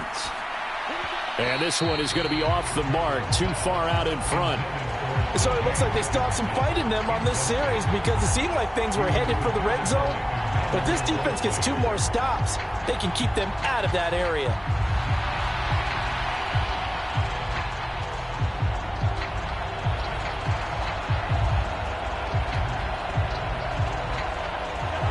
After the incomplete pass, here now is 2nd and 10. Cousins. Complete. Jefferson the target. And it's going to be another first down as they'll get him to the ground at the Lions' 24-yard line. They pick up 12 on the play there, and they move the chains. Tell you what, he's been able to put the ball in some tight spots all game long. That throw, no different. Yeah, a lot of people would call it a gutsy type of a throw. I think he looks at it as, I can do it, so it's not that big of a deal to me, and I'm going to keep firing. Got his man complete over the middle. It's Osborne. Touchdown! K.J. Osborne, a 24-yard touchdown. And the Vikings have broken this deadlock and have taken the lead here in the 4th.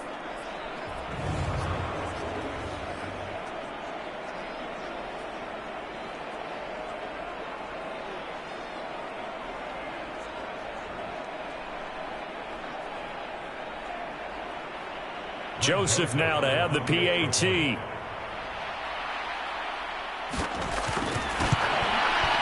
And they will take a 7-point lead now. So that one a pretty time-consuming 10-play drive. And it's polished off by a Viking score.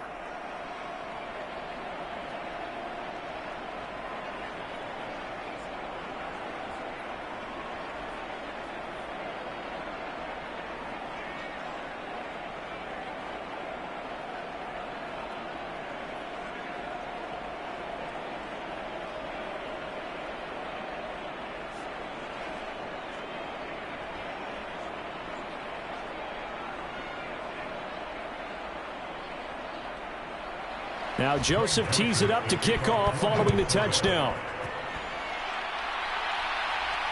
Taken at the goal line. And he'll go down as this drive will start at the 25-yard line. Now the Lions offense, they get ready to head back out there. And now after the touchdown a moment ago, they work from behind in a 7-point game in this 4th quarter. Plenty of time on the clock.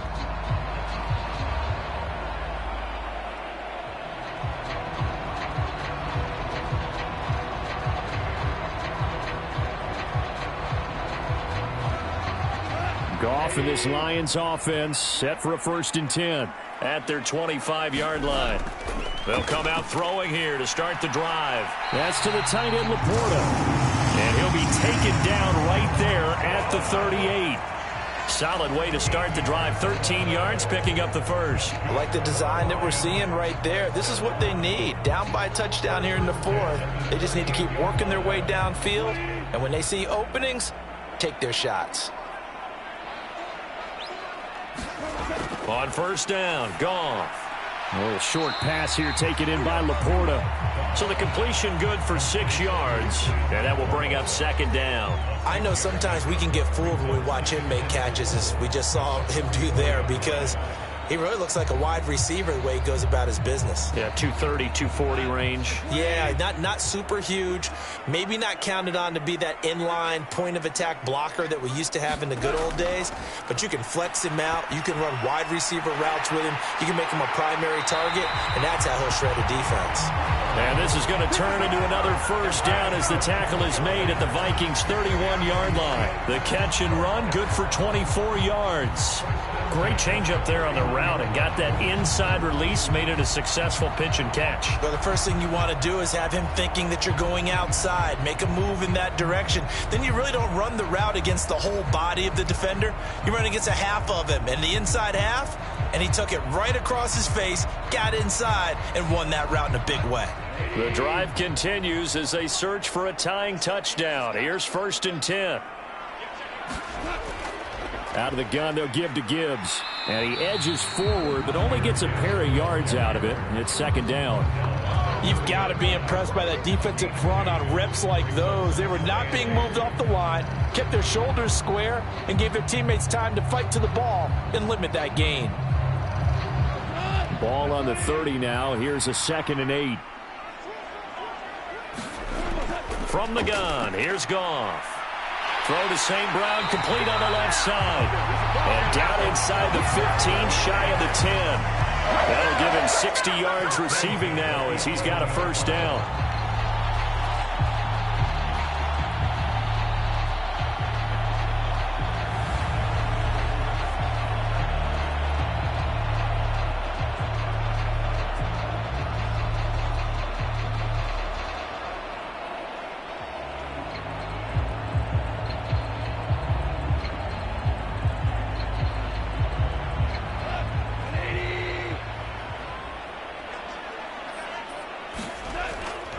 They'll try the middle with Montgomery.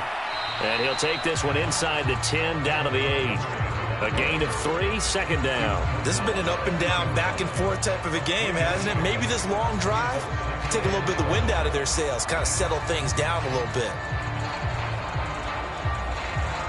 The ball on the 8. Still could get a first down technically. 2nd and 7. Goff now looking to throw. Over the middle and taken in by Laporta. They'll get this halfway home from the 8 to the 4 on a gain of 4. Completion was given up, but that's why you play zone defense, so that you can have people around the ball when it's caught, and you don't give up much run after the catch. As big of a play as we've had in this one so far. This is 3rd and 3. Now Goff. Open man, and he's got Williams. Touchdown, Lions. 4 yards on the touchdown grab. And the Lions are an extra point away from tying this game here in the 4th. We are set up for a fantastic finish now. A 4th quarter touchdown here. We're an extra point away from a tie football game. And I know they're thinking about possibly going for 2, but I'd go ahead and kick this one and just get it back to level.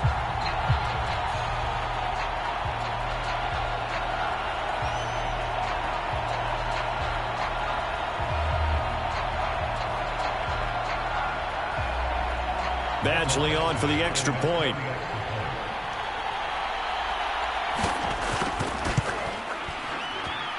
And we are tied here in the 4th quarter. So that one an 8-play drive. It spans 75 yards.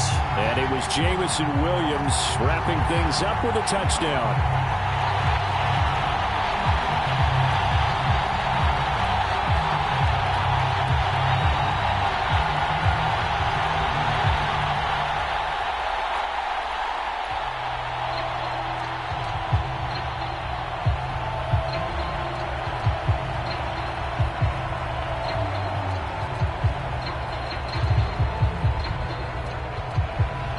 this one setting up for a great finish. All tied in the fourth as the kick's away.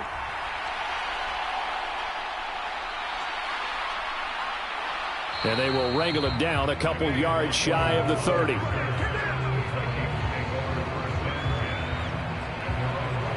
The Vikings offense now, they get ready to head back on the field. Well, they just gave up the score to tie it. That's the bad news. The good news, plenty of time in this fourth quarter to try to grab that lead back.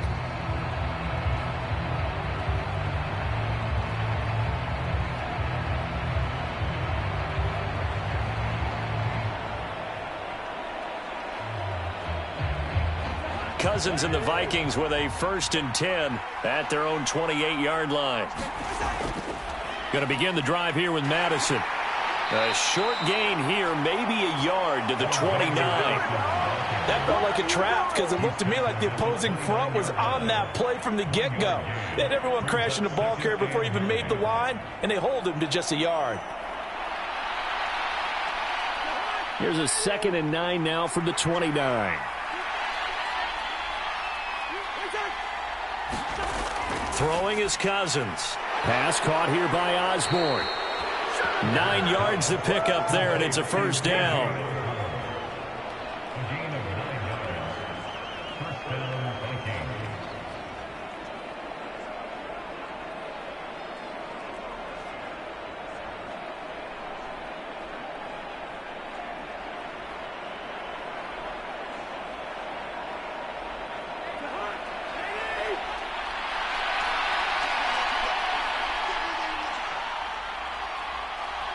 Addison will go in motion left. He'll get it here on the jet sweep. And able to get this one across the 45 before he's brought down.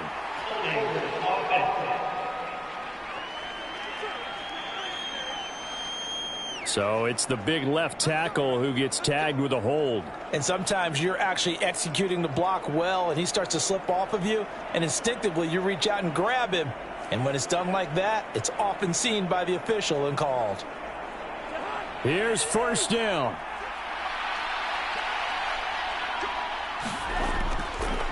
They'll go Madison up the middle. And he'll push forward to the 37, gain of 2.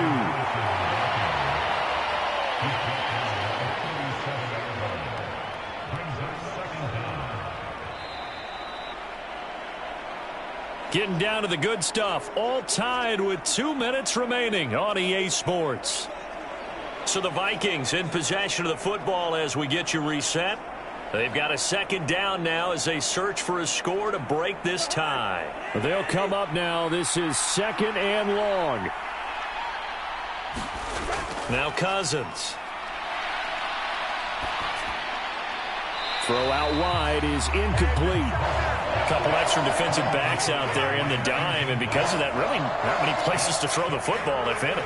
And typically, what would you want to do against that dime? Run the football. You want to run the ball, but you can't do it in this situation. Not nearly enough time on the clock. You having to really navigate against a tough defense presented against you. On 3rd down, they run with Madison, and he gets this only to the 41. Not near enough for the 1st. Whistles now and a timeout. So defensively, they burn it here with 1:51 left.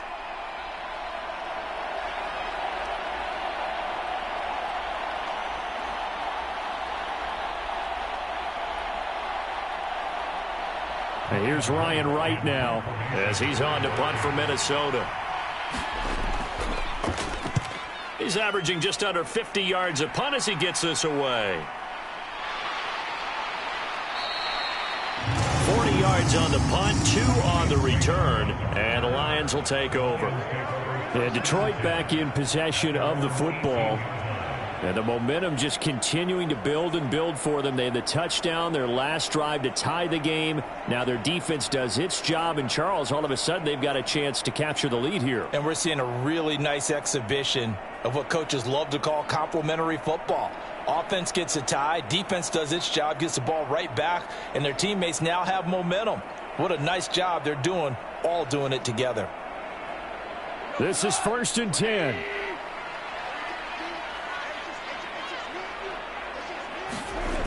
Goff. St. Brown on the catch. And he'll be taken down, but not before he gets his football out shy of the 30 to the 29. All right, let's just put it on the table real quick here. This is 2-minute drill. You got to know they're looking for their #1 receiver. Yeah, you think they'd be ready for that? That time they weren't. Plenty of time and 2 timeouts still at their disposal. 1st and 10 here. The Goff's throw complete there to St. Brown. And they get him down, but not before he takes it across the 40-yard line. Obviously a big first down right there. Yeah, they still got to hustle. They got to get up to the line of scrimmage and get set. But I don't think necessarily you need to spike it, but they've got to continue to move quickly. 2 timeouts still at their disposal. Here's a 1st and 10 now. Now it's Goff. Complete to right. And he's able to get this one out closer to midfield across the 45.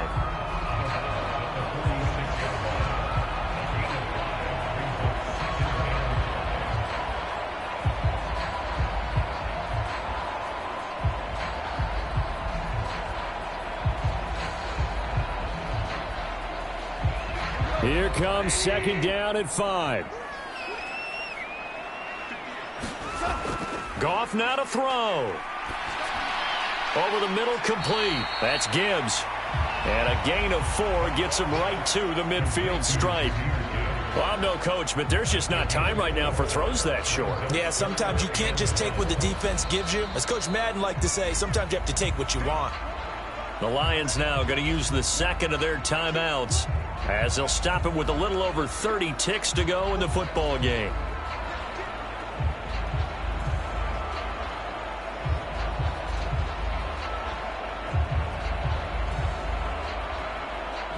Boy, here's a big one. You can just feel it. This is 3rd down now. Now Goff. He had a man open, but he missed him, and it's incomplete. Well, the defense certainly did its job. They held up in that situation, and now 4th down, you've got to punt this and try to get to overtime. There's no decision to be made, in my estimation. Who wants it more? This is 4th and a yard.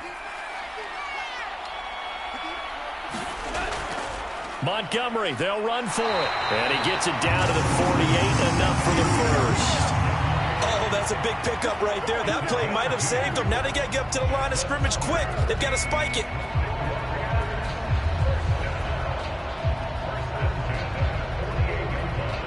Remember, the 1 timeout still available as they come up 1st and 10. Goff now looks to throw. Wright's got it. And the stop here will come at the 38-yard line.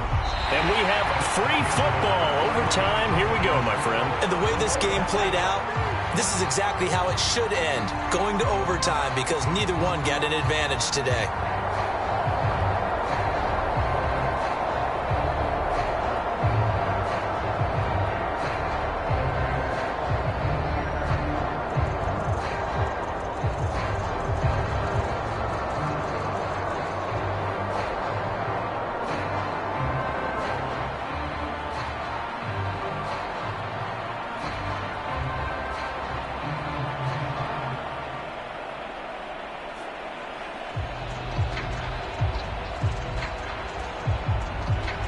So the Vikings going to get the first chance to possess the football as we are back underway here in overtime.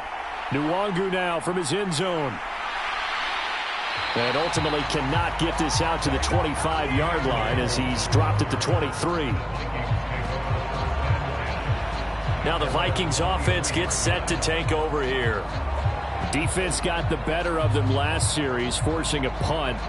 See if they make a few changes in the game plan here and try to get points out of this drive. 1st and 10.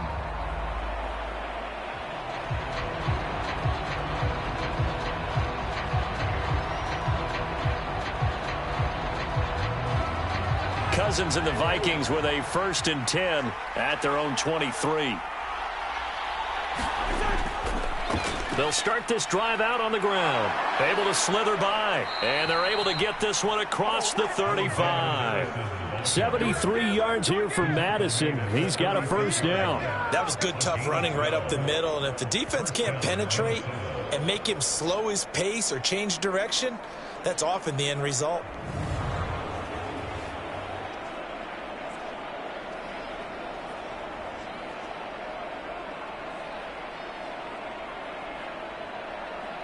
First and 10, and they've got 3 tight ends out there. A jumbo package look.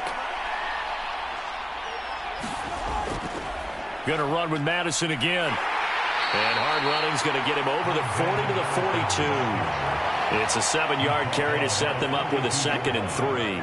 And that's the kind of run that gets everyone excited on offense. And, you know, oftentimes the guys who carry the ball are the ones in the huddle doing the chirping. Right now, I think it's the offensive line telling them, run it again. We are right there about to break a big one. The first throw in overtime now for Cousins. Going underneath, he's got Hockenson. And Hockenson going to have the Vikings first down as a tackle made up at the 48-yard line. 5 yards is the pickup there as that extends this drive. Charles, you get into these overtime situations, that's not a bad guy to dial into. Well, when you have to have plays, especially in a spot as you just described, we're in OT, you've got to go to the guys you can trust and you know are going to make the plays. Where they say, it's not the X's and the O's, it's the Jimmies and the Joes. Tackle there by Alex Anzalone. On any running play that's called, they're always hoping that it's going to break big and go the distance. But when you get a nice gain like that, you're able to do so many things anyway. You can come back and run essentially the same play again, continue to move the ball on the ground, or you can decide to throw the ball now because usually you have the defense back on its heels. Cousins now on 2nd down. Going underneath, he's got Hockenson. And Hockenson going to have the Vikings first down as he'll get this down to the 41. 7 yards there, good enough to move the sticks. When an offense reads blitz, doesn't matter where it's coming from, tight ends know that they become a big part of the passing game because they should be an easy outlet when all those extra bodies are trying to get to the quarterback. A hot route, so to speak. Play fake. Cousins. This is caught by Addison. He'll get this one down near the 20-yard line, just shy of the 20. A good pickup there of 20 yards. Well, good start for him under center here in overtime, now 3 of 3. And this is where you have to know who you have playing quarterback. You've got a confident thrower right now, someone who's taking care of the ball, but not being timid as well, and is moving the team downfield. That opens up your playbook and allows you to dial up some big shots if you want them.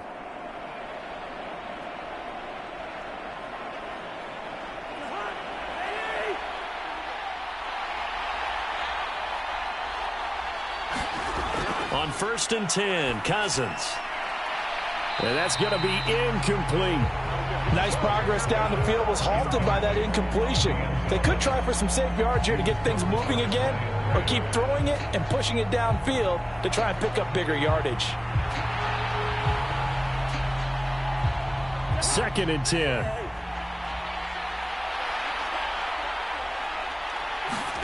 Cousins again. To the right side and complete to Jefferson. 4 yards the gain, and it'll bring up a 3rd down.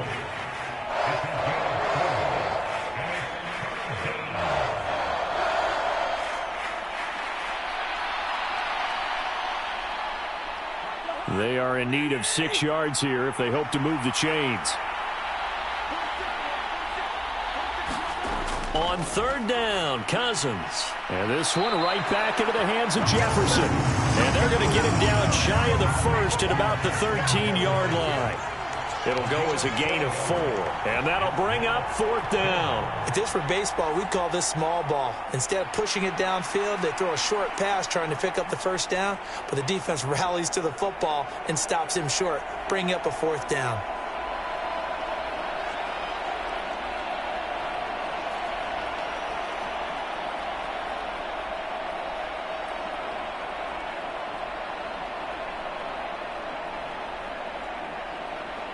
So the field goal unit is on the field as this is a big spot right here. This to at least get them a lead here in overtime. Joseph's got it, and they have regained the lead.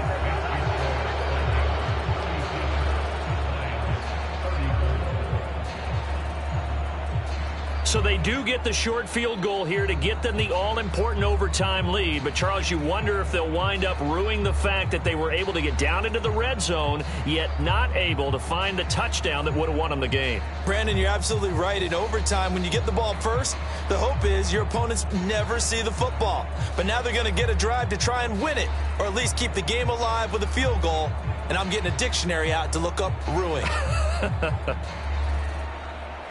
So only a field goal on that opening drive of overtime. Will that hold up? We'll find out as the kick's away. And he'll be stopped up at the 25. The Lions offense set to take over. Well, it's pretty simple now. They need a field goal out of this drive to extend overtime, or obviously, Charles, a touchdown to win it. Yeah, and I'm taking the defense's perspective on this one, partner, because now they know with a 3-point lead, they can afford to give that up because you just keep playing, right? Overtime gets extended. But if you give up the touchdown, it's game over. So on offense, every play you make, you've got to try and get just a little bit more out of each one in order to try and get to the end zone, because they're going to play everyone back, keep everything in front. Here's a throw out wide, complete to his running back right side. The completion, but they go in the wrong direction. A loss of yards, and now they're dealing with a 2nd and long. I really like the angles that the tacklers came from on that play. They secured inside, took away the cutback. The sideline's there, so you can only go so far outside, and they were able to close in and tackle him for a loss. Yeah, they used your boy over there, the 12th man, Sammy Sideline, right? Sammy Sideline. You know something? He tackles pretty well, too. He's tougher than an airport steak. And he's going to be taken down. Goff is sacked. The defense rising to the challenge and setting him back on the sack. Well, it was 2nd and long. Now it's 3rd and even longer. They're going in the wrong direction here. Because they're moving them exactly the way they want to, but you're exactly right. Definitely going in the wrong direction for the offensive guys.